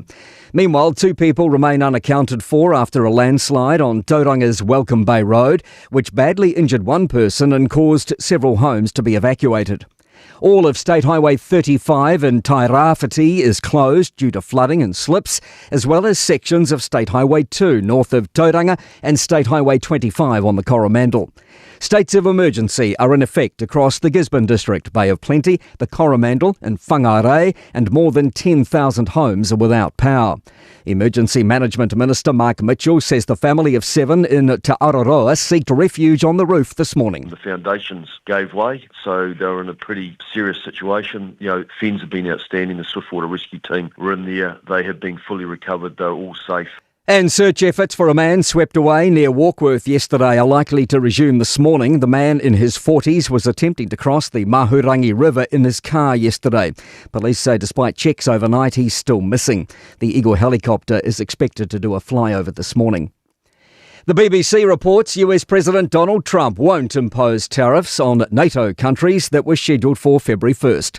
Trump had said he had hit 8 European countries with 10% tariffs, increasing to 25% in June, unless he gets a deal to acquire Greenland. In a social media post, he's credited a very productive meeting with the Secretary-General of NATO.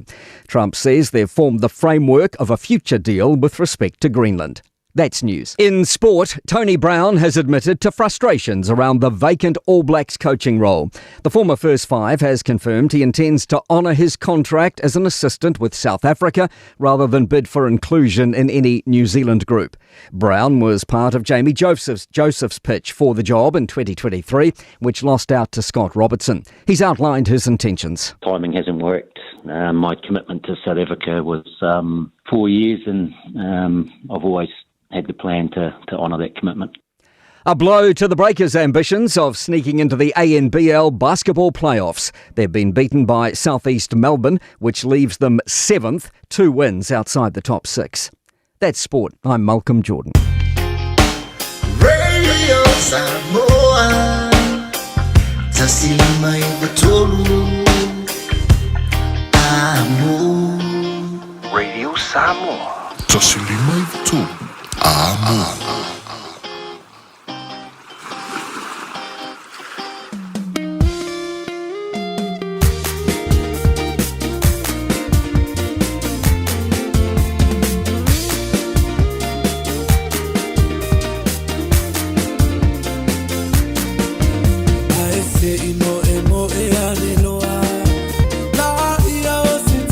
Samoa,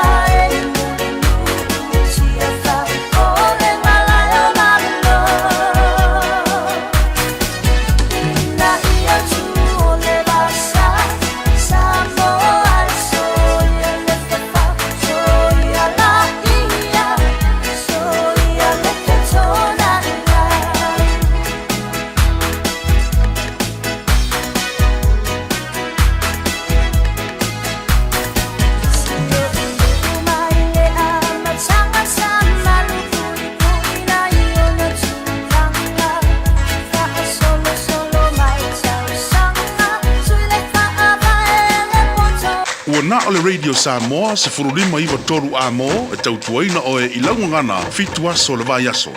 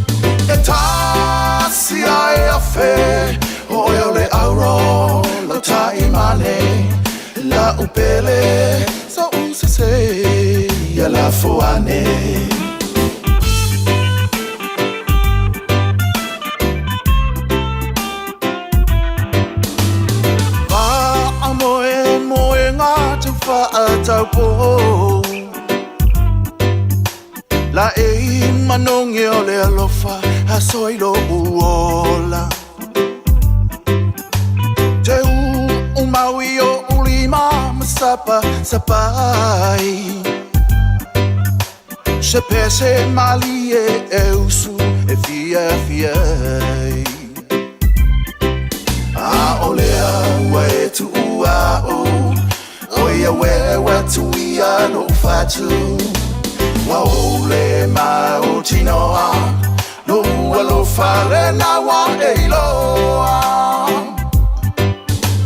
E tasi ai a fe Oe ole auro lo taimane La upele so se ya la foane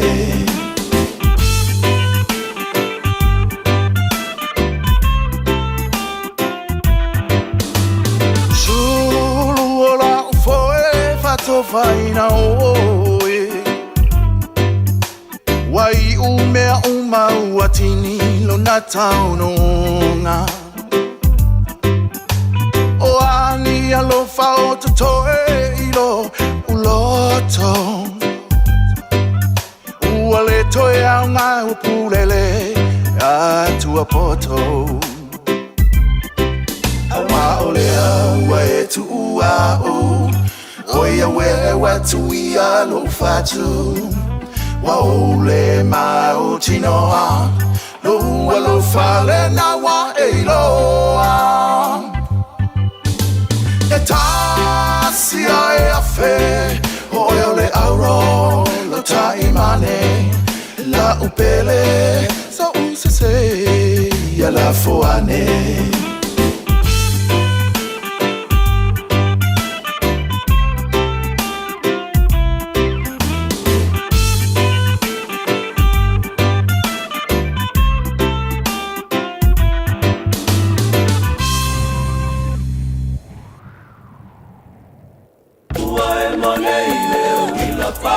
tua tau sunu ia ole lani ia noa lea tua tonu tasina ua ta pesila fa ole sole e wafaya e eba ya tatovoli oli mafia fia ia lele iwa pesila fa fia fia le ano fale mesia o esale masari lele wa fantasia bomoli muala au ifonga ali iare atua iluma veta fea mai maua osia tauina ia fai sola ona au mai le ano fa keri soe pusia ita ua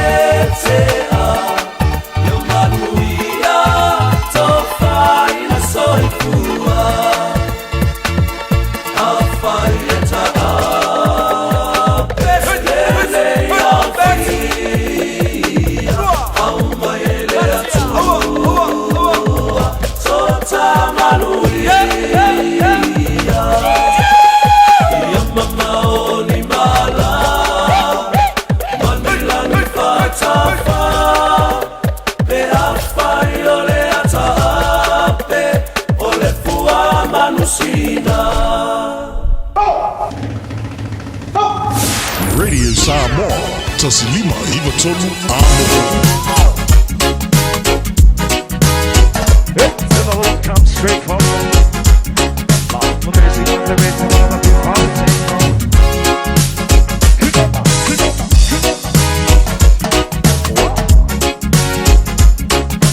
Sing for the minute till the sun goes down.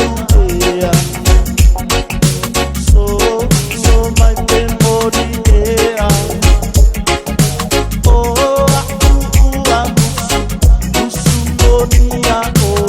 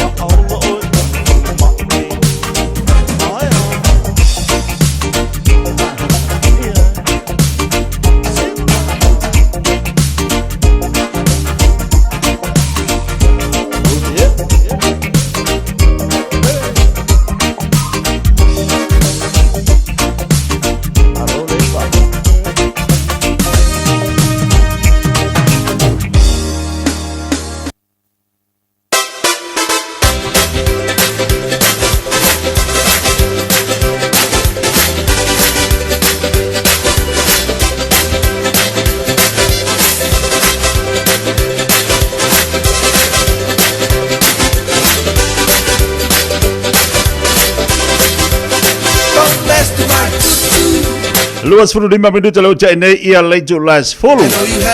E ora tatu te mina de wi nei tai ola stofi lau tatu iai. La so lua se fulu male lua. Ole nei masina o yen wanli. E a fu tatu te fe lua. E ma tatu te mafuta. E le nei fo tai au fo mali aso matango fie. Pa tai le lofa male anga le lei o tatu tua ilona. A lofa fa safua ia te tatu. Ia olona alofa fa'asoa. Ia i le aso ma le aso. Ai maise la nei Taeao. Leo ma whai eo tatu te whiloa. Ima tatu te mafuta nei Taeao fau. Tai mai ele soifua o tau tamamti nā mātutua. Le ngata fo i lea. Ia o sungai whawhengai ngā mautou whaletua. Ma le loa le tatu watunu. Lea fua umaua mai ele nei Taeao. Whawhitai ma vi ia leli. E whaatele ina le vi ingo le atua wa ana lese anua le atua ia te i tātou. Ia ilana pule whaasoa. E le mawhai unu tātu te whiloa i runga po karamel Fiafia mai nei Taeao. Lea e, Fiafia ia loloto nei Taeao. O te maua le nei ase whapopo ia solo tātou wola. Wa via fo i maso whai taulia. O le nei o langa lo tātou au auna mo tātou ngā rurue. E whaau au ai o tātou vala awina pe ona vala awina i tātou ele atua i lunga le nei funga i ele. Ia, ele ia se si tala te le na le whawhitaia. Te la ngode whapena fo ilo wala wha ile nei Taeao wa umana mamori lau whawhitai ile atua. Ia, ile alofo le li ia te oe malu a inga. Ia wa usu fo ilau ngaru enga nei Taeao. Ia whawhitai, o le vi inga e tu mau i ante hia. O le vi inga tu mau le tātu tapa usine langi. Ia na po kalame mana fuafuanga ai maise o le malosi maleola. Ua fua ina ia te tātu iaso umalava. Tātu te ngaru ue ai. Ese le leo le li. Tātu te whela le Taeao, li whape tātu te whela le Taeao, a me o ani me o tutupu. Tātu te whela le Taeao, tātu mana waina le, ea matango fie. Ea matango fie. Le se tupe aruai. Tātu maua le ola mai le li, whaopopo ia te tātou. E le se tupe aruai, fuli nei mea uma. Tāpe nanga e le atu ulu sui fua malo uola. Ina ia mawhai ona tātu whawa wina. Tātou tiute ma tātou whaiwapi o na tātou. Ngā rua i atunu ese. Ia o whaamarianga fo ia leli i mo tātou. Ia lea lau tātou toi pāti nei Taeao. Tātou whaangolongo fo i telo po kalame. Ia mese fo i tātou wawa ai atu i whafo. I rau whale mo wawa ai atu au i whafo le nei ofisa. Ia le mātango fio leli. Ese le whaamauni o le atua. Ai a whaiwa e ala whaimele nei Taeao. O ani whaafita hauri o anu li tau aru whaafisangai. Ile amatanga o lo waso, o te popole. Au e te popole. Na o lo whaafitai ai li tau, a mata o le aso. Na o lo whaafitai ai le tu o lui o ile amatanga o le aso. A o le fato a mata lo fōlaunga le stofi. Ia, whaafitai le ali, o nau aru whaafitai ia mani fōlaunga a mani lui tau o le nei Taeao. Ia au ala te popole. Taula lo wa ai le li e manu ei mea uma. Taula lo va mai fa moi I le nganga o so sani o le li. E so sani atu I atu e pe afa apea. Ia, o le na ua amatalia lau tamo enga malau maunga luenga ni aso ini me tutupu fo yo langa la to e tutupu o me tutupu e ia me tutupu ile nei o langa lo tanto yai afa pe o la fa na wa ala mali Taeao ya wa mak wa ibali ya wa mak wa va o kamaki wa pisa o kamaki ia ono sa ilu loto ono sa langa ole o langa na tato matua o kamaki ole mak wa fa alonga kaka ai mai se ala ta mai ale fa ko a ka ifiku ka ilima ka ifa fa solo aku e ole ula va vale ia e ia foi la mai sita mai ti matu tu e tono tatu ainga o ka e maka kia e muringa fo i ka va nga kamaki la ki i to tau fa tonu wina o na ia tatu fa na matu ia o mosa o lui tau na o le tatu fo langa io ia afa pe o na wa ia fo Taeao wa ia batu ia nga luenga o lo manuia le amatanga o le Taeao na te ilo la seki ia au te fa tamala langa ia fo te mo le aso o mo inu tau ia oe ia mana fa so song ia fa pe awala ke fa ia ingai o le wa utanga amatatu ia te o le Taeao ia lu tono lo fa finga luenga ia ai oso fa ia foi o le feeding ngi yaso o te tono lo ainga i oso ako foi le feed ia oe ia e alu dunga le awala so se mea e ke alu lo ai oso fa ia lo fo langa ia e matala yo ia ole aso kofi ai o ko kasi au le le aso pa olo mana ia le aso le ai se me o fa le tonu le aso tofi matua au le aso amai le li te lo fu na wa ala malita wa matua e au le kele wa makwa ipasi ya kubale au le li aso kofi ya lanka ko le au le o ka ko ole au le ia amai le li o makwa au le e pasi ya ku malisi au le ya wa ala mangi kai hau ba wa ala mangi kai fa pe ku lo fa aka ya ala mar kai hau mingo lo fa aka oinga e te loai o folinga o lo ko fa sanga o ya wa e ke la ko risi me ya fa merska e se lo wa le e ke le lo la pe ka fa se ya pe mo i pe ka fa se mai e wa ki le lo au le a le manga i le melo kua o i mal fa ia mai fa sanga o yo folinga e pe a mai nge yaso pe a mai lu au le nga wa yai ia ale ai ia fa sanga i lo kokonga pe lo kokonga e a ngi kai ia au le ia a pasia la le fa ka ko pasia lo ai tu oka wa manga ia ai a fa pe ngi ke ua e ku fa ka ke au le fa ko lo kokonga ai oi kiki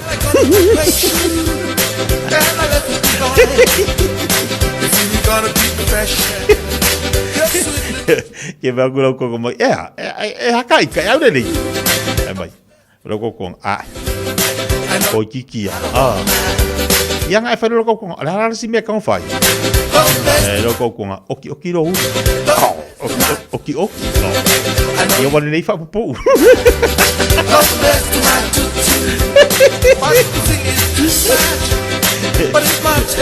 elege si mesi di lo kua o lo fa aka kua o lo fa aka ma kilo yo foringa pea me yo si maka po amaka o nga kau mangumi ai do mangumi ya kanga fese fa kau fa la bon mole e la fa nga va nga mangumi o le kero me ke ma fa ya o foi ke so nga ma fa ngi me ali abaka ngor kausanga o le fa ko amaka kausanga amaka le ya nga ruenga ya me se o ainga io ia fa nga me nga manga i lo kuat fa ka ai vai la ai ki ko va kia o la ki le ya la nga o lo ku o du mo fa aka ma se selu fa sipa fa kafa arilunga arilalu ma kwa fa ya lo fo lo fe mari di wai por arco nga la po nga wa yai io por la we wa ke du umar fa aka ya lu la po lo fa ka fa apea ia o lo fa sanga dunga o lo fa pe ke ba ku la pe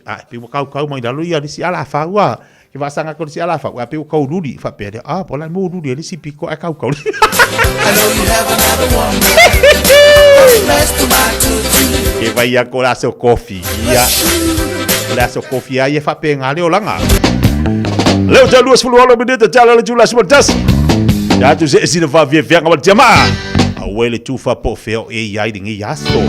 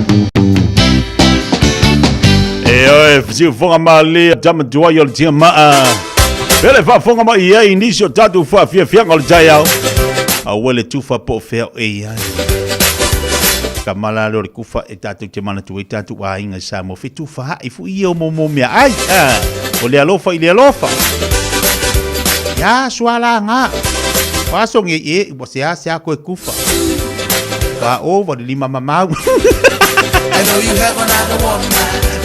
Don't mess to my tutu. Wa fa ya le lima uya. Don't mess to my tutu. Fatalo fatu ni tatu pa angale nungal tatu Facebook le Taeao. Nico le we fatalo fatu po kalame malo se fu manuia Justiva fatalo fatu mai camper aus Italia.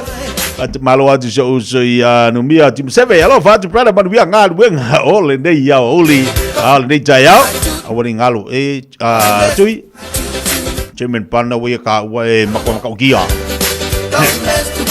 Sini vale pasese fatalo fatu le Taeao le matamata tu Long Beach, California. Mira Eddie Pereira fatalo fatu le fatu member inga in Brisbane Australia. Fatalo fatu ya Lautapa. Ofe Wang King fatalo fatu le Taeao. Lende si akun moni malo se fomonia fatalo le Taeao fo. Fai nui wale si malo se fo laude le ne yaso fatalo mafta mai. Fai mai Mira Eddie fatalo vela vikere le fa aka fai mai o fa aka ke do pai yang afi sa i do le yer fa aka kwa nga sai singa ke yai patalo fatu le Taeao so se amana malo fatu para ya i do fa aka le ko foreign sa dua par vai saka por tele fatalo fatu le Taeao malo se fo paria malo fo lag mama Tale jula sumaltasi awinatu tatu telefone ngana Britania. Pawoni so tatu pokal fanga solo mo tatu le Taeao nei. Tale jula sfuma lua na watu fo leo tatu tala mo Samoa lonto fa salawina e vai vanga musika wa ia le fianga le tunu itomo ftanga vai engolo le so. Tale jula sfuma tasi to tali mai ya tatu telefone wa ngana Britania. Tatu so Taeao Samoa ile afinga ya lilo mayava mai na bai. Ya mole nei fo ia so animal tupi tolo tato wa tino o Fatalo fatu le usia pesa mino le uta fatalo fatu para malo la ngalu due Tale le wani wini io tu fu io fatalo fatu nei Taeao ia le fatalo fa mai tala le alo fatu au luma opa ele pa yaua pe teru polo inga fatalo fatu le fatu member inga nai melepone Marcelina Brown fatalo fatu le Taeao malo se fo laude le I know you have another woman. I must look your face. Don't mess to my tutu. Don't mess to my tutu. I know you have Lungo tatu YouTube le fatu mai ai i fafta ya mosa Malo ia manuia de ya so tu manga luenga fatalo fatu proclame ya tu nai melepone Australia. Rose fatalo fatu Rose malo fafta fo le mafta mai le fatu mai fair.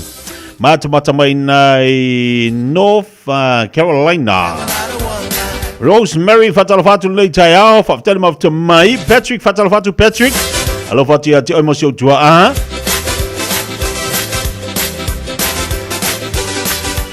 ai la tu te lo mau te la tu sua fanga fa pu mai lunga le YouTube pe la ia Mateo fatalo fati a penitito pe telo malo si fu Maria fatalo le fati mai nei blockhouse bay das fatalo fatu das le Taeao malo fatalo maftu mai malo lo sai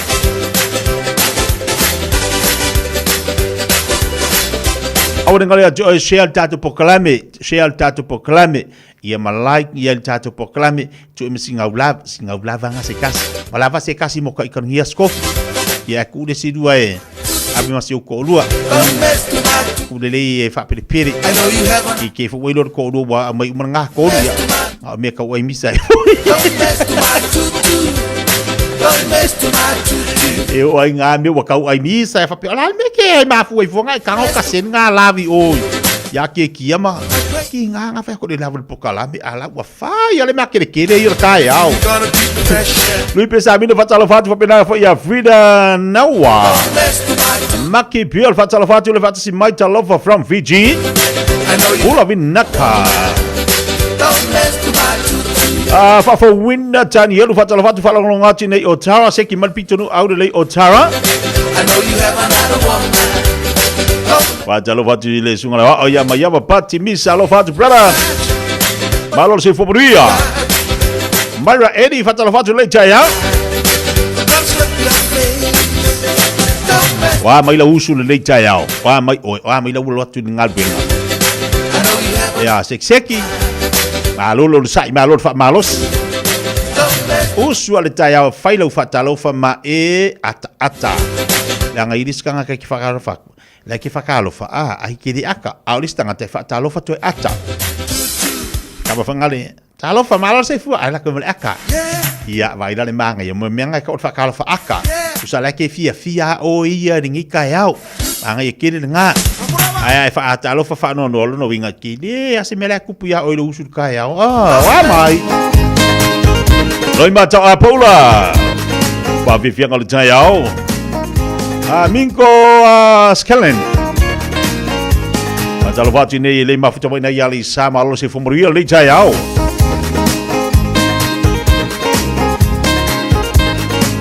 Makibir. Pula vinaka. Alo fatu mani le Taeao. Tua oilinga balor se fo lau de lei.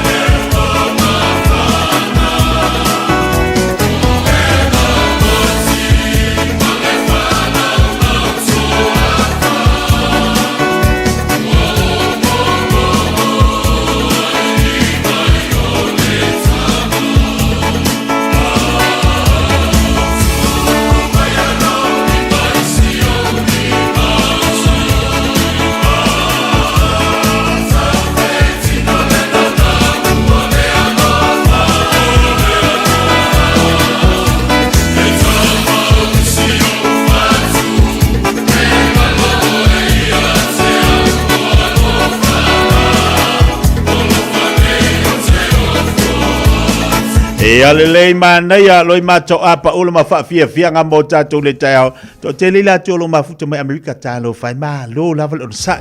Ni so la tolo fa to afia la mai Australia. Me ko aki le fiku e ka i lei.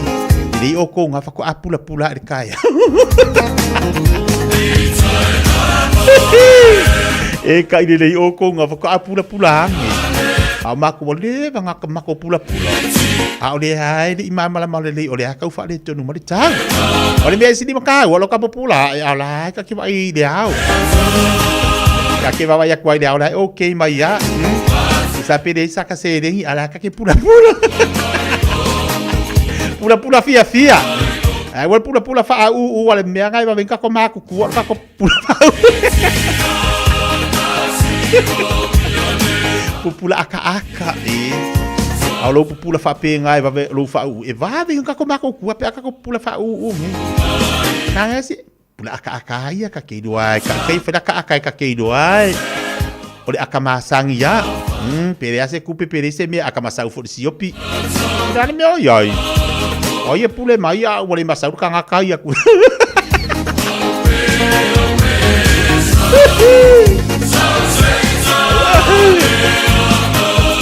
Ya, balon saya balon fut lama paling balon tatu wa cinu le Taeao vi eleli. Talo fati ni so la tu le na ufenga tu te mangalu ngole aso topi.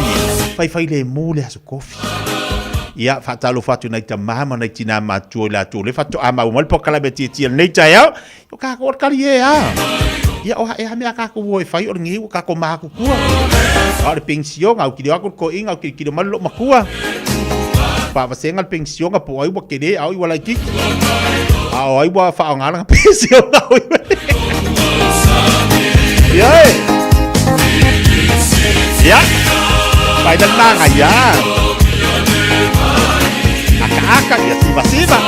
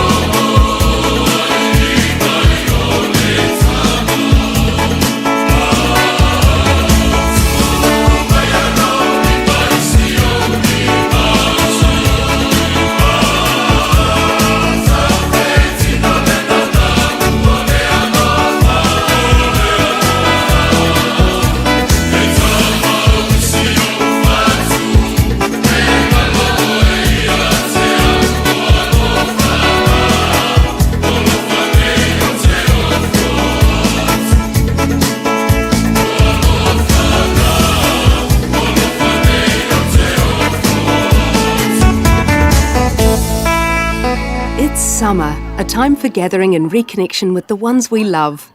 Right now, measles is travelling across the motu too. It spreads easily and can cause serious illness. Before you visit whānau, make sure you've had 2 doses of the measles vaccine. It's the most effective way to keep the ones we care about safe from measles, especially if they are too young to get immunised. It's free for most people, so contact your healthcare provider or visit bookmyvaccine.nz before you settle into summer. Beta Drive Doctors, i le taulanga whaatau I mangele, whaapea manrua. O le vainga o so ngase pe amana o mia. E whaatino e fo I matupui pui o le whana witi, o tupui pui le COVID is fluiva, mo I lātou is fuluan tausanga malunga atu. Whaapea matupui pui o le flu. Wala au telefoni, 255-25 mo so wano e whaatino ai nei au nanga. O fisa fo mai I mangele, I taftafane o le McDonald. Amanrewa, I taftafane o le Faletusi po le Public Library. Beta Drive Doctors, Clinics. O le Casa Beds and Appliances, o le tali o manaonga, I o loa e whaatotonga I lo mauta, ini tau le lei, toi anangata, e mawai moenga ngao si tutono New Zealand, whaapea se tino fōa le potumalo lo, laulau ai manofoa, TV, la au pese, usa aisa, masini tā lava, telefoni Fiafia, maisi. A few ane loa I le whawhituwha Great North Road o tau, po le tolo fituiva Great North Road I Henderson, le Casa Beds and Appliances, telefoni o valu se lau, lua 5 o valu se lau, lua 5. Mo tupe wha momoli Samoa, mana tua loa le Pacific Easy. O lo wha wau pēr le tātou whapitoa e nao le $5 le tongi pēr e whaongaina le Pacific Easy app. E wha tino ai o tupe wha momoli mai lau telefoni whewe ai. O lo awanoa fo le tātou direct transfer, ti posi mai ai au tupe le tātou account, ma wha mali eina fasili lunga le telefoni, ma wha tino la fo ina o lau tupe ai inga whapitoa. Mo le tongi no video le vai, mo li te ngā tupe so se whale tupe Samoa, pē te tongi ni no ngā tupe le nupi wha, Samoa House Corporation po le Samoa Land, ma so se au nanga Samoa, o lo mawhaina whaatino uma I le tātou au nanga le Easy Pay. Manatua ua whaasopolia so se vahenga o New Zealand I o tātou lala, o lo awano fo I o tātou visa I o Tara Mamangele, pe whaunga le Pacific Easy App, po le direct transfer, e whaasao I no taimi, ai sidi ona whaasao I na I o tupe o taunga tāle penisini. Mo nisa whamtalanga, wala au le telefoni o valu se lau, o tasi ono, po nu mera masani au kilani o le lua fitu ono fitu iwa fitu wha, ma le lua fitu ono fitu iwa valu wha. Pacific Easy, o lau anga, mo tupe wha mo moli Samoa. 24 hours a day, 7 days a week. Radio Samoa streaming live on www.radiosamoa.co.nz. E alo toi 2 minuto talo le July se fulmaltasi. Ka ko le vai ba. Ka ko akwa yo le maru kaya o ma la unga se si yo la mi la fa. Pa sanga I lo fa ding I man.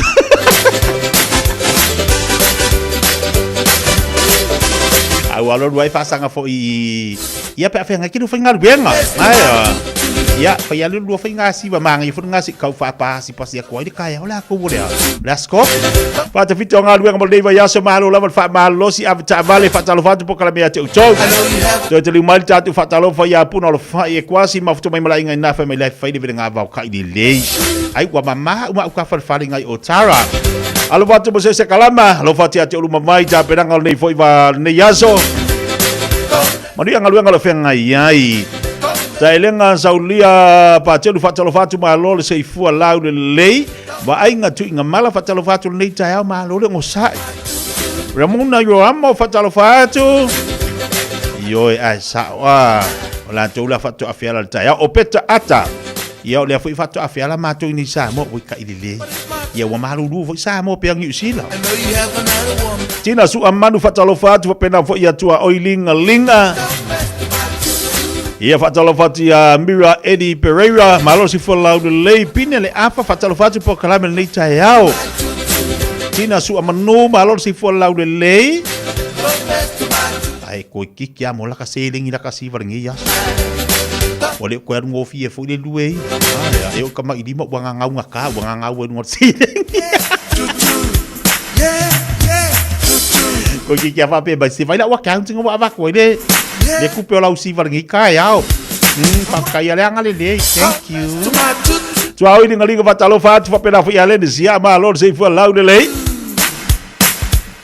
I know you have another woman pa malo tu ya ainga valo fani anai we le se ma lo fa tai tina su amanu Lene fatalofatu fa pena fia la pepe piriane malo si fo lau de lei.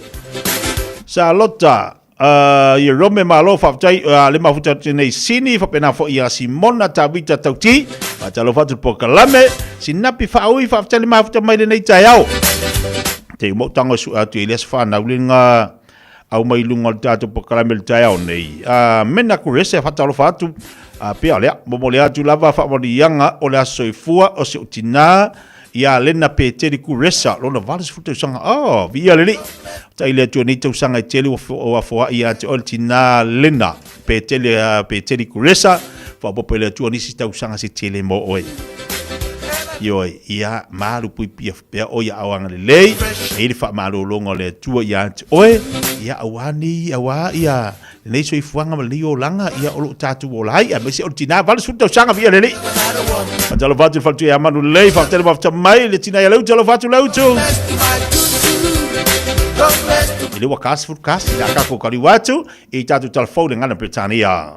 Radio Samoa. Taslima ivatolu. Amo.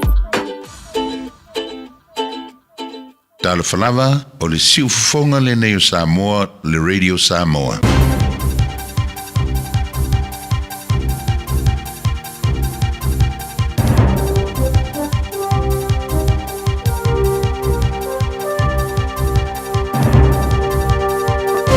In this update, devastation in Mount Maunganui after the extreme weather that's battered the upper North Island. Multiple slips have happened on the mountain, one crashing into the popular hot pools at its base. And police have confirmed several people are unaccounted for.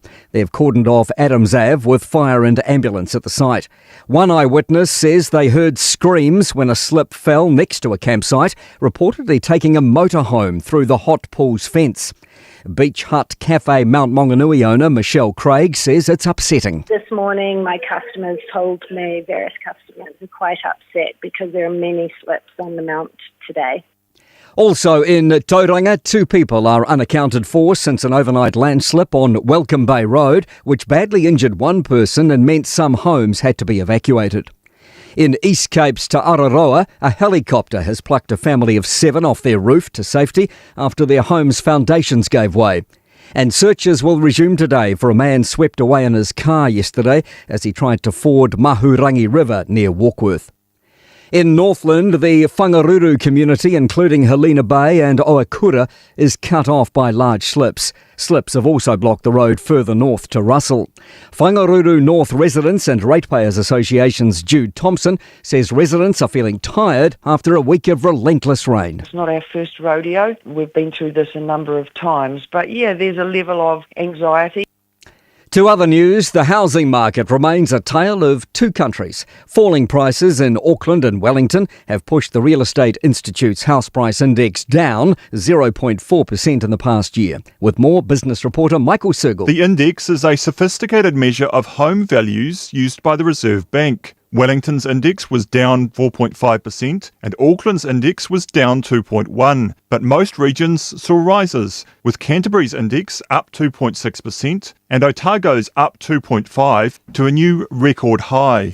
That's news. In sport, England white ball cricket captain Harry Brook insists he's learned from his mistakes after being hit by a bouncer, the human kind, at a Wellington nightclub the night before a one-day international against New Zealand in November. The 26-year-old claims he's given the issue plenty of thought since. The team is under a curfew on their tour of Sri Lanka as a result. It's the best thing going forward for the time being to be able to put us in situations where we can win games of cricket and perform at the best of our ability. To the final matches of Champions League's football round 7. They're in the second half. Newcastle hold a 3-0 lead over PSV Eindhoven. Liverpool are 2-0 up over Marseille. And Chelsea have a 1-0 advantage over Paphos. That's sport. I'm Malcolm Jordan. Radio Samoa. Taslima ivatolu. Amo.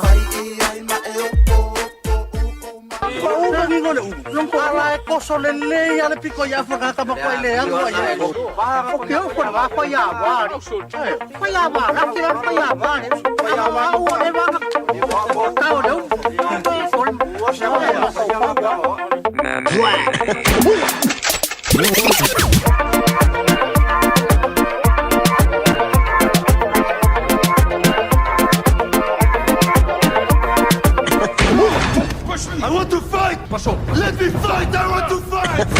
DJ.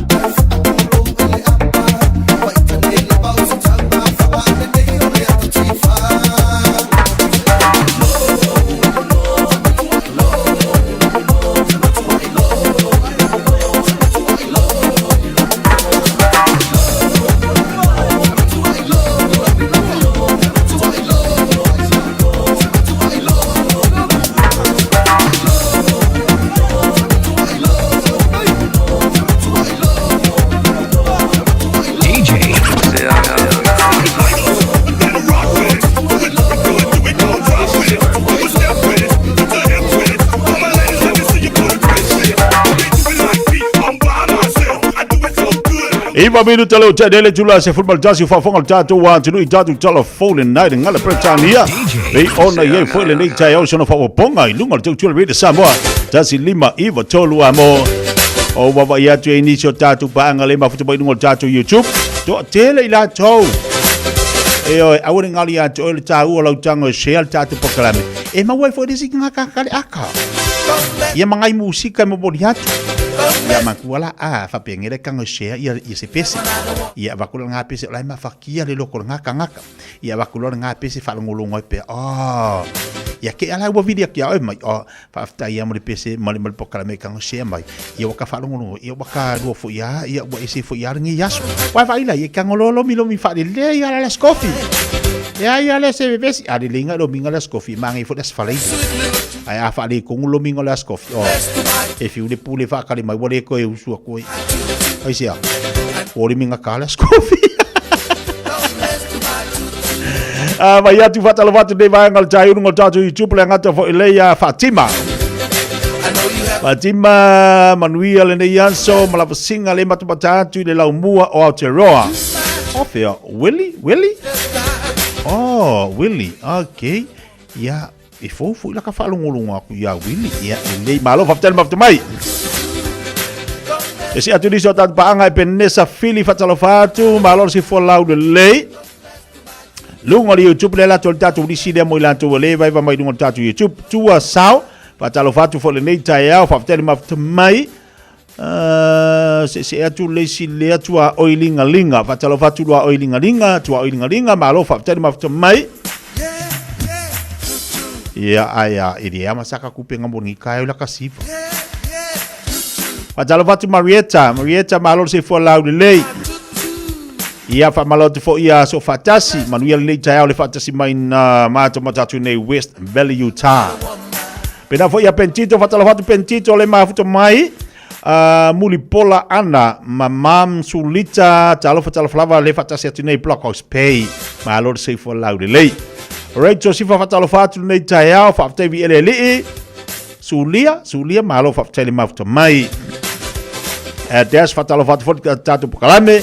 Ia to telo ilatou ai mese nei tamama nei tina matutua ia ole mau fu tu swafa ia ole lava tau mafai ina ia maua ni tatu poklame tatu loyo tu swafa ia e momole tuene alo fa anga fa ma loyo tu fai valo filima o lo to ngaru ai ma to nga pati ai I le aso ma le aso o to ngaru benga ia ole lo manu ia ngaru benga masani tatu le anga le faingo fia fo ile tapo inga o to tamam tina matutua I mo malawa mai se la tu o le fu I mafuta mai mata mai ma falongolongo mai I pokalame radio Samoa I falo tangata matua e ni so tatu matu o le fatasi mai nei Samoa I lunga pokalame tanto o le tatu ala le tasi ono tasi FM ia po tasi ono tasi famo fa pela nei fa fonga mai so tua amatua I tatu pokalame Samoa mana e fo ia fa ilo mai lon swafa langa totelo la tole mo fai ona ma mai tatu pokalame ia tasi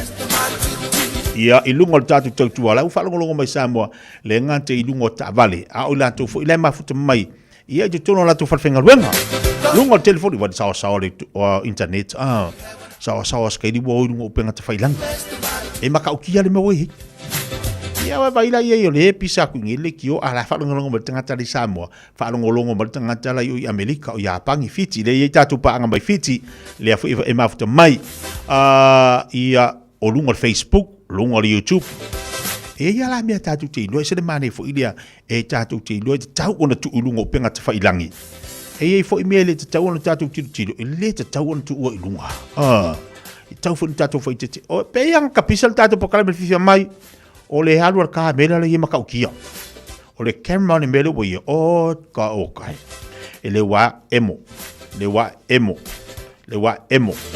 o fa nga emo al mele emo lunga ele se meka o se emo nga le ai ale emo lunga emo ariari le alu le emo fa ariari al mele tau fantatu fa tete ia fa balatu ia manai malene malol se fo maria le Taeao o ia kalo fa so se manga im fa me boka nga ka fu ala o le ngungu ia o longo fongo folo le fale o la me ki fer wa ia wa lo alo wa le mfinga fer wa le ngungu o le makwa sai ya ka ko vai le vai aisa fa malu winga fa afula kele ango folo e pongo le ai ki fa ya ka ko le sa val le ngungu o le ko ava ko le vai aisa ku le ya pe ava se polo ka aisa ku le makwa fa afula kele ya ngo fongo fa le fale ba ai inga de lang nga ba ai lungo fa lo fale pe ke ba ka wa lo ba ai la ya se bandisio tatu musika sul family to chele tulas maltasi pa malo til fatu ya Melissa wale malo faftel baftawai mori finga lu ngal Taeao peka po nefu fa matuainu fa faftel maftamai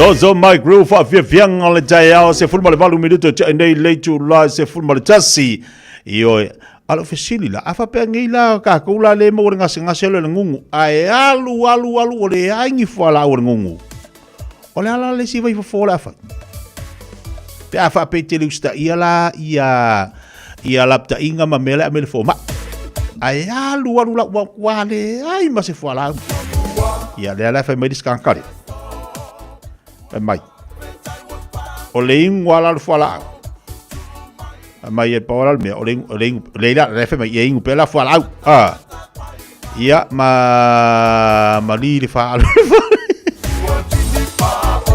la nga ia ina ia banga mai sore ia wo fi wengu fala ia onsa ai fa pengila le ingu fala ola le si vai fo ke fa ia la kamanga pe afa penga ua matua i whaakekele inga lava le ngase na ia jo.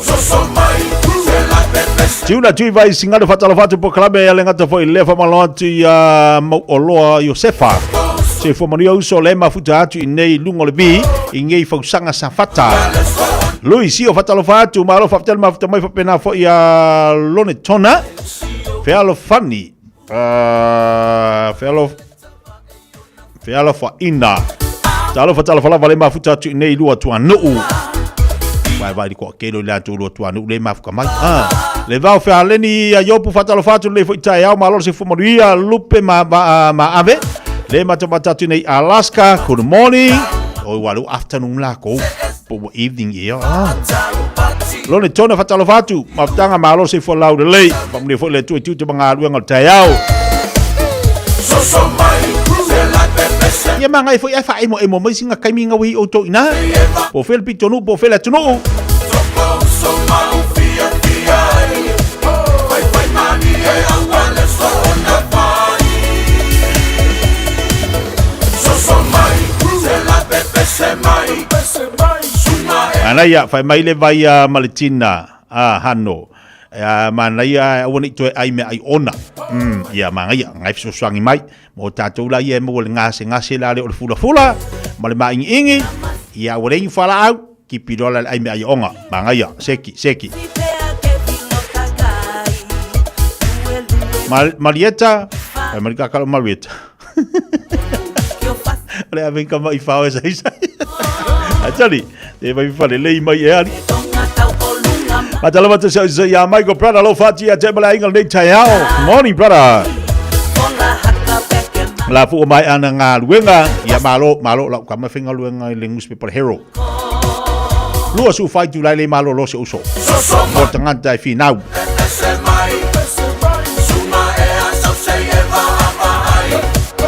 Fa maloti ya sauma mau.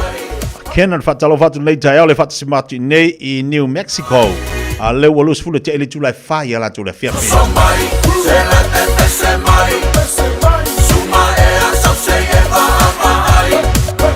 La tu malama tono la tu fol finga luenga ma lo la nga lue. Se vai fa Fiafia ngam falasi. Pa malo tu fole official tatu kon sula inai mangele. Ya ba se fole te lo unanga ma tu lo ia tono le tatu official. Ko te lo fole mauta mangele. Fa malo atu nei vita vale. Vai fai malu o tau fai ba. Vai le saunga le mu fa utau le dunga la tele.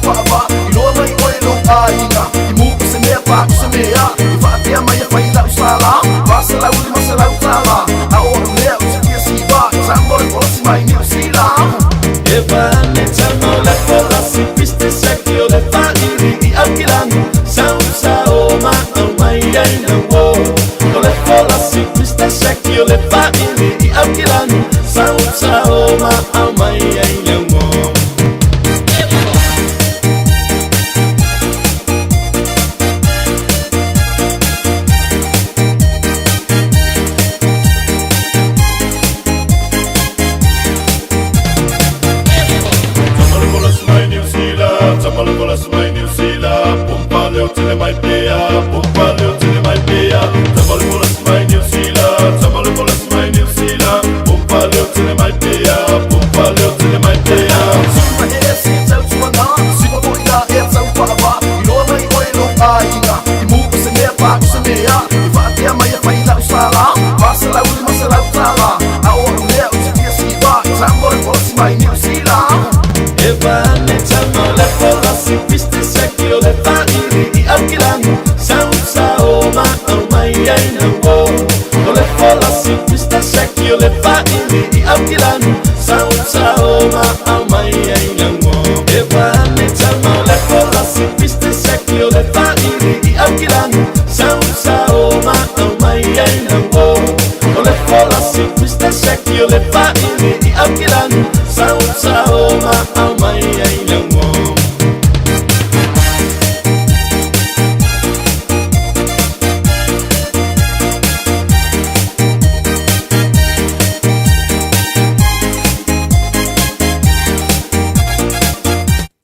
It's summer, a time for gathering and reconnection with the ones we love. Right now, measles is travelling across the Motu too. It spreads easily and can cause serious illness. We can show our care for whānau and protect them by making sure we're well when we see them. The first symptoms of measles can be a fever, cough, runny nose, red eyes or rash. If you notice any of these, get advice straight away with a free call to Healthline on 0800 611 116. E te manae maua se luma nae manuia o la wata li I polo wa Fiafia. Ua se fulu nei tau sanga o whaatino le Pacific Advanced Secondary School lea au Onanga. Na whaawaile nei a onga e Sir Michael Jones. E whaonga I nae ngana le Pasifika I le NCEA. Maua fua o fua o ngā toe lea ni pilia onga. I le tau sanga lua o loa whana maua lunga I le whainumera o alonga whana wale pass na au sia tongi e ulu whale ai I le universite, polo university entrance I le tele o kolisi I au kilani. Ua uti awa noa mo le lua o lua ono.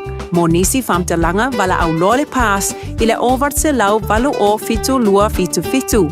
Over se lau walu o fitu lua fitu fitu. Hey, don't be that guy or that auntie ignoring a sore throat. This isn't just some drinks and lemon tea in your sweet situation. Untreated sore throats can lead to rheumatic fever. Nobody wants that for their family, eh? Go get your Pepe's sore throats checked at your GP, school nurse or pharmacy. It's quick, easy and most importantly, free. So come on, whānau. This summer, take care of your tamariki. Get it checked and get it treated. For more info, hit us up on socials at Stop Sore Throats or visit stopsorethroats.nz.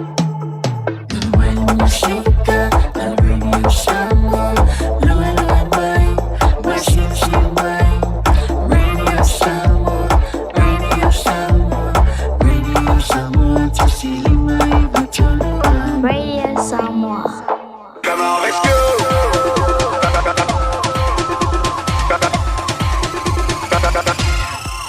Come on, let's go.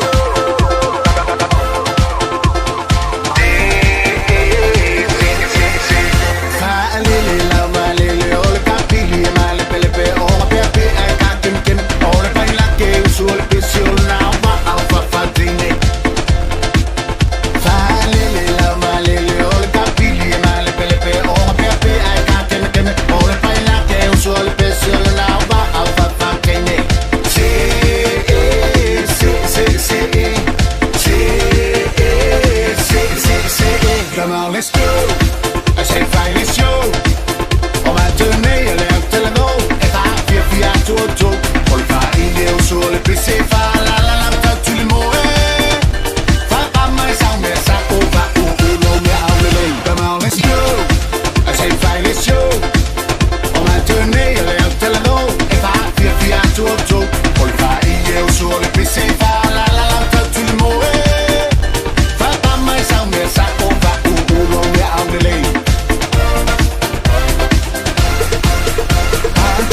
my only maso so my away data fine and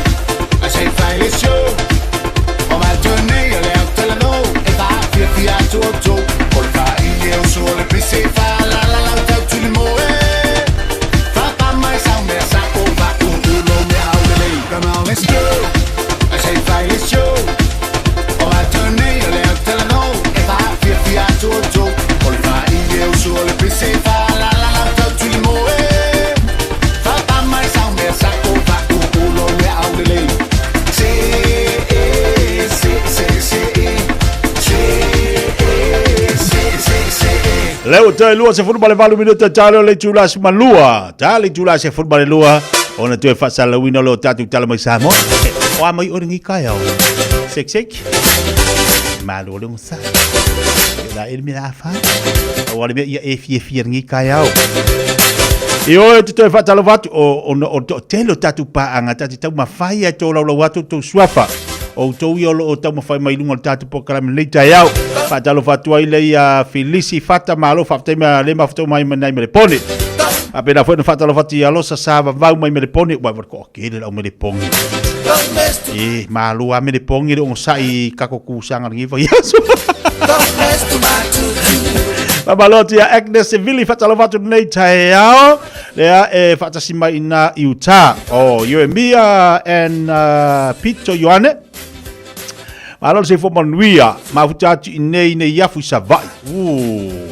Nei yafu savai. Wa ida ia de aldo internet, wa de malo circulanga lu ima ku Samoa. Ia mama ku fu savai. Le fata satu nei yafu savai alo faanga batu si matu tina, le ma futatu nei inai mangele. Ia ma le fanau manuia tele nei Taeao. Ulu moi malo fata lo fatu pokalame. Titia ele lava ele longi fala au. Abi folole mo le paste furungifo faanga e moi e ngo so sangi mo ngungu pe aling fala au mal pulumu fufurua le vata si me mal inga na me pone edi stawa fatala vatu malo se fola au de le va pena fo ya Susana fa vai ia malo fakten mafta mai le alo fatu mafta nei Arizona i America. Tina ya mio fatalo fatu nei vai ngal Taeao mafuta mai mia tina ya mio mafuta atu nei mangele malo se fo manuia fatalo fatu ya va sau mau Canada se malo lon sa palota tailenga fatalo fatu uso alo fatu manuia fo le Taeao le mafuta mai nei Santawa alo fanga vatu ya Kilipai ia malo se fo manuia. Lole tona fela fo ina malo se fo manuia nei Taeao Telesia Brown pai pule malo tango iai ma nai ma lene fatalo fatu pai mai le fo mai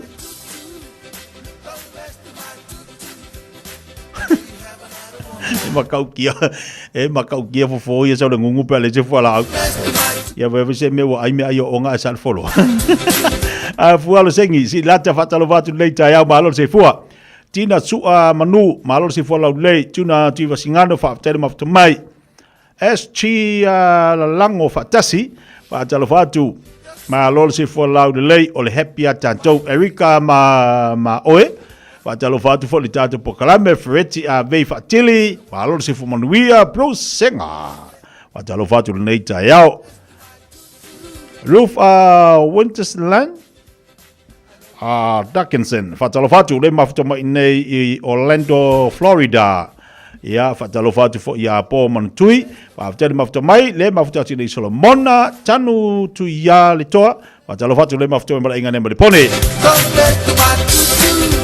Poko akere a kako paanga ma kako ainga nei Taeao io ia malua le ngosai fa talo fati a fa matau fala niko malol se fo manuia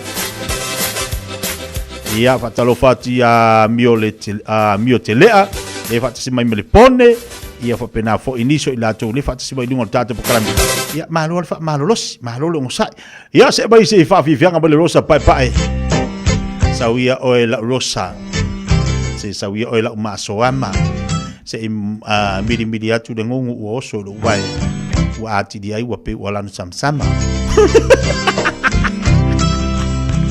wa fufula wa ngao yoi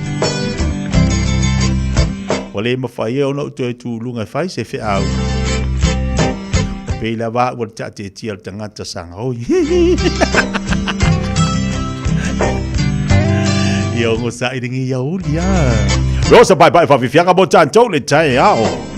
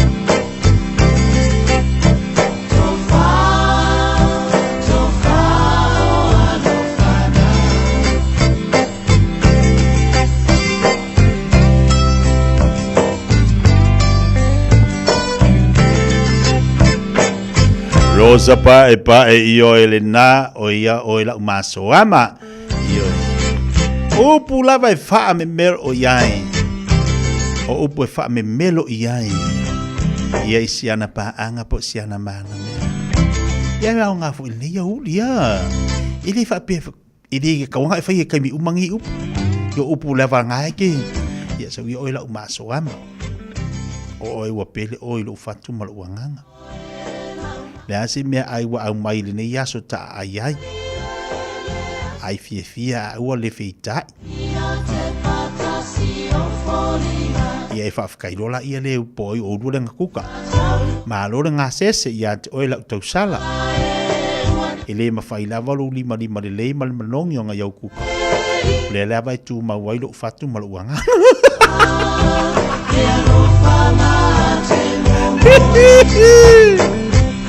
Wale ma fai ai lava tu ia o ilo ma fau ka fiofi au ia ko su ilo ma fau Fiafia mo lima fang sa varia. Ai fa mo yele su ya ma fau fa ku mau lo ma fau o ngai kau tu yai ke ya le wa kau di le ma fau te fa ko a maka yang wali a kau di mo le ma fau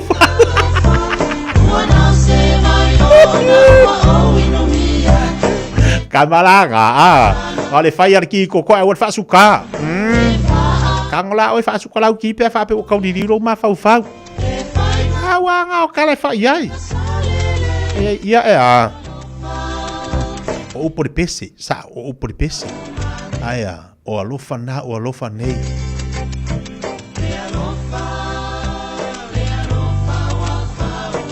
wo ele ai fa mi ole alofa wo fa umangi longa winga ya fo ninga bia wo manaf e fo ninga me ole o por pese Olinga morka ko akala la umma Elei tali mal pokala me mo tatou fa wa ni se tatou fa Fiafia pa mai el pokala me le mo oil nei Taeao. Alpha, we're the Katinas and you're listening to Radio Samoa on 1593 AM. Ua mawhai o na awada tula polo kalame le leimo o ia so taitasi o na o le langolango malo si le fale maliu a se alo le atunuu o ese tatupu Funeral Directors i Malu City. O kalame leimo o e talo falana. Amata ni tau sanga e lua o luto. O whaale anga ina le atunuu o Aotearoa New Zealand i lo longa mai matangi i male a whao kapiri ele. O le mau tonu ma te meme a tangata umala. Ona o le tele nau nau.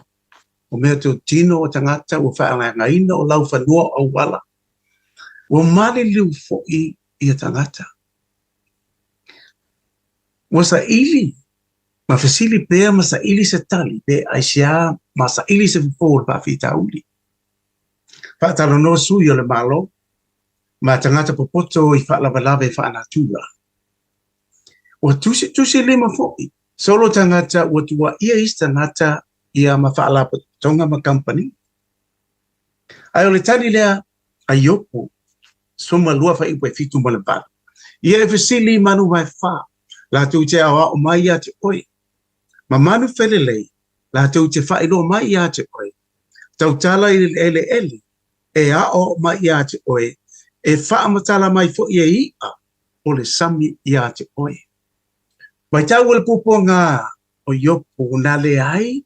Se poto le larolangi na mawhai o na maua le tali e mapu i ai ti ngau yo. Whailo mai e yopo. A o tatou fesili pēr aisea i o le global warming. A whemai o le iloa e manu vai wha. O manu where lei o i o le samu. Le mafu anga o whaalawe whaanatu. Na whai e le tua le larolangi ma mea uma o iai. Na sila atu fo i le atua ua matua ato toa malelei ma Fiafia iai. Ai pangalea, ua whaalea ngaina e tangata le lalolangi. O le watangi maui le lalolangi le la uele ele, ona ua le tausia le lei e ona tangata. Ia le lei, ona tātou teu mawhai le lei a tātou la pisi, ia ma teu ma alofa i lau whanua na whaia le tua mo tātou. Wa manatua, ele lei mo. O le ese tatupu Funeral Directors o se fale maliu Samoa o le tali foilea o taimi whengata o na o le malanga al maliu ma leonti e mawhai foi o na latu awina atu ma awina mai tino maliu o e pene mai so o se atu nuo lalolangi mala auno le ese tatupu Funeral Directors i le lua no lua toru fitu o pea fiu ane ele se fulu ma le balu Norman Spencer Drive in Malu City. Are you and your whānau fully immunised against measles? Measles is serious. It spreads fast and can cause severe illness. Your best protection is 2 doses of the measles vaccine. So, now's the time to check if you and your whānau have received both doses. If you haven't, it's not too late to catch up. Book your immunisation today. It's free for most people. Find out more at info.health.nz/measles. E te manae maua se luma nae manuia o la wata li I polo wa fafine.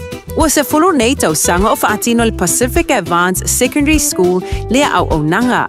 Na whaavaile nei a onga e Sir Michael Jones.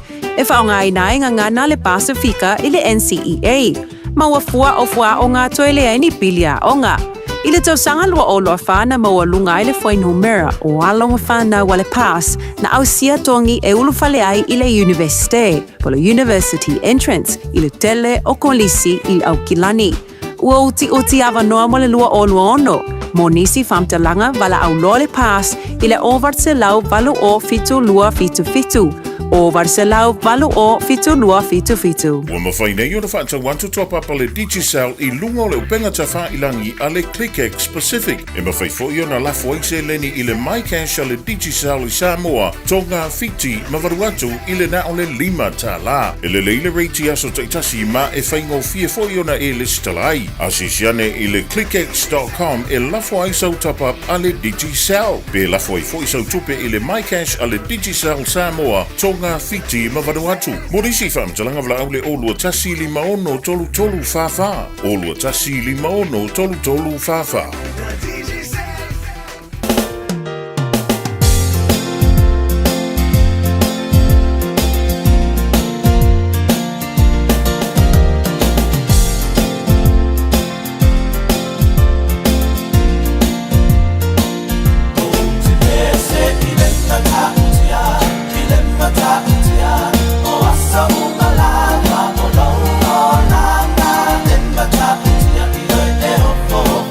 Oh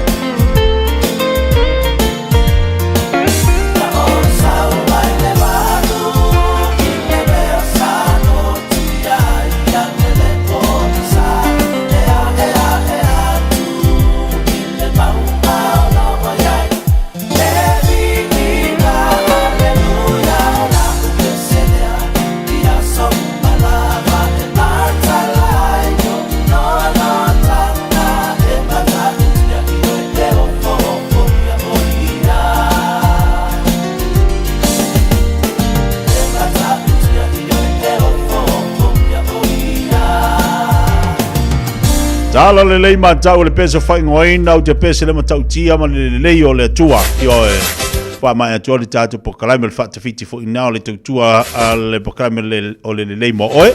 Sunga le whawhengainga. Basta so lia lolonga i o sua le tau o le upu fola le tua mo tātou le ne yaso. E fo le talitonunga nau of social ni atu le nganga pa i o le li whalau tele na upu. Ia wai whaafonga i ibo whalangolongo i fo le ne yaso. E se le tau o afiong pa ia le tua. E teimi tātou te a i vanu. Tātou te a i maunga tātou te ifo i vanu. Telo me te tupu o mea tātou te wawa iai. Ai au mai ale upo le tua e whaamalis au mo tātou. Ia fo ia le vi inga i leli. Whaaftai fo i le tua. Ia o avanua e mawhai ona e whaatanga ina. Ma e au maia e te whaafunga i po kalame le wida Samoa. Ia bai sena i po kalame whanenganga. Te bale wati lau tua e valu minuta talo le tula se fulwa le lua. Whamalo atu po kalame i la unama le tautua le tato o mea kakasa. O le mwhaina whaatasi mai upisi le sunga le pule. Ia tong sia ai o le unanga le tautua whaawau pea le sunga tong sia. E te maua i le lua se lau Kevin Drive na i manukau. O le telefoni o lua tasi whaafituono li mawhatasi. O lua tasi whaafituono li mawhatasi. O le telefoni na sunga tong sia mawhai ona e walau iai. I le tatu o meka kasa whapele nai te runga o penga tawhailangi ni Facebook ma runga o tatu YouTube. Ia le nau tu inatu i ante oe ia tatu telefoni. Ia o le ofisa o le lua fitu li mavalu tasi lua. Lua fitu li mavalu tasi lua al telefoni whiawea ina o le o lua tasi whawhituono lima whatasi. O lua tasi whawhituono lima whatasi o le telefoni nai te mo ieri sunga tungsia. Lo whaisi piso la tonu le Taeao.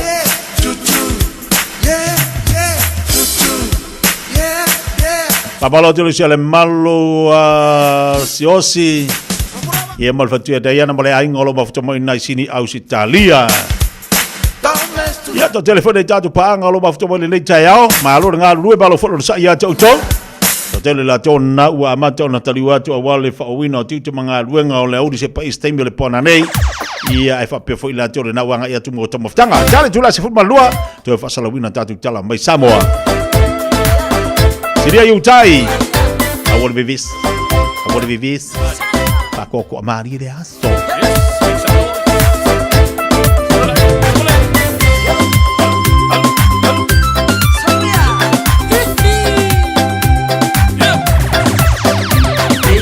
Mole maka, le alule kausanga, saka umakeleke, le fainga malanga, le ua e mangu, inga ua fuli fao.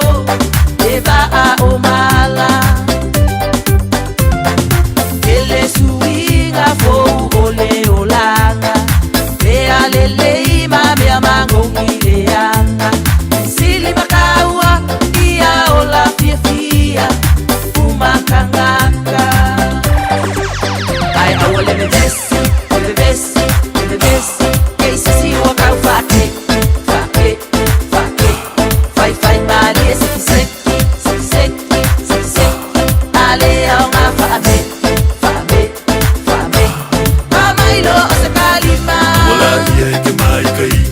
ole mala mafako ya inga ya sebe visinga umia ila kui maila ole musika mai ai masia upenina maila umeta pola wailima ke ai fo yusi o mi bangiva iso ifuanga ua kaunga kakele usile pomale au ele koe maua se valele sili ai loa o ngafa akokele ia ufailele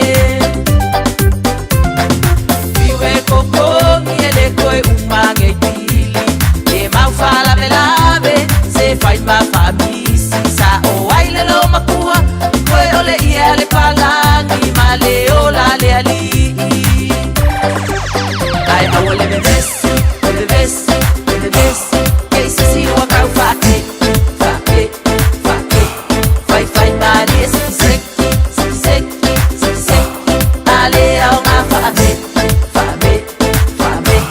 mama ilo se kalima ola ia ke mai kai ole mala mafako ya inga ya sebe visinga umia ila kui maila ole musika mai ai masia upenina maila umeta pola wailima ke ai fo yusi o me bangiva sa fo ile makuele koe kukusale malos kama ife au falongo apole ao ai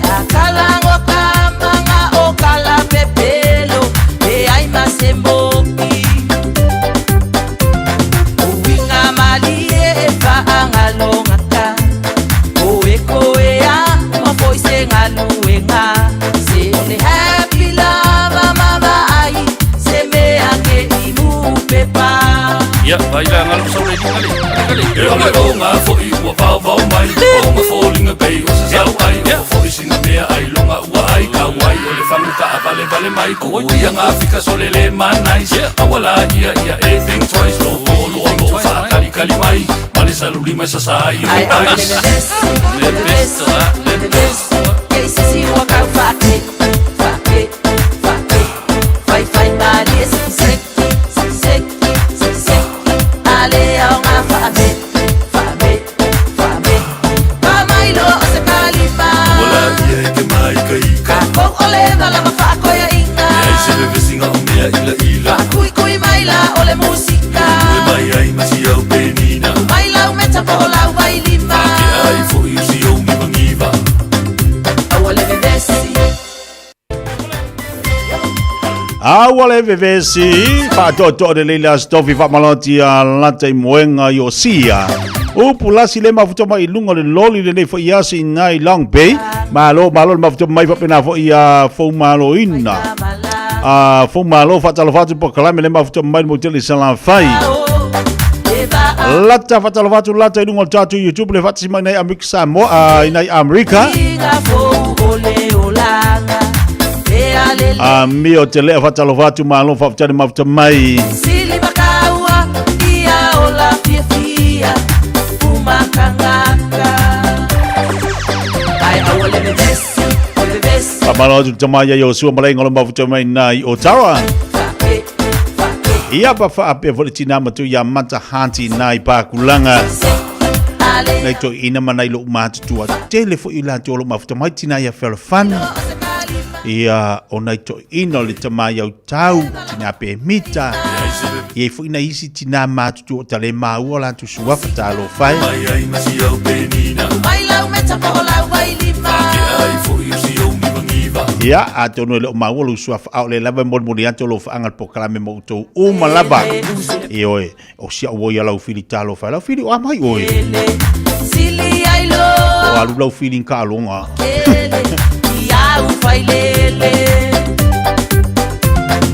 Tele ia po kalame tangata matu tua lewa u tilo wa vai o lewa amata tu fa nga solo po kalame nei tatu tangata matua. Ia fa tonga lo mfai ona awai atuai tolo e kalesia. Ia ele kalis e tangata matua leile kalesia le sungal fa fenga inga imangele le maua ia no ia le kalesia na. O le sungal fa fenga inga afa. Ia naute ia tasinano foanga o ile kalesia Light of Life sunga fa fenga inga ia lui mal fatu ia ane tasinano foanga laute lola ina tangata matua o leisino foanga e masani ona ia tangata matua o ipo kalamele i Fiafia South Sea Healthcare ia le sunga ia se umanu Mikaele ia tasina po kalame sayai au te lopo to fa awa po kalame nei tatu tangata matua na ia mana ia foi ia fa pea nai te mafuta mai le nei Taeao o ia se mafuta tangata matua nai te awai mana fa ilo mai e fai fo mo moria to lo fa anga mo to o fianga i foi le nei tu sanga ta ua yo no fanga na ave tatu tamam tina matua fa ta fawai ia e tele foi ta longa ia le ngata foi lea mo le te mi fellowship la tu tangata matua mo to fa malatu o la tu tala ia so ua vai ta tonu le tu la suma lua la tatu talua tu la watu ia le to fa salawina o tatu tala mai Samoa pe ona ia le nei fo ia wa uli Talo fa Samoa wa uli nei o kasu tialu a wale suia le ngila wa le kio a eva mai ina se fulu lima iva kolu amo Radio Samoa vevela Usi mai ala fa fofonga o le fa poponga fo ele nei o telefon mai Samoa au ina sa mai mo oe e lau le tio falongolongo le Radio Samoa tasilima iva tolu amo O te whatalo foi no tātou watino, tātou mafuta foi nei asa fau o wale wha poponga le ngā ruenga le whea utau rongo, tala mai no tātou watino, usi mai alau wha whonga. O taria i nei e le fionga i le ama malu o le tātou mano, le wha utuanga le komisio ngā ruenga le wha masino ngā e wha urulu, i le fionga i le wha masino sili, e tō fiel tamai ta ilo i a sinia, le fionga i a sili Elizabeth Chantung Peters, e avea mo se tasi o whaamasino, o le whaamasino ngā whai tū māloa le atinu. O le ato whinga ua whaalia le ofisa sili, O le pulenga o le tanga luenga o whaamasinonga ma le whaafoina o mata upu tau whaamasinonga. Le sunga papali I John Taima le langi a whele. O le a whaatauto ai le tamai tai whaamasino ua tōwhia. I se sauninga o whaatulanga mō le asolua o le vai o sa fau. O le fionga ia Sili Elizabeth Jantung Tuautu Ross Peters o lo ngalua I se ofisa lo ia tūma o tiro tātu o tano. O lona wala wina e tautua I le tofi whaamasino o le whaamasinonga whai tūma loa Samoa. O to alimai ia te ia tamai ta ilo ia sini o le tano. Ua avea ma whaamasino o lea whaamasinonga. O le teimine ia to lua tamai ta I whaamasino o lo ngā rurua I lea whaamasinonga lea tano. O le fionga lea ia talasa a toa saanga. Ma le fionga ia la la toa Rosella Papani. I le savaria I nei o le luas furu ono tausanga. O avea le fionga ia vui Clarence Nelson. Ma whaamasino o le whaamasinonga Samoa. Lea sa amata I le whaamasinonga mawalalo sa taua o le Magistrate Court. Ai waswia nei le whaamasinonga whai tūmalo. Ma si tia atu ai le whaamasinonga sidi e peo na avea ai. Ma whaamasino si nia o lea whaamasinonga. Ma le masino te semo le tausanga ua mwae, na audia ia lana fionga le fitu se furu tausanga, o lona so I fua ma ua te tauai, ona whaamutala na tautua e tusa o ai e inga o le tūla fono whawae. Wa whaeroa le ofisa siri o mtanga aluenga o whaamasinonga, ma le whafoina o mta uputa o whaamasinonga o ia fo I leo le whailo tusi, o le komisio ngā aluenga le whaamasinonga. Ono masina ua toe wha o popo, e wha aua waire tautua le fionga le whaamasino sinia, ma le whaamoe mai alo na teimi ngalue le tofi whaamasino, I le masino uni o le tausanga nei. Toi tausanga mai lava ia le fionga ia vui e toi whaauina lana awaunanga ono lo lava pea lo na malosi. Me se fo I le to mai ma le anga waa ma le tūlanga fo I wo stasio whaamasino si inia I tono whaamasinonga. Toi whaauau ai mo le isi lua tausanga lana unanga ono lo lava pea lo na malosi whaauau ai le tautua. Pita iane o le whaiunga le fionga le whaamasinsili ma le komisio whaamasinonga ua le talia ina le tārsanga. Ia ua tua ila le ono masina. Le ono masina la le lo fofu e mai ina ia iuni. O le tausanga nei I ona whamai aila I o le tautua fo le fionga ia vui. Pe ia o ni sirfia o tanga vai. O le tātou tausanga whatulanga ina le ia I tono le tātou tūla fon whamai. E a toa lo le ono sfuru valu tausanga o le matua o le soifua o le whamasino. Ia ua malolo li tai aloa. Ai ia le malo si anga o le komisio whamasinonga. E la tau te whautua ina I le au le malo. Mo le toi whauawina o le awaunanga. A sunga la fionga la ia vui na atoa lo le ono sfuru valu tausanga o lono soifua. Tarsanga mai lo la ia. Matalia el komisi le toe fautua ino le au le malo fa popolisi lo tausanga le ala na to lo fitu sul tausanga to tausanga mai foi le fionga ia vui pita iane na le ono masina le o talia tato komisi ia le foi la umana tuina tu le fautuanga le au le malo ma mai foi la sai le au le malo le fa mauninga e fa wa vui mo le ono masina. E lua tu finga whaale whaavae po constitutional appointments. O lo avano nei mo le toe sa I o nisia I aito mai maanga waa e tau aveina ia tu finga. E au fiai le su e tu sisiri ale malo. Ma le tu finga o le komisina o sulu whainga. Talu na wha mawai le lua I tama I tai o le atunuu. Sa tau aveina le tu finga komisina o sulu whainga. Le fionga lua maruvao katalaina sa polu le masino Iuni. O le tausanga e lua o lua tonu. E o mai le teminei le maua seisi e tau veina lea tofi mawalunga I le malo. O leo le ato e whaasara lau le avanoa le komisina o suru whainga. E peo na whaeloa le pāle mia le amatanga o le vai o sunei le whelo inga matu stala. Ma ua toe te tala ai ia I la tau na tāru sanga mua manisi o fia maua le avanoa e tu inatu tu si tāru sanga. O le tofinga o le sua tu si siri le malo ua mai a le teimi ngalue o le sa tau veina le fio ngā fui mono kamilo ngā fatasi a whele. O ia le urua isu e tu sisiri na amataina le teimi ngalue, e se furu lua tausanga le umi, e peo na sa teu te waire whaavai ni tausanga umawai, ma pasia le pāle mene lea swinga. O le tausanga le te nei, na mai ai le teimi ngalue le fionga ia fui mono, Camilo. Stasi leo to finga whaale whaavai, o le a whaasaralau mo nisi e talo sanga i ai. O ngā luenga o le tausanga nei al komiti o le palola o ilo ina tālo sanga mai la uno fo sala le fale pui pui. Moni a manoa e wha mutai le tuli ina o wha salanga. O le ato ilo ai le tālo sanga mai se tasi o pāngo tā. Le sunga ia le mai whai o sosione. Pe tali ai le mangalo le palola. O le sunga ia le mai o lo tuli na wha salanga i le soli tū la fono. O le tau pule pule e wha o le maliu le sunga tui la epa. Lupe soli aisa i lele maria le ngaoi. A o avea ma pāle mi o le tino. O se morianga mātu ia na moria whaatasi ai. Ma le sunga ia malele a tofu paulo. Lea ua mangalo i le parola e peo na wha iloa i le ofisa sili. O le mta ngā luenga o wha amasinonga ma le wha foina ma tau butou wha amasinonga. Ma o le fono al komiti o le parola ia te sembo le tausanga umawai. Na whai ai lea wha ai unga. Na tuina mai mua le tarsanga sunga ia malele paulo. Le fai ngoi ia king fai popo na mai mo lan tarsanga na ilo la ia ina ua afana tulingo le pasalang mo wal 5% na ilo ina le komiti la matanga te ena tarsanga ma le fai ngol komiti tu se ia tuli le lua vai tol se mai ele lua vai tol le taimel pasalang le lan tu ina mai ilo lan tarsanga ile fontanga ia tese ma to ilo le komiti wa atoa le lua o le ngata wa atoa le lua vai tolu a le vai el komiti o lo le lei le tulingo le fasalanga e le inisi molianga sa toi molia mai e sunga ma le polo ma ua mai foi fa maoninga mai pule no a inga ia male foi na fia i le mtau ia ua mau le lot fa mangalo tulanga fa pena ia le lana ilo le komiti fa ilan fa unga ia ele isi tulanga e toi ta fia i le sunga ma le polo a fua foi li poti al fal pui pui o lo le lei a to tulinga fasala le lan talia i lo lan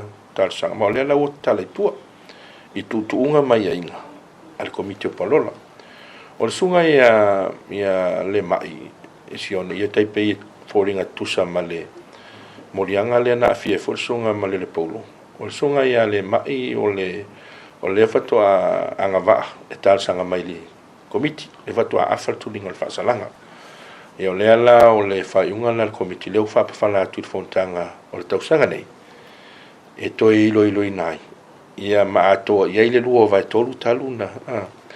Ia ma vai foi la listu langa o na e sa vai foi li poti sa tu ina mai. Mai se o se li poti mai le na afia. E lo tu maupea lo na le talia ina o le talsanga ale mai. Ia atasi aila e wa mai le lango le totele sion fletua ma sian fanau ia tulanga i mena fa mautua e pita isa silsila for committee ni situlanga e fa vai lan fa unga le lau to e fa pa fala fa unga le tausanga te ne lo tu mai tausanga ni fontanga committee e to ilo nai ma to ai le lua vai to in fa ilo fa unga committee sunga ia le mai terminei la sunga ia le mai na lava e tafia il fa pui Le ofisa sili o le mtanga luenga o whaamasinonga, ma le whaafueina o matau buto whaamasinonga le sunga papali, John Taimalelangi a whene.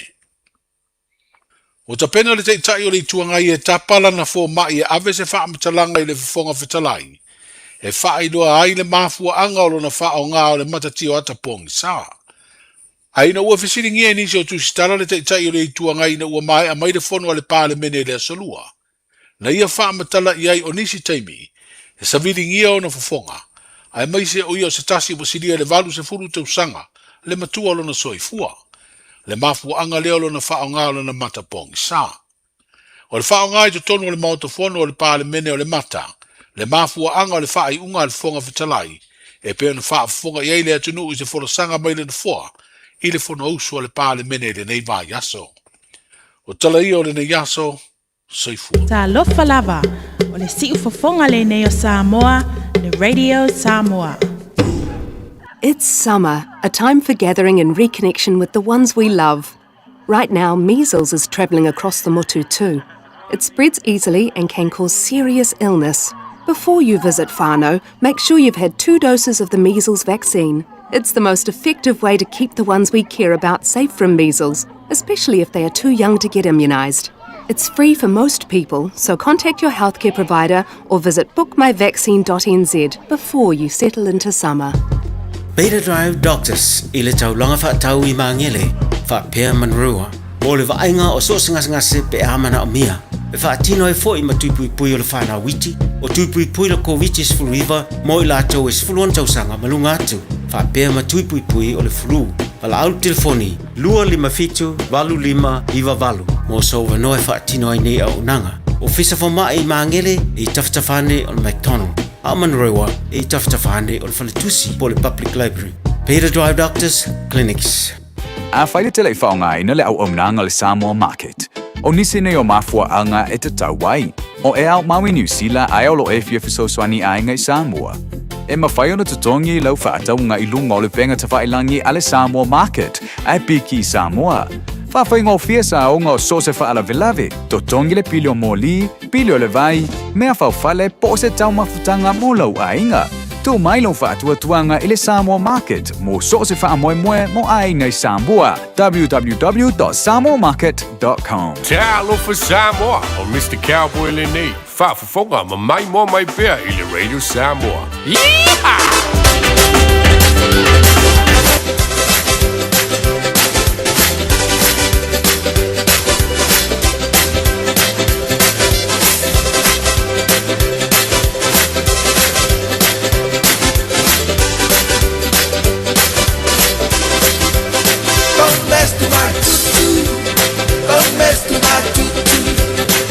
You have another one man. Don't mess to my tutu. Don't mess to my tutu. Leo se football tolu minuto tene le tulas football lua le naua toi fasala wino tantu tala mai Samoa pe ona ile tautua nanga na le fianga ngal mana tipi au tanga vaya tale tu le fitu le fefena neila toi avatu ya toi pe toi fasala wino le tautua le fat fitu tantu tala mai Samoa mo le ne foi vayaso ya na toi mo le si fa ponga le aso Taeao Tawa lunga le tautua le sui le Samoa mo tanto Ya fa Fiafia ga musika so ife filo yo le Samoa mo tam of tanga vai ainga fo fa penan fa ngai mo tatu wa tunu ale fa maloa ya batu mo telo ila to le nawa ya tu fa le ainga ese io ila to fo lo fa ngai mo nga sengo tam of tanga so se fa le ainga lava o tonu fo lo fa le na te mafuta mo ya ya fa ngai ya mau ku ka mangongi se ku ka mangongi wa se e wo le yo oli fa maloa te po kala bi ya oe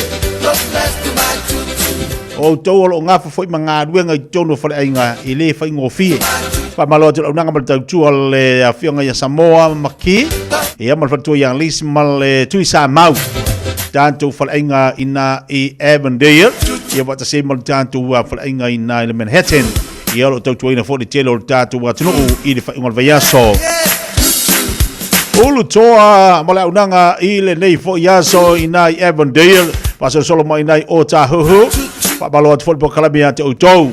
I know you have another one man. Evelina jatu la ina I Glendon I Malu. Pata se foi bali tanto faroloi o tawa. Ia le sen barrel of pena foi nga rua ne yaoli. Le sunga fa nga sani mala finga wenga I le tatu faroloi por fa inga nai o tawa. E foi tatu faroloi por fa inga na I o tahu. Serve with love. Paltu ya Fatima ya mala unanga maltatu fala lo fala inga ina I Manuwa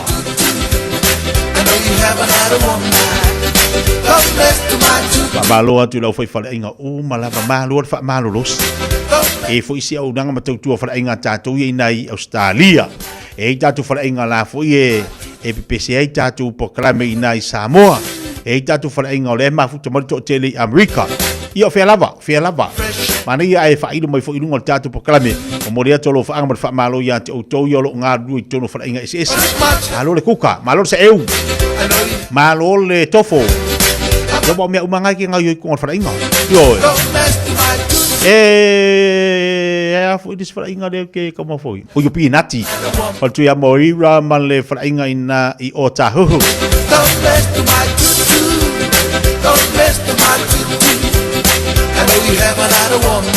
ya tele au danga matautu alo mtaba fana wal tatu wa tunu pe ona yai ia ole fala inga le roof ina I Otara nisho tatu au danga matautu ri tu sifo au kilani o kala se keke o rinkonge pa maloti na ilo wahati le sunga ya piva matfatu ya tise ia male la u foi au nanga ina ilo wahati Tamalare e kolu le leia o le bakery o yo lea foi. O le dairy o le fale ofu ma le fale ainga. Pipi whaakasia. E ala fa to tere la tolo mafuto mai tono tato fale ainga na ila loi loa hate. Pa malo atu po kalame ate o tau.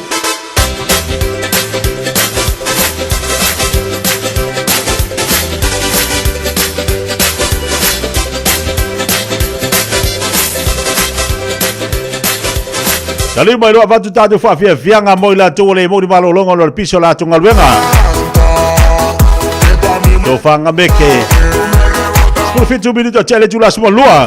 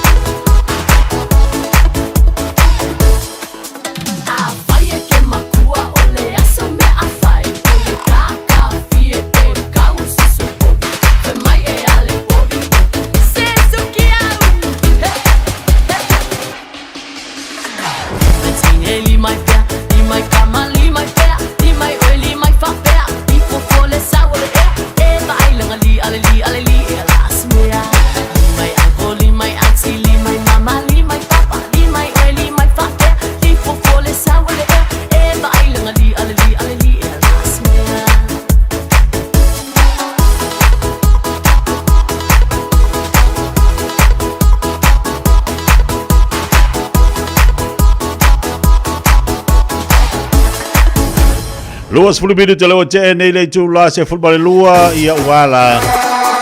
Ole au ngā fu ila skofi la ko.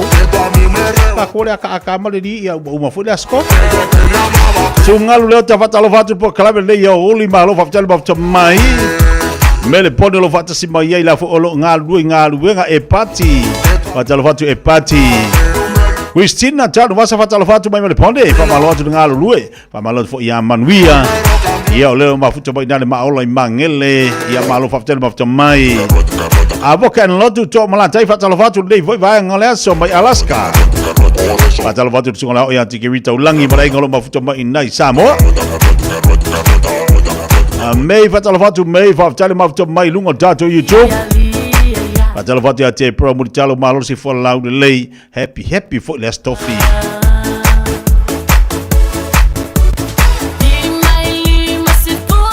Pabalo tu nai ave lori talo fai. Ia e ni so la tu ia le mafuta mai fa mai lawa ia tu la lo e momoli la tu uta. Ia malolo ngosat ma vai le ma tala tatou e mesi tatou ia malanga me mau i tau na fa uta le tatou fa uta le tatou ia ma mo le malolo pe fa pe o le te balanga tu i mo malanga mau le tatou fa atuai no winga e tau ona e ma tala ma fa uta le tatou a mari fo e to lua tangata e malanga mau a mesi la tu e o atu vatu tai nei au kilani ave Wellington ia o ia le ma tala Sina reu pena fatala fatu sina reu pena le mai mo mai nai Wellington. Wa mari tau ia te utoi na Wellington. Fa malu mo mai le nei Taeao on matua malo si o timunga len to ulu le Fiafia nafi vale so ato nafi.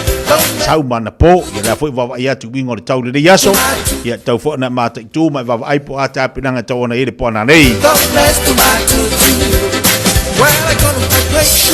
A polo pulo fatalo fatu malo faftele mafto mai ngata foi lefa malati an lavina nai lefa si mai nai Wellington seki mai tato pa malati tau ipu Fritzen tau ipu Fritzen faftele mafto mai nunga tato lungo le tato YouTube Jerry fui mano na uia fatalo fatu Brisbane Australia I know you have another one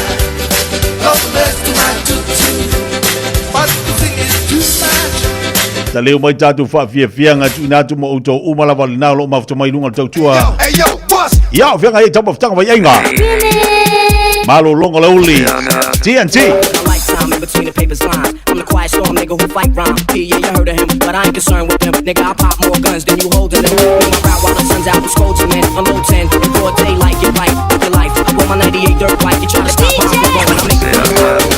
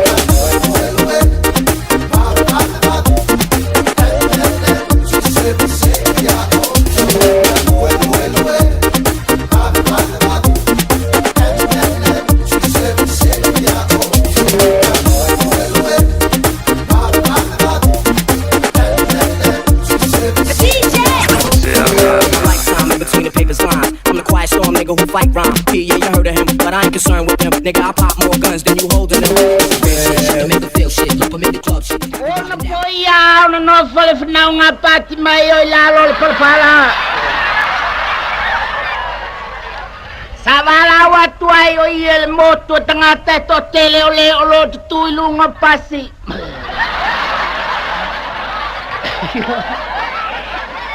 Mae olo tu ilunga me mapapue. Mae foi olo no foi me palpala. E telling you puna tautala ya ele perfetta pati maio.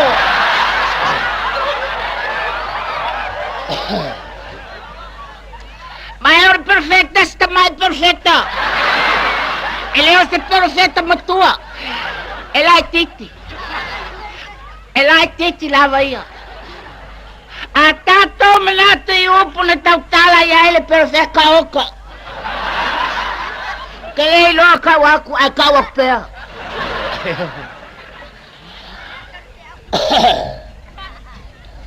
Ano fa bati mayo ilunga le mema pupue.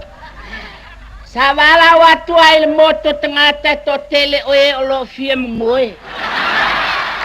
Mae olo fie ai. Mae olo fie feinu. Mae ona na. Mae fa pena.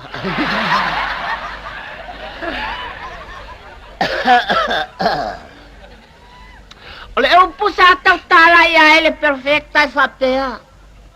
Amuia le more vai oia.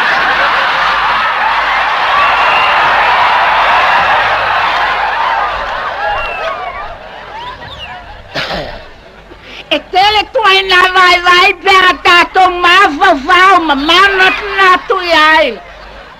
Io vai walat noti. Ole vai se ngaluenga. Ole vai ile nofo.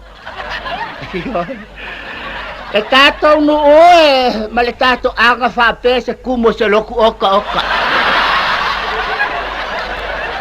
E tailo ave ola uma o todo. Vangue kei kapeli ele o kako kuku.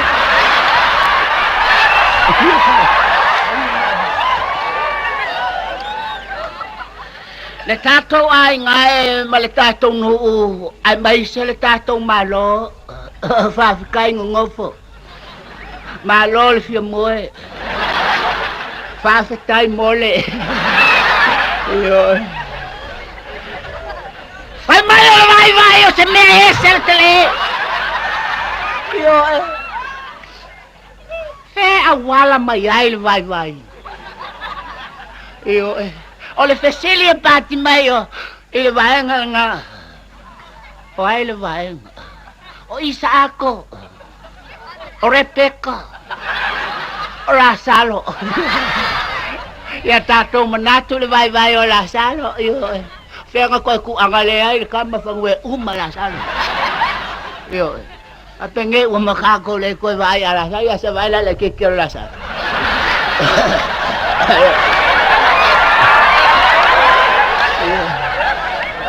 Ela ititi la salo ia mato Io tele ni upu na tautala ia ile nei alu toto.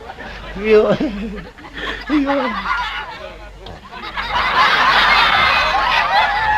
o lei se upu sa tautala ia ile perfecta mai. Ala nofo.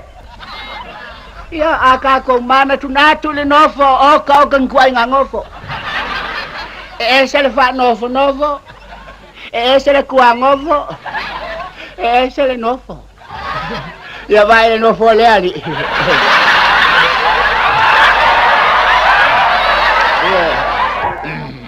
Tātou tala pū pere whaafonga mai ei pētelo. Ane manga e sa ore la unga lea. Ia e mole a wai vai mai la tau. Ia e aititele a wai e vale lea i la tau. Ele me agai misi ore la. Ia e mole a wai vai la tau. Ia e aititele a wai uma wha vale valea i la tau. Don't mess too much. Ia wai umalonga ai ia wala.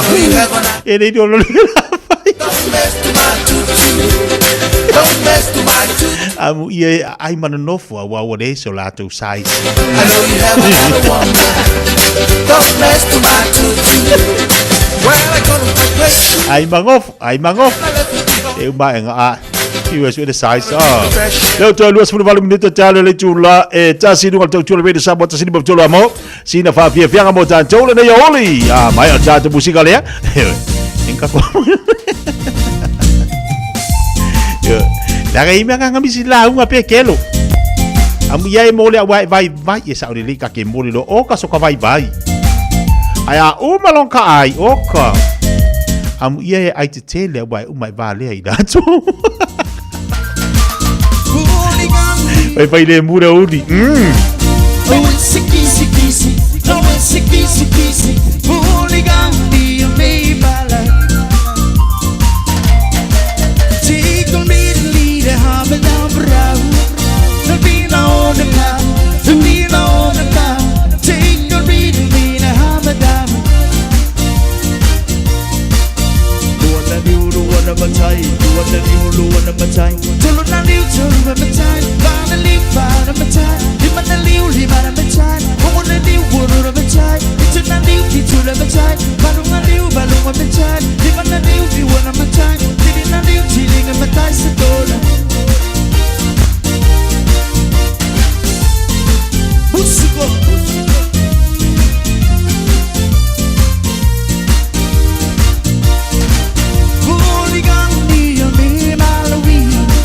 Oh, it's a kissy kissy. No, it's a kissy kissy. Hooligan, be a mayballa. Proud we're doing man, say the hooliman. Soon the land. Proud doing man, say the hooliman. Take on me to me, Muhammad down around. The bean on the bound, the bean on the bound. Take on me to me, the hammer down. You want a time. You want a time. Turn on a new turn of a time. Find a new part of a time. Him and a new time. I want a new world of a time. Put on a new picture of a time. Bottom a new of a time. You want a new of a time. Living a new feeling of a dice order.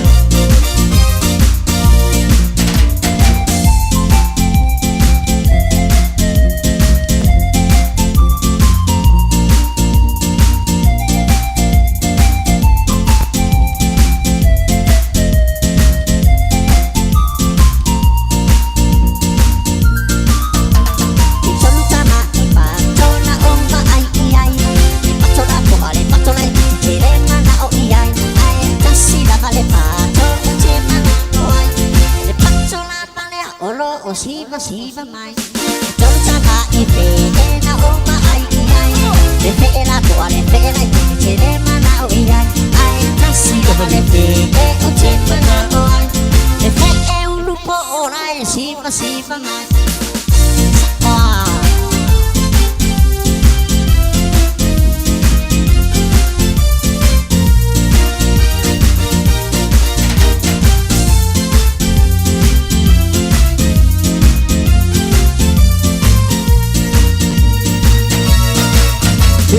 Come in the lick in the gum, come in the lick in the gum, they're really licking in the door, they're really licking in the door. There's some more, there's some more, there's some more, there's some more, and they're licking the gum. Saka we to the man, Saka we to now man, there is somebody here, there is somebody here.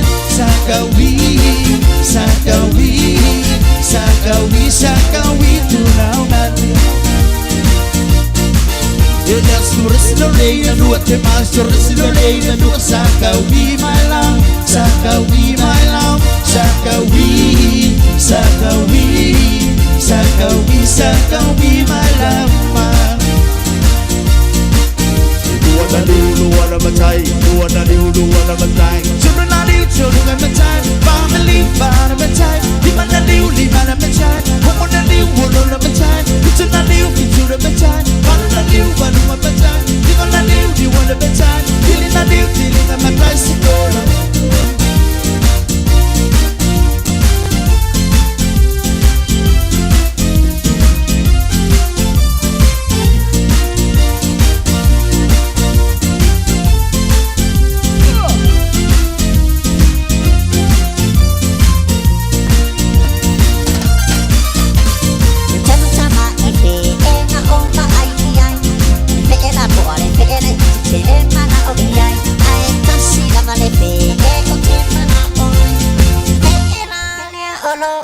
siva mai Tolu chama I fe na ova ai ai Le fe na po le fe na te le mana o ai Ai tasi na le fe o te mana Le fe na po ale le wa sena mai Ai sa oa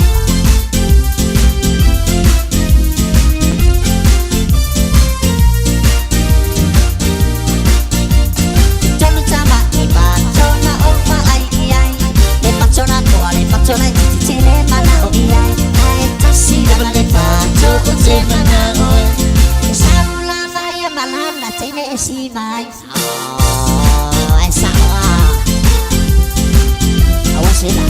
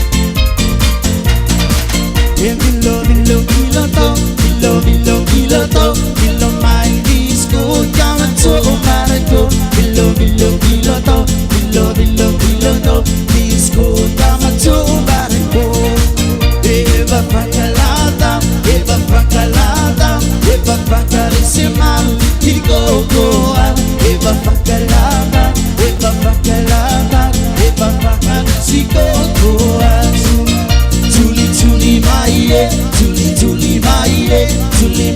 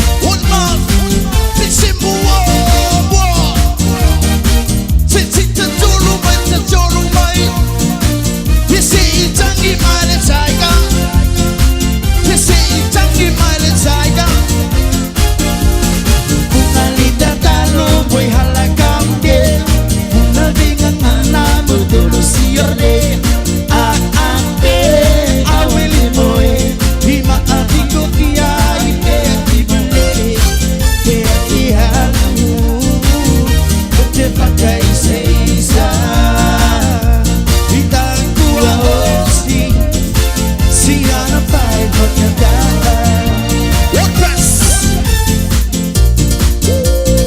Ia e Fiafia mai le tuisa mo pere whafonga ia ile nei fo ia holi. Leo toi se fulu male 5 minuta ja leo leitu lai tasi. Ja leitu lai tasi se ea tu tātou watu tātou telefone ngana Britania. Ia pal wha malo mo la to umalapa na wanga ia tu mo le te amitali o latu ngā luenga o tu toi le nei aso. E nei tātou wharinga lau taunu mai. Awa nei MC ale tūlanga e tauai ona e alo e whai I ale siaki o epo e mo tātu wha mai ilo ni misela.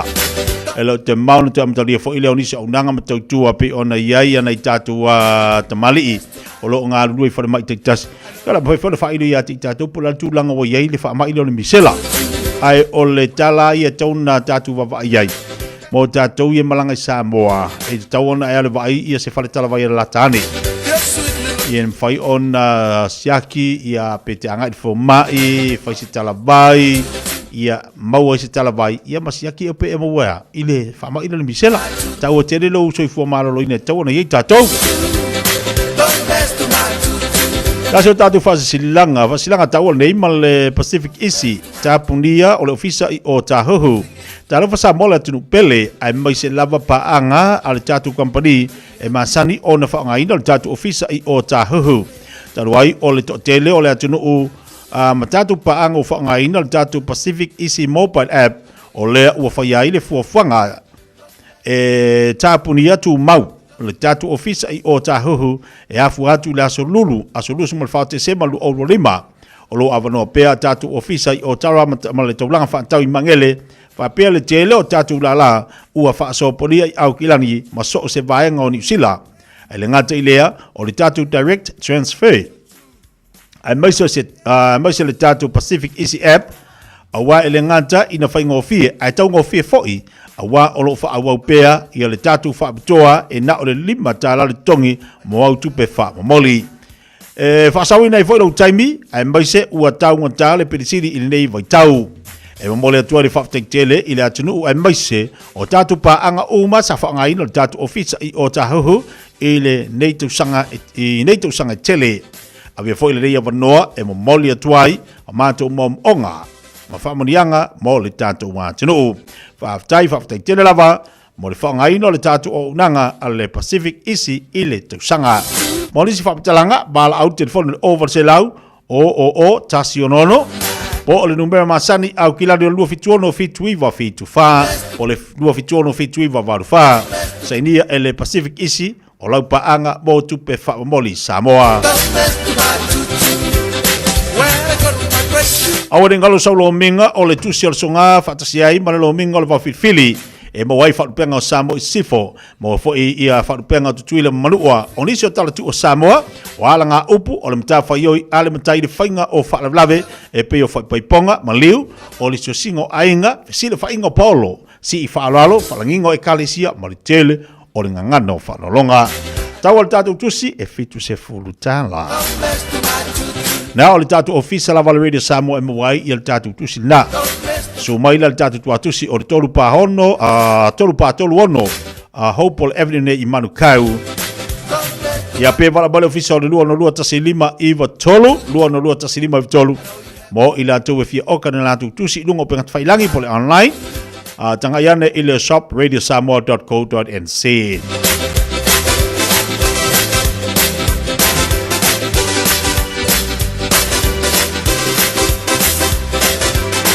Tātou whasilango muli nei tamu sanga ku kiti ale pinka lua olu ono ta luai ono ale to tele o au ale tātou tamu sanga le nei tau sanga ai mai se foi tu langa lolo wa ole tau o lo ia nei o ia le fai unga ale te fono male committee o le a fa wa le tātou talonga ia po tātou tamu sanga ile asonga fua aso lua ono Januari no winga la smalo lore la iai e fa wa pe tamu sanga ia po le aso malo lo au kilani anniversary mo au ali nao au ali o manino le mai fa fonga tatu watunu e whaau di tātou tamurisanga a le pinka i le asonga fua ai nao au ali. E whaau pēa le tātou aso tonai nei mo au atama matene ai o le a whaopopo ai ma le asonga fua o le vai asa fau. Aso malolo o le Auckland Anniversary ai na o le tupao ali ai malolo ai tātou tamaitai. Lono winga e leisi mea la e usu ai o tina o o tamaitai taalo e te usu e whailau tanga mea. E rei ate mea la usu markanga mea. Moni si whapatalaga wala uane i el taitei fono markamiti. Whaptai o taitei fono ole sunga ya sola ta whianga. Ia wao mea umanga le whai mai sola. Alo sala, jugat kai fongo. Le wa fone tau tua le tamali o tatu watunu. Tulanga o talonga ke kiti. Ia nga asonga fua malo lo le tatu. Tamai tai ai na only i. Aso to nai fa wa uma ali i matamai tai. Asonga fua mo le pake kiki ali i. Aya mo kanga mea o kinga e va ai farkanga mea.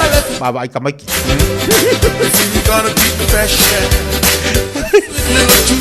Fizi whainga whi o kakala i ora o kou. Ia ni lei. 12 minuta le tale o leitu la tasi. I le tau tupla uranga rei de Samoa tasi lima tolo amo. Awani ngalo o le tale leitu la tasi o la mo tatu filo inga ma le awhionga ya lilo mo yava. Maina vai a wafo inisio tatu talo oto ma meo lo tupu talo tatu watunu. Ma talo fatu lo sia motu malfatu ya ane. Alo fatu uso. Ia kakol kamo si o singa o inga i singi. Ngai singi. Kalau sia ia maua e ingai singi.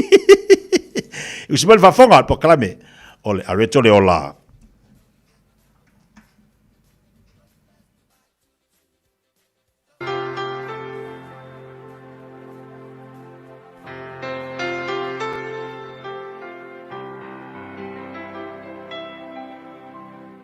Talofa le tātou tudu Samoa le amatanga le ne yaso mai tātou polkalame o le areto le ola malo lava le soifua manuia le tātou tudu mua Samuel us full fitu fa upe tols full will fa pea ua liliu ese tā vita ia te ia e li apolo na uso ua whaasanga atu i le tasi ua whai atu foi pei o nā upu ale upu mo o naso le nei fa pea aua e te whinau ma le tangata loto leanga. Aua le whinau ma le tangata loto leanga. Ua iloa le mele le tangata loto leanga. O le kie ke whaia iai. Aua e kia mga ia. Ko ua iai alue. Whaia o tala. Ua iloa ia tā vita. Tā vita lea le tupu longa Israel. Na filfilia maitala tu spa ia. Na filfilia e le tua tā vita iluma o na uso nga whau e le tua e Samuelu iluma o mata uso tavita ai na avea mamea e loto leanga ilo na uso matua foi leo o Eliapo awa aina manatu ya Eliapo wa foi ngai ile asole na whau wa ngalaku ya Samuel whau ya se su ese kupu masawa Eliapo il mangako Eliapo ai o ia wa foi o ia unu matua ele ngate na unu matua ai ko kingo kele alwa e lumo Samuel wa femeia le tua Samuel e le filfilia le tua le tangata ya ai wa ke ia Eliapo maisio ngauso wa to fitus ai wa ke ile le filfilia o ilato ai filfilia le tua le ngai kamala kiki ya tamale o tavita sa no foile il fatuanga le la u fa mai inga walu la tavita yasi va inga lu ska mai faile melele na fa ilon tamba yesa wie ku o ma mo ai alu le taua ale asinga yo uso le taua po mai alu ska mo tavita le mamau alu e asi o uso alu le me fa inga ta la fa il tau ai la ku ska mo sa ka unga lo fa ska mama ai la ku ska mo tavita fa mai loto leanga ia Eliapo la ku ka vika sili friskia le fiu la vale mai ai ka le apo fa mai o wi lo leanga lo roto o e sau ngi ke fi maka makal tau ke ia wo lo ko leanga fo skam ke lo menga lo ko leanga o kofi le tua ia ma filfilia le tua ia tamotavit ai le filfilia o ia ke lo la meta vita na fai ai fai tau le mafu angale na tango fa u talal fa ngale foi tau le fa upetols fu fai mai wa saule li o ke ngia ka vika e fa mail meta vita no fai wa li liu ese ta vita maya Eliapolo no so ai fa sanga tu le tasi wa fai atu iai le tala lava leanga fai fo ilisi kusa sau e lia po kele kala ia ka vika loko leanga ia ka vika al beta vitang fai ngal faliwa ka vika ko kala ngo ile stangata ko fai ile stangata winga ile tau ile tup so le songa fo ile mo oile na yaso fai e lo ye intanga to loto leanga ia te oi ke lo le me kia fai ngai o lo ko fai fo su el mela loto leanga e lo o ye intanga to loko leanga ia ki oi le kiri ngai man kuspaia awe ki fasanga ia fasanga isi e kele aku isi tanga taloto le leila ia imaro lo fa ki oi ngai lo le au me loko leanga le loto leanga itu oi e el tala mana ia la vale si fai au fa mele le loto leanga sa fai mele na o ngalesia mo lungal TV fai mele tala e alanga e lo mer mai ngai awe ki ka pe loto leanga tanga te itu oi e ala ona loto leanga tanga te itu oi ona la totele o maua mea ngai ya ki oi awai lai mas kang ke olo ko leanga inga fua o tangata ye loto leanga ina o tangata fa manu ya ina e o ai lo ainga o wo tangata sidinga laka ya ki oi aka mai system aka ngai loko leanga ya oi vai foila ele ongisi mai fa funga loko leanga ya tabita o lona lava uso to tono lona ainga na loto leanga ya te ale upu mo oi le asole nei a fai ua ele mau kongu o nga ua kele au loto leanga awala keika a fiafia ia o nga kelo e alang fa penga ngai kangaka kau kiel menga wo ye oi ya le tua fa fitai level ne yaso awa o mai o fionga ya te matou ia o onga mala matou te mau ai file mu e ala i lo finangalo fa fitai yesu amen.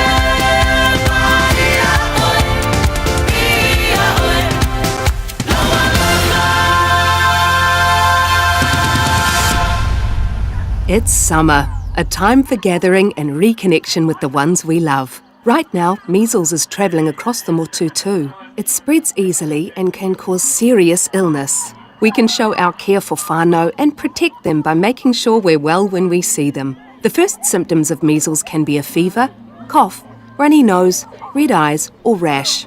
If you notice any of these, get advice straight away with a free call to Healthline on 0800 611 116.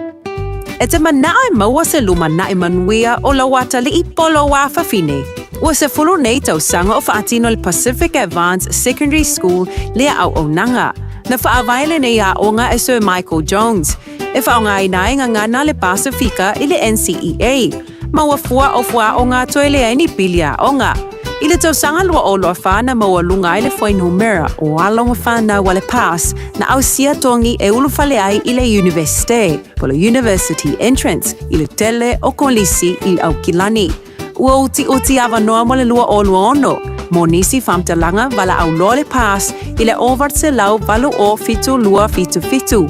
Ovart se lau valu o fitu lua fitu fitu. O fia maua sau ta avale po sau piki apu. Ai tongi ta i vaiaso, lua vaiaso, pe ta i masina. O le sleek cars o le a maua ai le fisoswani. Ua ta pena le au whaingaruenga a le sleek cars mo oi malo a inga. Aua e te popole i se mea e tasi. Te tala fitu aso, mai le sifulu i le Taeao, angai le afo le ono le afiafi. Tele la lai au kilani i saute, vili mai loa, i le o lua tasi faa, fitu lua selau, po le o lua o, faa lima, tasi lima tasi.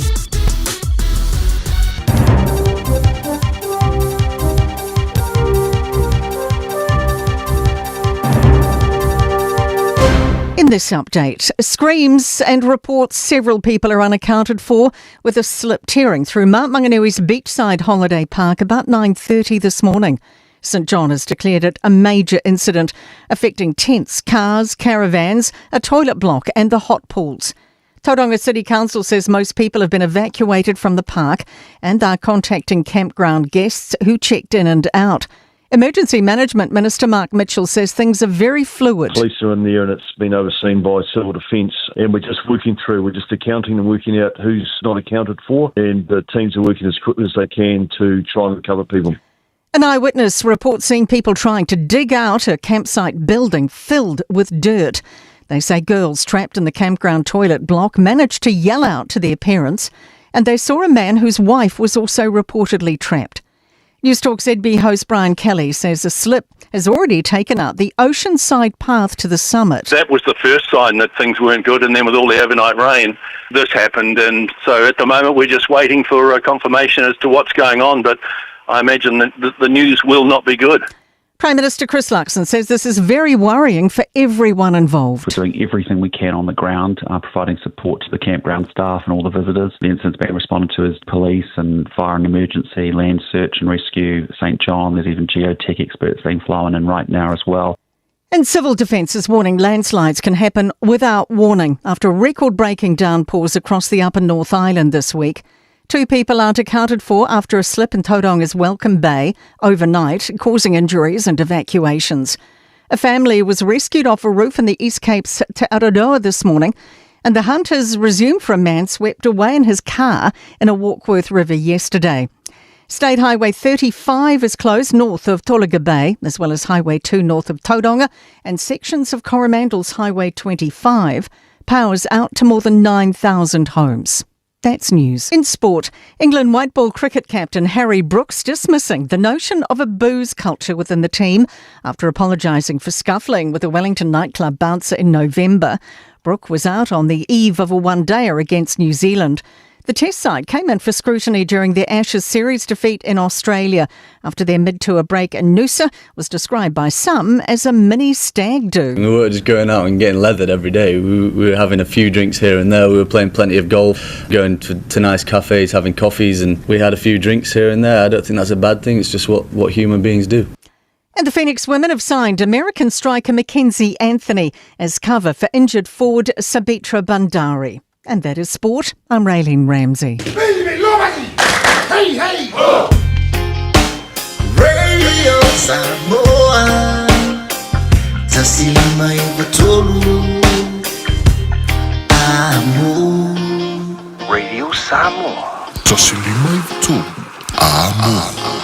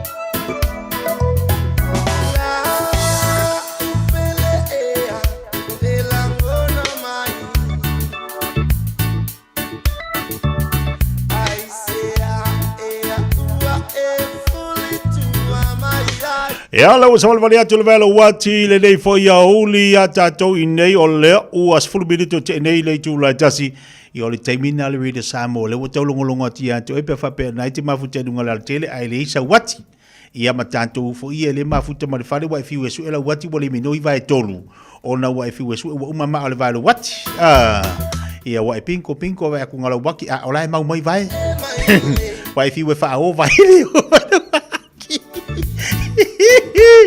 Lena fai le mo tatu wa tinu ule nei au le am fai tatu ta ia tu le fionga le mo yava mai na mai ya ni si fo tatu ta upula tatu fa so mo tatu ta no ile so ia ina vai nga po nei mata pu manino fo fa fonga tatu wa tinu ya pe on ia le nei fo ia so ia fa te o le wa mo le vanoa ia lam fai le tatu ta no ia mo sui fo le rida Samoa ia le fionga ia le mo yava wala na tau ranga mo tatu ile nei oli o le aso tofi patalo fatu balenga fa lalo lima yava malo lo sai malo fo pare tu te manga luenga te lo fa si opisi le so ia ai fa vanga pelo taimi ia wala bal tau ino tatu watunu moniso tatu mtaupu e te tau ona fola wan le manino fa fonga le tatu watunu o e o lo au mau tafa fior kelope ai maise ia ne tatu tamam tina matu lo mafutu mai moto mala fatalo fatu balenga fa lalo nei oli ia malo le sai fo man bia titia Atalo fo ile pa ia male malu se tata watunu o lo mai mo mai I tu e fia la lange mai se lava I New Zealand lo mfaio na maawale nei foi por kalame ile anga le leo le tua ia ile tata nunga ia o lo langa tsia tata uma ile tau singa lo fal tata tapa au sili langi ai o le tātou po kalame nei aso ia o le ki munga ia mako ngai tia. Oh. Ia makwa sau ale ki mu ia ngai kaimi o le aso. O lea ua kwata te tasi nei Samoa. E ta tole manato na e solonga manuia o tau ina. Le mai ava tu langa lo yele tau ya matou o anafi matua to uru fiti munga o menga po wa kireng kere ki munga ai lengi vai fakalia. Le anga le lava e ya matou tu langa foi lo fa nga fa vai mai le peken sei ma fa lo e ana tantou lai nei Samoa a ko kumu ka lo mpelo ma ulo o lengi sa kai fai fa ko kumu ulo a ole tu langa lo yele tau le ala wo mal tau nei ia le tau to mai sina savili tau to mai ti munga le lo langi le lei a lo manuia tatu watu atoa ia foi le li o le na o lo mawatu o lo manuia to iwi an to ulu nei timonga ia o lo solonga le ma manuia tatu watu le yaso ia male au mawai o tatu watu no itu te mafai valo filima pe ona iai ia te lola tala me fa selo ta poklame ona o ta taimi ai e vai nga ta we tau ta fa som fa marino fa fonga le tu lo te mawatu fa to ai se mai male fa fam sino ona le ta pula balea il tu malo fa le ali lua o la ta atu la fatu ni lo maiava o la se tu langa o yel ta upule ya fa le ali lua le so ya mantua foi o la songa fua lena la toi tau fia foi fam sinonga e manatu e vai polale tu langa o yai tu langa foi le sa ilinga le o moli mag mantua e lua moli mau e mana o fam sinonga e batu e moli mau wa wale ai uma isi telo isi moli mau wale anga ia tu le fatino ia ala tau mau lunga o fam sinonga o le tu langa lana iai na mai ele le fama sinonga ole e batua ele ia ani moli mau na mau atu na aso ia ia se tala o le lipoti fo ia Malu le malo ia ele o ia ila base tu langa ile la to fo nga luenga fa tino sa ilia e tu langa fo le o mau ai moli mau ia ia na mai le fama sinonga e o mai ia tu fama sinonga po parties ia fai atu ni submissions alo ia ile tūlanga fo ile tu o le tala whenga iai o le whaonga ina le whamasinonga o affidavit ia po o moli mau fo i e whatauto la wai ai i lunga o le whamasinonga lua ia o le whamanino atu po le se langona o i tu whamasinonga e whesoasoani i le whamasinonga ile tūlanga le tūla fono le iai o le selau se fulu lima ia selau se fulu lima subsection 4 o le tūla fono o whainga palota tūla fono o whainga palota na ia le selau se fulu lima o le suwe ina o tau sanga o whainga palota ia le whai mai la e whapea mai le tūla fono na e tu sai mal tūla fono e iai le pūlenga wha le tūla fono al whamasinonga e su e ina ai ma fai se fai unga i se mata upo e whaasino le tāl sanga o whenga pālota i so o se whainga e manatu o ia ua tāla whenga iai o le salausu lima lana vaenga wha lea e whai melfa masinonga na whai melfa masinonga i tūwha masinonga e a nga i e submit pe whina watuai po le ale e assist telecourt po le ale le winga ala fo salato titiro ia e tu sai malmata upo ato ai la ma le vaenga se lau se fulu valu o le tula fono le o whainga palota le iele se lau se fulu valu e whape ia tau si sia le ami o tono o le whamasinonga na iele le whamatalaina o lona parakarafa pi e whapea e mawhai le whamasinonga o na whaatanga se a whamatalanga moli mau e pei o na iai lona manatu e mawhai o na whesosoani i a te ia i le whafoeina le lei o le mata upu ui lava ina e le mawhai i se isi whainga e ese mai ai o na whaatanga i te tonu o le whamasinonga siri o le tūlanga foi le pe admissible le ia le evidence pe tala whea ngai o na whao ngai le whamasinonga whamatalanga la ia whatauto ia wai luma o le whamasinonga e me se foi ia o whina unga ia wa watu i tutu ia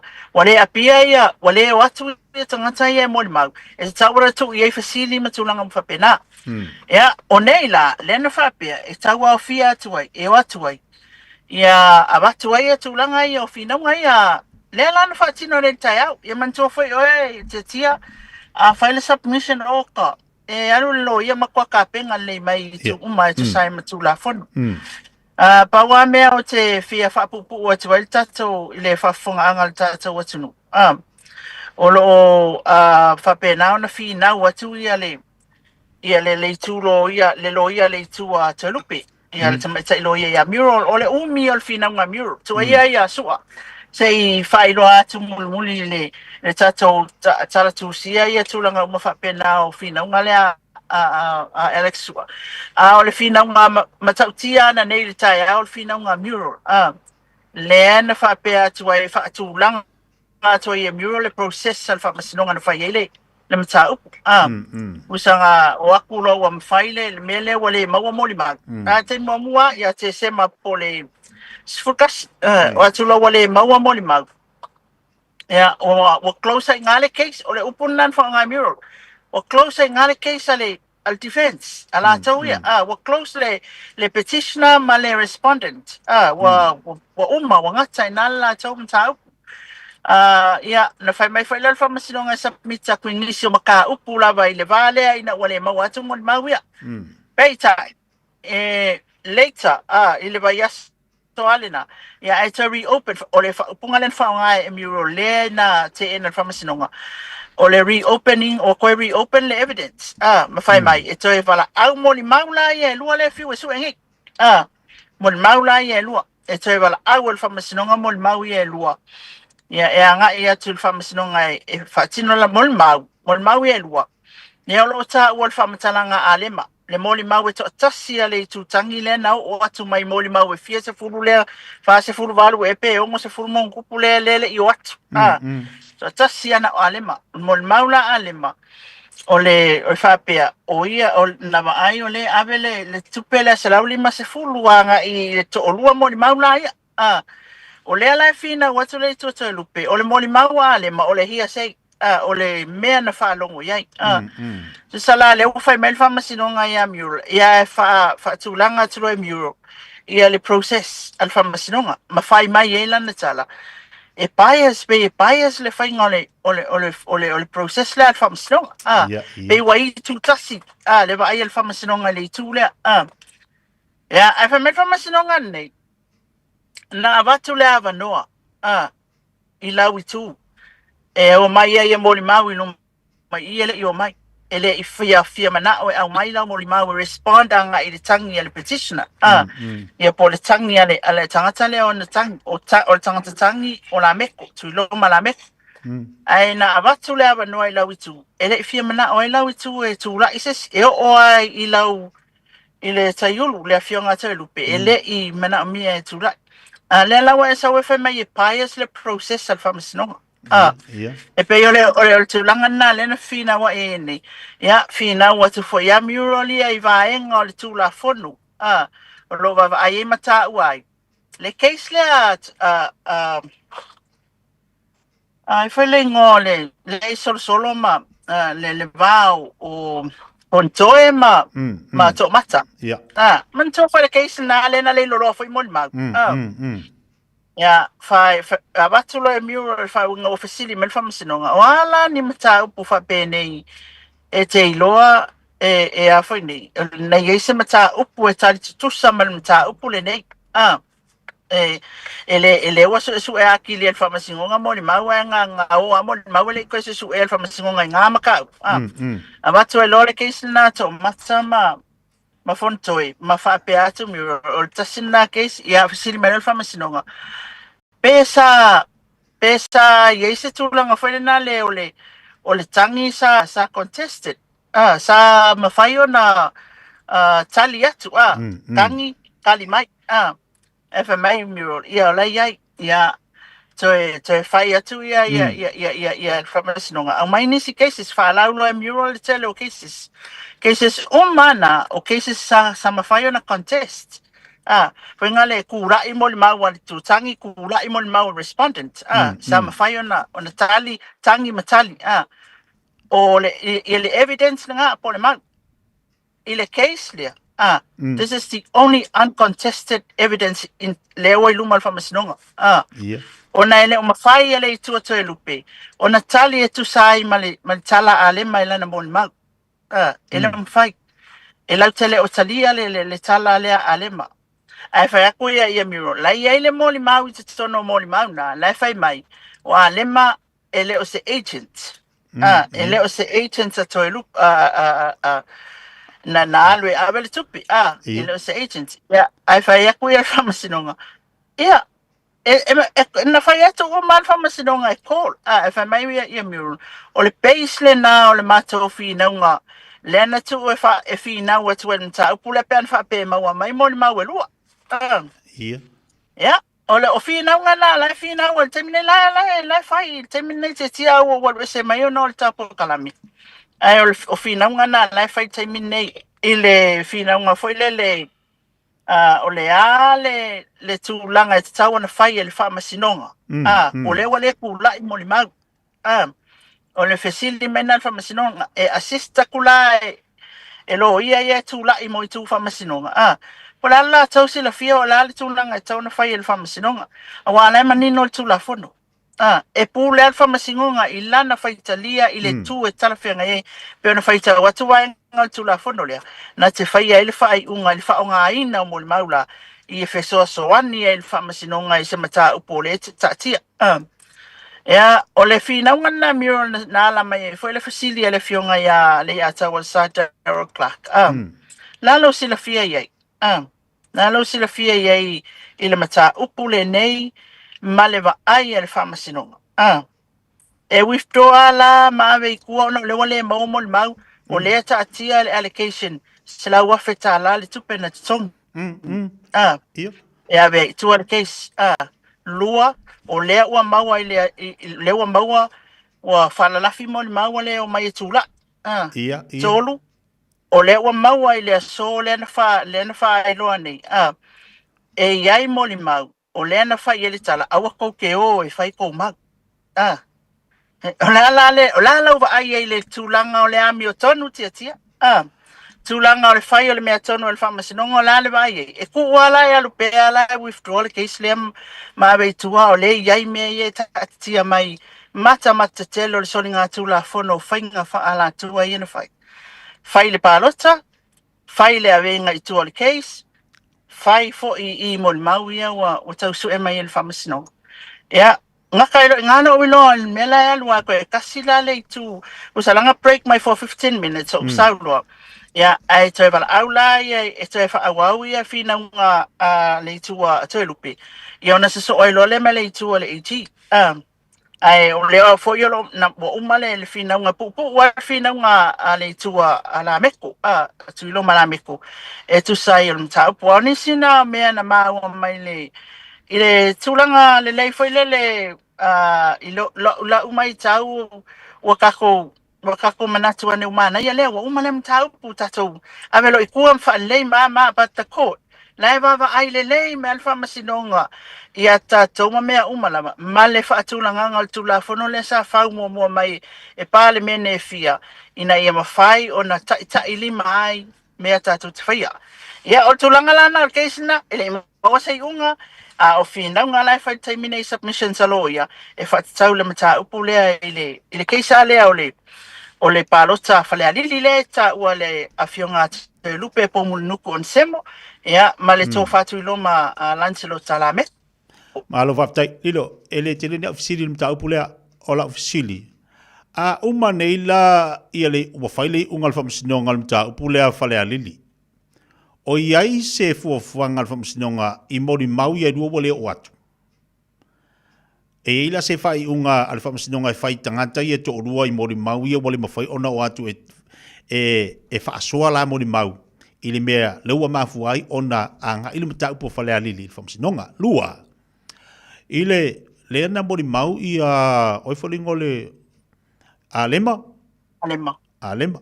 E la mawhai lana soani alema e na te ilua tonu po feo iei tangata ia na whaalongo iai. Lena avi ili tupe. I se me ono no fai ma fai ei ona anga I atu la tau iei te whamasinonga. O le se ofisiri. O ila le tūle nā ua fai la tomo le maue a wale o atu I te tōlu le whamasinonga.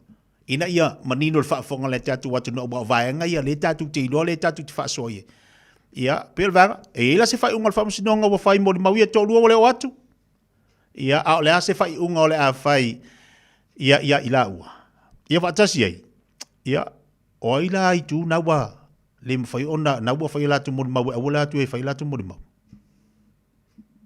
ole me mua o tu o famalusia e o le ta o I famatalanga fa tu o famalusia o pressure o pressure ia moli mau e committee e nisi o committee le fionga ia te lupe ina ia awane io o atu e fai ala tau moli mau e to alua ia o committee la ia a le fionga a te lupe ia le wa fai awai ke lua o awai ke alu e fai lau moli mau so le mai la fa matalanga na fa tau o to ta o tangata na ia le tulanga le fai ole tulanga foi le o mafai lema ele ese tala fa pena ilu mal fa masnonga ese tulanga tau mafai o seswani ale mai na ia locate ia molima ina ia mai fa masnonga ele o mafai ele ese tala fa pena lua o fai unga fa masnonga mo ia o lo wa molima wele io o tu fa masnonga e au mai la taimi fa ai wele mata upule nei ia o sila fia foi tetia me fa pea e se longe ke sola le langinga e saula ia le ko inga mele awai pe umale le famasinonga le ai lawa e salai le ai le e penda ia molianga o lo ia leo male famasinonga I lo le tu la ia tu sai el poro inga na me famasinonga man samania le na watu ia te oi e mai se ai o le saini o samania o Fiafia na ia leo ia le la o te ia o fa ma male o atu ia o tulanga tonu ale na e tiro mamau fo ia I previous cases Fiafia na tu ia ele aia masesi o sa me anga le ka ke ngofa makama fo Fiafia ia kalo fai lo no wingo le langa atu le la filafi lo langa atu wa o me le la atu pe atu wai ile tulanga sa ia mata upu mo Fiafia a se tulanga al fai unga al msinonga mata upu ale particular le mata upu le ele ai lai ang mai terminate se lo ngai umala tu ona mawalo se tala ia te Ia, e whaoringa mai e tangata nei tu o nā mea, ia ole tu sao, fua le leo mai o mori mau. Ia, I luman whamastinonga tala noa le ami o tonu man mea sao tau na whai. Ronuinga, o wheo hoi e le tu ai man tu ole sa i ma le tu ole HRPP, i le matau pulea? Ia, man tua foi ole tu ole HRPP, le nā mai tonu ina ia, ta ofi le mata upu o wale withdraw-inga ai ia whai le case o nao le eva aia le tūlanga I le whea inga fo le pole agreements whala tua tongia tupi ia o me ina la ia lea ai toi o le kusa le waa maka le case ia I moni mau ma mea ia nga whai o le tū whamasinonga la meko I lo na tangi ai I ni whainga le tala whea ngai na whai el palota e le tua ele afionga ya pomulu on semo ya ole tulanga na le wa yel mata upul tamine le wa ti o la ile mata upusa o ale na mai mo le tami mo le famasinonga o le tangi ale tutangi fa sanga ile le tutali ya ole me na yele chapipi o la ko ngala ko fa la veina le fakalila ele me nga senga nga ufanga pe mai fa yele le agreement alai yai me makauki nga fai lai mau ku mau ma me mo fa pena le la wa ilo el famasinonga le tami nei tete Malo fa tai ia lo marino fa fonga tatu wa tu langa pe ona ele mata upu le ya fale lili ia lo no winga le fa wa a tonu le a manino le so ia se aso fo ila fa mai ai ma mo ile se unga le fa sinonga le ba yava sao le tete o te lo o mane submissions o nei fo ia ma mai ese tala al famasinonga polan mil so Malo fa tai illa tau fa uma ia o tulanga la pe ona iai ia matango fia fo ilewa fai si umi ona ta otomadu ta upule ia fale alili fale alili o le foringa mai o le fa tatari e fai nga palo talai ti fo ia lua I tu malo le o tau loa le o la ata penal fai nga palo talai titi lo winga e tu waia o fale alili a va ulo pala se unga la amer famsinonga ia ona ta pena fo ilona I tu malo ia la tu palo talai ti tatali mai le tulanga le mata upu fo ile sunga le tai o le tuangai le ua fa peo na in morianga ia pea morianga o le fionga I le tai o le tuangai le sunga tu le epa morianga fo ia o le taulenga ina o se tau o se tu le stangata o le au mai ia mamata wa ia tu fo o le tulanga fo le o le tangi a le sunga i le la ona fausia ia ai ono ele ke Roma. Ia whaasanga i le sunga ia tu la epa e tu sai oni ana whamatalanga le ana whai te mi fo ia watuana.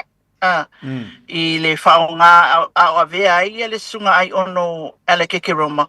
Ia ma office silio pulenga o le whalimai. O le tanga renga o le soifua malolo ina.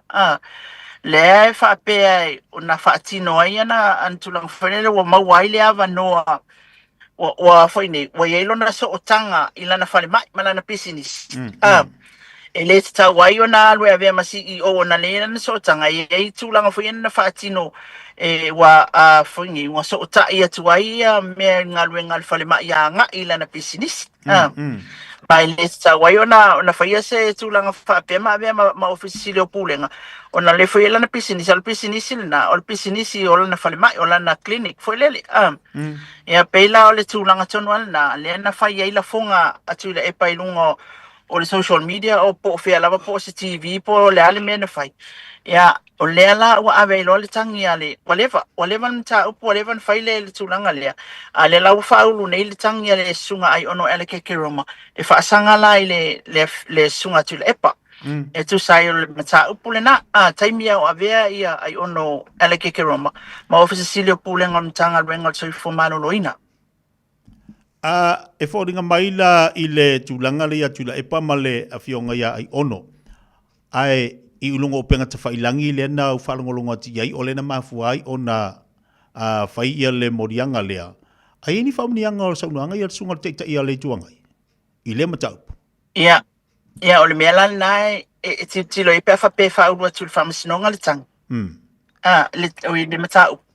E o tu le whamasinonga. Ia ni tatou mawala ai lola ia le e tilo i tūlanga fwoi o le maua ai ono. Ai ono lea ele ke Roma. Ia e watu e langolango ai lana tālu sanga le o whaulu. E whape o le tau leanga ina o le suafa e ala lea i upu na lafo e le sunga tu le epa ilunga o le social media. I tūlanga uma wa tau lea ngai a ele o iei se tūlanga whapena o tupu ia te ia e me se eolo na tau leia ua wha lea ngai na e waka umana e ono eleki e tūlanga na ia le tūlanga lava ia o le defamation le molianga le ua ai atu e le ua wha mua mai ia e tato tālia lupe o maunu le whamasinonga pala lea soi e mawhai ei ona iei le tōrau lau mawala au whaatūlanga mai ei fo ia ona tātou manino le iei ilona i tu ato le matau ia tasi vaenga le sunga le tuangai o le te le tuangai o le mata e na lo te mai whanga whatalai e le te tau ona te whaanga ina le mata le to ina i te tonu o le fono le atunu ia po le fono le palimene se i vanga na o au mai se li poti ia mai le fo mai e loa e fa le tonu le sile po le fa le tonu fonga le ale te ia le tuangai ala sa tu sile feila le tulunga ia o le matau pua ia o le eile pule a le fonga whatalai lana sila malanti tilo po e tātou te manatu whaina le wai e tangata le wa manatu e se tau sanga o mawai e sa mawhai ana whapena i tangata o mai malantou mata i tono o le palimene but the speaker of today o le kala ia le taimine ia o lana lea whaiunga i lana wa ia i le sunga tu i le epa po le tai o le ituangai pa ule mea mana ia mataua o lai au mai ele fon talai a watu se pepa mai le fo mai ia ina ia mawhai o na whailo atu e tala fia ngai o na mata pea le mata le sunga tu i le epa o na iai atu langa tau soi fo malolo ina pea whai whapena e ono a fia ai ai o le tūlanga foi lele e whinga tai o issues whapenei tia ia i tūlanga foi lele sa whaia isi mua ele si tala na whaia iai lua o le ase tūlanga te le lava o loo whaatino le matatio ata i tono o le fontanga i le wea ai o le matatio ata ia ai o tūlanga a whai o iai tūlanga tawaloa ma tūlanga fontu mau o le palimini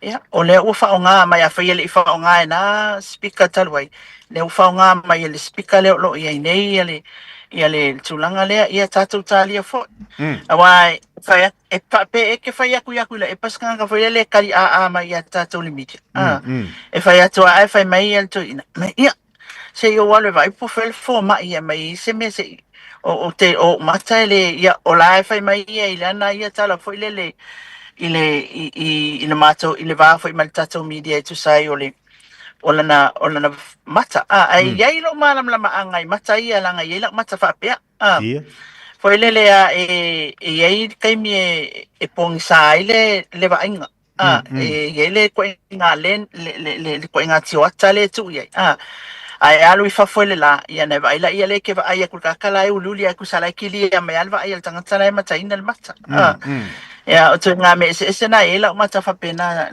na ia o le tūlanga la lina o lo mani nonga na o mta up ai o mta up e fa ata la fonga ia o le fo fa tula i mai le tula fono le fionga le fon fitsalai ia mama wai fo ia se tūlanga e a ona fa ia le ta i le tuanga i taimine ti ai se tula fono le palemene e le tau se fai pule ona ma fai sana mata pong sai tu tono le fono le tula ale atu. O kasa Fiafia kula funku mau se yo walo kilo wala nga ya nga fai ka mabanino ya pe ese tula fono fa pena ile itson wina ale palmeni wai o kasa kele o le kusikula fon tu mau ya ya fo ina na fai ya ole si foi mia ya e foi le lo foi le sa whatever itawe ye ina mi ol tula fon tu mau me fai na amen del palmeni ya tu sai mala tu fainga ma tu lang fa pena. Yeah, o te tailo ia from the previous years tiatia. O te rei whanau hoa wi o tupu se me whapea momo. Ia ka ilo ia ngisi ai o mai tau mai pe na tupu se whanau hoa leo tupu se me whapea. Sa ia fwoi ta maali i o le tata watunu. E no fo mai toni o malata o matapongsa. Ia na iai o leo te recalling ai no wa ai iai mo titilo iai. Ia ele iai se tala le fong fitala inu fai e pawala ne il paya inga le ua o wa ai atu ai ua iai tūlanga lea. Malo whaftai, ia le ua whafonga tatu atu unei nisi le mata e po leo mo fai ona wili ili ma fai fai ona tala wa fola fo fala i nisi o mata mai se le fale alili ia whata se manai mata upu ia ili tai o le tuangai. Ta walunga le tapa kalabe ono o le tataimi. O lewa maua fa malolo ia le sunga yana nai tulanga fo iola na tautua mala unanga mtanga luanga leo on onisio vaenga o lea o loo masalamia fa ngaina lupu masalamia e le fa peo se mea ua mauti noa ona o leo te tau falongo o lo anga isu enga o lea se tulanga o lo ia le mta upu ile afionga yana nai O le tūlanga tā ua e ao na sila fia le tata watunu. O le to o lual nei o nai tau talatu i lunga o tata Radio Samoa. Ia a whai o te tala noa le mta upule te tia o te tala noa mai le side as a wife. O le to o lual nai.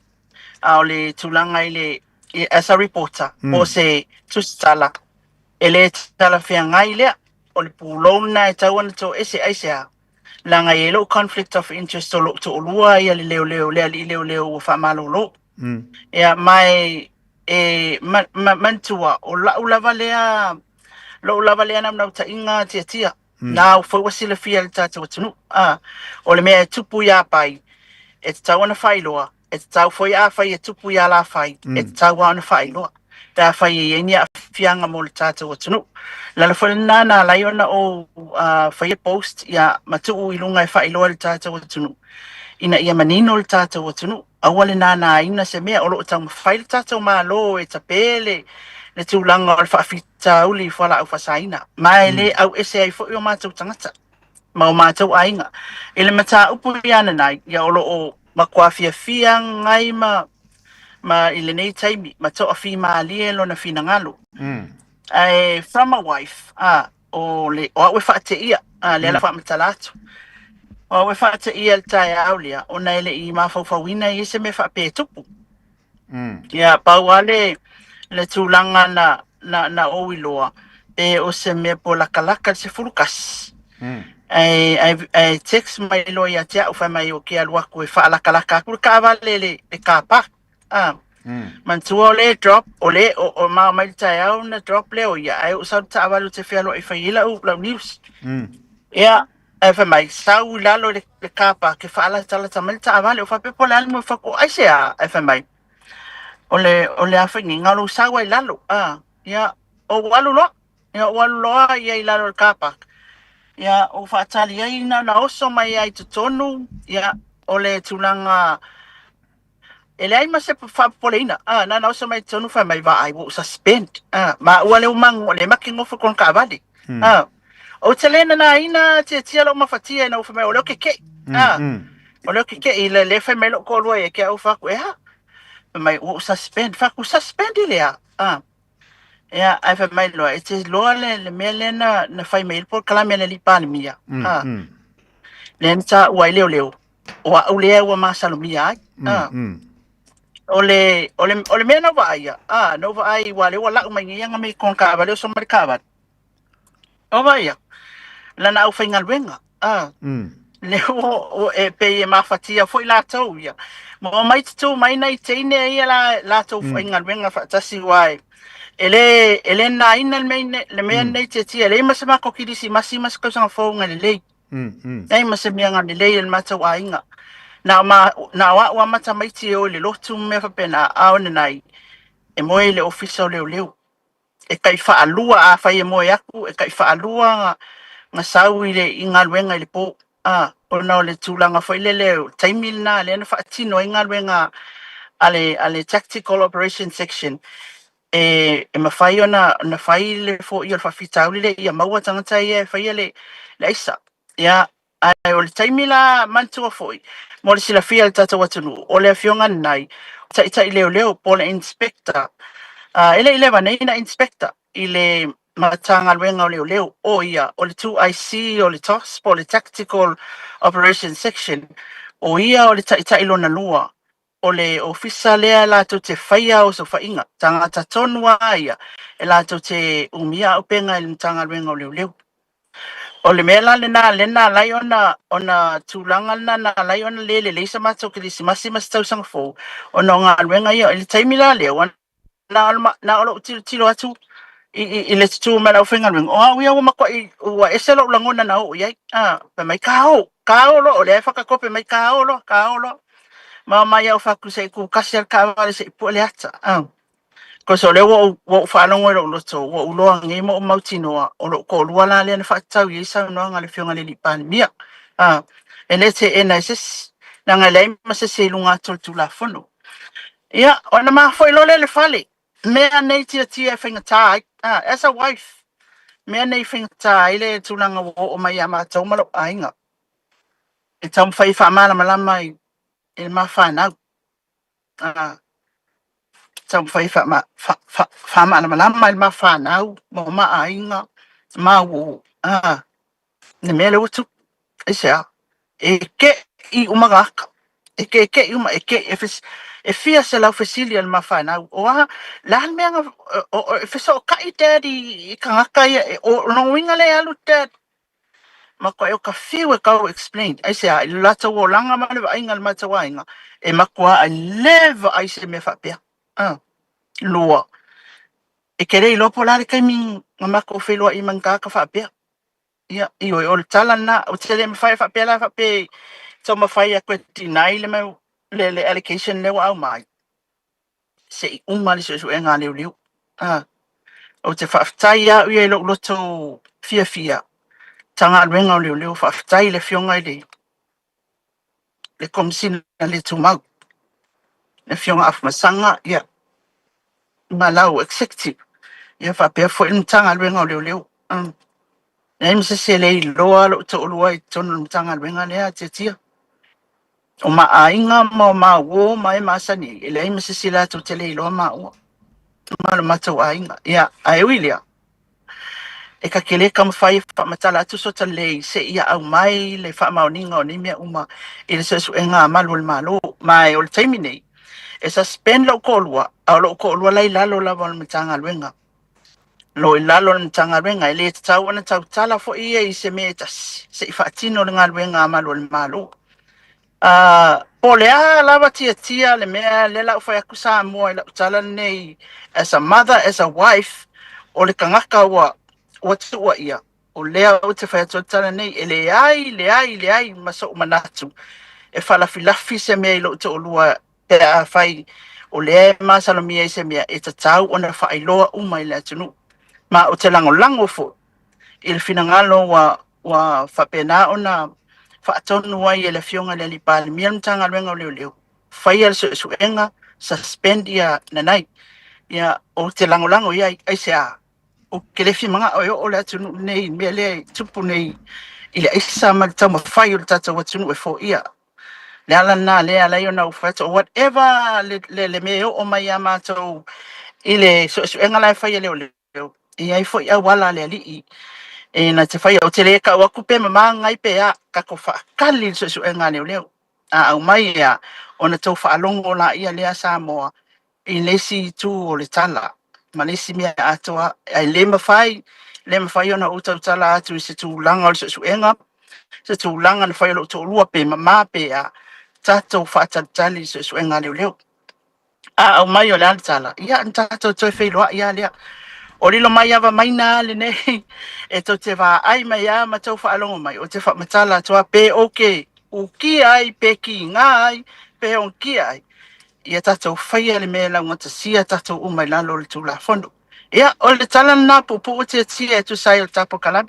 Malo whaftai. Mo le atu le whafteitele lino mai awa ilon sai i o sauno foi o le whaltua le nei aso le wa vese lo puru tustala we tala no mai o se whaltua o se tina ea tino foi a nanai al siri le watu o le ala ua maua ia le ufa malolo nanai ala no tu whalonga e lua le leo o yei la se siri o leo o le ua wha malolo whaatasi mananai o leisi vai ngalo fisili le ai leisi vai ngalo fisili o le ufa malolo nanai whaisu suenga a whapene, o iei se tau masalo salona nai inisi leo leo te telo mtanga luena na whaia ia awala. Ea a o leo atua ia inga ia. Te tia, mua, o te leo mai loa po ai le isi tangata le ta ua pe on sa no le whenga le pandemia. O te loa na le sunga ia la aulian mali to lo silafia. Ea lua, o se masalo salonga o nanai i tono le mtanga luenga le leo. Nei mase mea, ele masalo o leilo umal tato media ma maftanga ma to lua o se leo o se tangata la tarata mai tia e fa pe e mawai le tato info le mo tato news e ala le sau fa matala mai se mea e makua ingu saka kasi le mea makua ma fe wa ye yaman nai ono tulanga le e ia malu le fa matalanga awa lana upu o le ola o tamaia malato leo e lalo lana va'inga o le ola ma le oti o matou e lalo va'inga taimil nei o le ele mawhai langa mai sankala e o apo o ai o whaku o ai le i le mea lea na whaise mea lea tasia kala ngai o ke kali le suenga leo pe avala au mai au whaisa utala o se upu sa ufai atu taimil nei ele mawhai ona uta utala so o le mea langa ia o lea ua mata maua i lava i se maa matalanga e whapea e whaatali pia le whaiunga le mtanga luenga leo po le ale tūlanga iai. Malo whaftai, tai a rilo mai awa. O la sau tau tilo na nai, o ei so langona tau po le pole le mta upu, po nai to ale tai ana nai. Ok, o te whapea, tu e alana o mawhatia, o te mawhatia ona oia, o ke alo whailo ko lua, aia wa aia kuni e kaka, e makuale ai maseango iei. Wale, o kere lo o whakoi, e reiso foi ngale winga, foi lele sola ngona, foi lele e ke misia ngā paule mele mawe ana nai. Kale kolu ala ilunga. Whako ea, ua foi o kaimia e ala. E a mata whamai e wa maasangi maka i le ala, lea i taimi lea e o. Ai, o se upu a se tūlanga foi lele e te wa ai atu pe ua feel down nei ma ua kawale alo e whaise mea. O ele ai la se mea whapena. Nei ma se o lana tala e pei o le mumu o le la le ami o tonu o le atua. E tātou te whaatali fo ia iai. I le ami o tonu o le atua na te whaamanino mai mea uma te tia. Malo whaaftai, ia, leua whaafonga manino le tātou wantinu o le tūlanga ua iai ia le afo i mata upu. Ia o le sungana nai. Ia walo fo wa tele tau sanga o tau tuol mtanga runga leo. Ia ona whaiva mona tu te pei o na tūlai mai fo ia le pa ingo mawai atu. ia a o ngalue foi ia le whaweinga o le pale mia o le tātou antunu o le sa whapito pe ona yele na vai taimi ia o le ata o to ia ma tātou talo leri ina ia whailo le amia tonu ai whaftai leri o nai to o le tai na fo ia mau ale to vai i le whionga ia nai tūlanga pe ona yele mta upolo so ina ia ma whamalo te fo ia te on whaltua ai maisa no whalo ia i mata upu ma ale whapene yele ma whaia ia ona tātou lo te tele ai ilanga o tātou ainga o le tātou whaasinamanga. Ia ai whaamaloa le toa. Ia a tono la ia isi stemi tātou whaasoa. Ma whaalau tele ia tūlanga lea inai mata upu pe ona ia i lea so. Ia alo whatu whaera nai. A le kasi alo whesiri. Se o le upu leo tapisa inu o le Facebook a rilo mai awa. O Larry. Ioi. Ia o tasi lale. Oi konga nga mafu ai da upu Larry. Ya, ole tulanga ia pe o upo ki whalonga koe le kalango ai si vaenga makau karari ko kere. Ya, ai ole o se tulanga foi le ele o se me foi le fa pe o ka fa ingo ko se kanga ka foi le o ka va e kulo ka va malo la ia ese le ingo. Le ai ole tulanga na ia o upo ale e pe ka li sua makau sua ai ko kere. Ai e te manino ele tia. Ke roi ke mangingo e se kaimi. Ia, ona yeilo ta forasanga mana ia ma tango fia fo i ta talanga o ta tumta. Pauale le tūlanga e o te whaafitai ai, ia, o te mawhatia e pe ona o ta ua. Langa o le ngaluenga lu tō lua. O le ngaluenga tūpi toa le po a mako ngaluenga uma. E le ai ma se mea le mako a inga e whaia. Pea mai ia ngai. Sau sese a maila wama o leo ke ile officer e ka penga uma. Everything inside our family e focus o maringa wenga lo tolua. Ia pe o tulanga na ya la yona mafatia ma to wa inga ma fai mai fo yo le haringa mea o le haringa mea o kupu mai ngin se mea saka ko kirkiro e.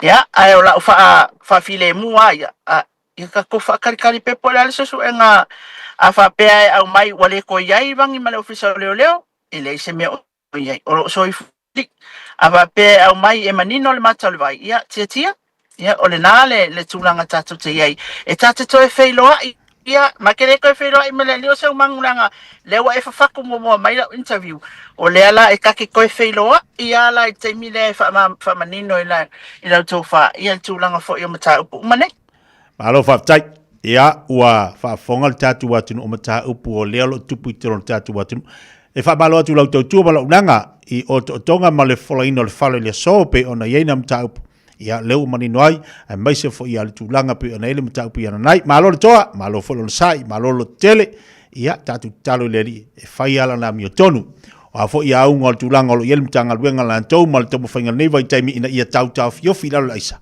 ia o le alavolo sa o lo anga mai lava le ilon taimi so sani o tatu loto ia mai se fo ia o le faltua be fo i le fionga ia nai mal no falo pa ia ainga ia to apelitai mau pele to vai o lo anga i mai lava le to mo tatou ai mo le atu langa fa tai tele ni mo yava a lo fati ana nai ia ai mai se fo tu langa lo ia ile ainga ia tatu to fele feste mo mua ma lo fo i mo tau tu le nei aso ia ai fa mai mai ta pa kala me malanga fa lo ni mo yava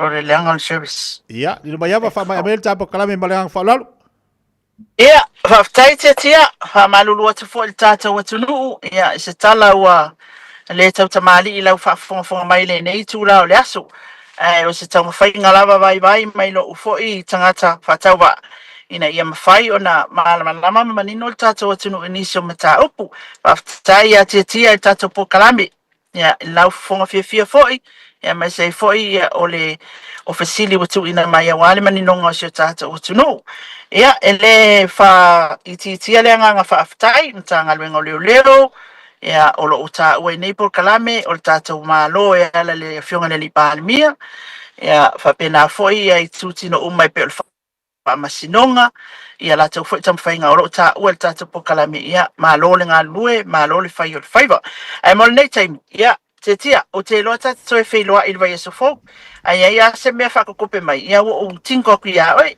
ai faftai tele lava mo nei aso fa manuia le atua ia Samoa o lo mai mo mai manuia lau tapo inga pa pe foi ia talonga ia ale au failotu ia le au staulanga I tu e fio lang ia alo fatu le tua vai lo tu sa tato manuia tio tato tu e filo I le vai so fo lo na ngale nei e mo nei taimi ia manuia tele le aso so fa sai fo Alo va tele lo ma yava manuia fo le vai aso mal fa ngol vai aso lo fatu sai fo manuia Ya, now fa fonga tato watunu, tato poklame pe ona ile nei yauli, male nei fo I taima leaso, wai fa fonga iai melo tupu tino tato watunu, tapu mamua, fale adi lua, ya, atonu la maua seisia, tala lata mai pe amae alia so la olo, fa nga solo ilia so le mata upu. Ya, fata si ai fo idea mana I mata upu, ile ta ile tuangai, na fo tala mafula, mai le fala le fa unga pe ona iai, ya, te ilola manino, I se taimi o mua nisi nau vaenga lo ta otoma iai. Whaatasi ai rea. E ape anai whaafonga, wa ese le pūlo whaatu stala le a fionga e le mai aba au tala noa o io se tina. Tulou. O io o le whatua o le fionga e anai. Io whaamanino fo ila na ia pito la au. Iau, te iloi mamalama manino fo whaafonga le tatu atu nei vaenga uma. Ia, pe a tatu se fo I se vai. Ia, o ila ua pe o natula I mai. A o le mea sile matau lau te talo. Auane e tau le pua malafo, ai tatu te talo, whaila mi o tono le tua. O fia lava e anga iai, o mea te tupu I tono le tatu watano, e le sui ai whai unga pau al mea, o lau te talo ma lau te talo. Ma o le whai unga fo ina le tau tua tia le so, e mo mole atua lenga whafti tia le Samoa ma le maa ma le whamoe, tau alunga le po kalame, ale Fiafia mai le aso atai, ma le neiva I aso atoa, ai mo mole atua lenga whafti tia le lava Samoa le atunu pele, I le tatu maftanga le yaso. La se tau tua te tio le tau tamali I wha mangalo se leo vai le tua tali. Tatu filo le aso a Taeao. Leo fata si mai la whionga li a tau a sa vea El Heritage la vea la titi o ye makua. Tatu filo e wha walu tatu pokalame se pa estema le Fiafia nei. Soi fua. 24 hours a day, 7 days a week. Radio Samoa streaming live on www.radiosamoa.co.nz. Are you and your whānau fully immunised against measles? Measles is serious. It spreads fast and can cause severe illness. Your best protection is 2 doses of the measles vaccine. So, now's the time to check if you and your whānau have received both doses. If you haven't, it's not too late to catch up. Book your immunisation today. It's free for most people. Find out more at info.health.nz/measles. There are loads of things to do in Tamaki Makaurau. From jazz to reggae, pop to opera, you'll find a free concert that hits the right note this summer with music in parks. Simply search our Auckland events to get inspired. Tamaki Turuki. All together Auckland. Hey, don't be that guy or that auntie ignoring a sore throat. This isn't just some drinks and lemon tea in your sweet situation. Untreated sore throats can lead to rheumatic fever. Nobody wants that for their family, eh? Go get your Pepe's sore throats checked at your GP, school nurse or pharmacy.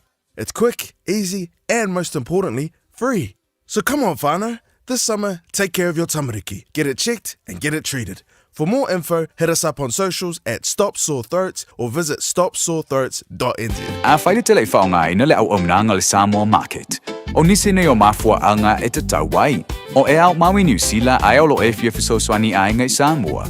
E mawhai ona tutongi lau whaataunga I lunga o le penga te whailangi ale Samoa Market ai piki Samoa. Whawhai ngau fiesa o ngau so se whaalavelave, tutongi le pilio moli, pilio le vai, mea whauwhale po se tau mafutanga mo lau ainga. Tu mai lau whaatua tuanga I le Samoa Market, mo so se whaamoemoe mo ai ngai Samoa. www.samoamarket.com.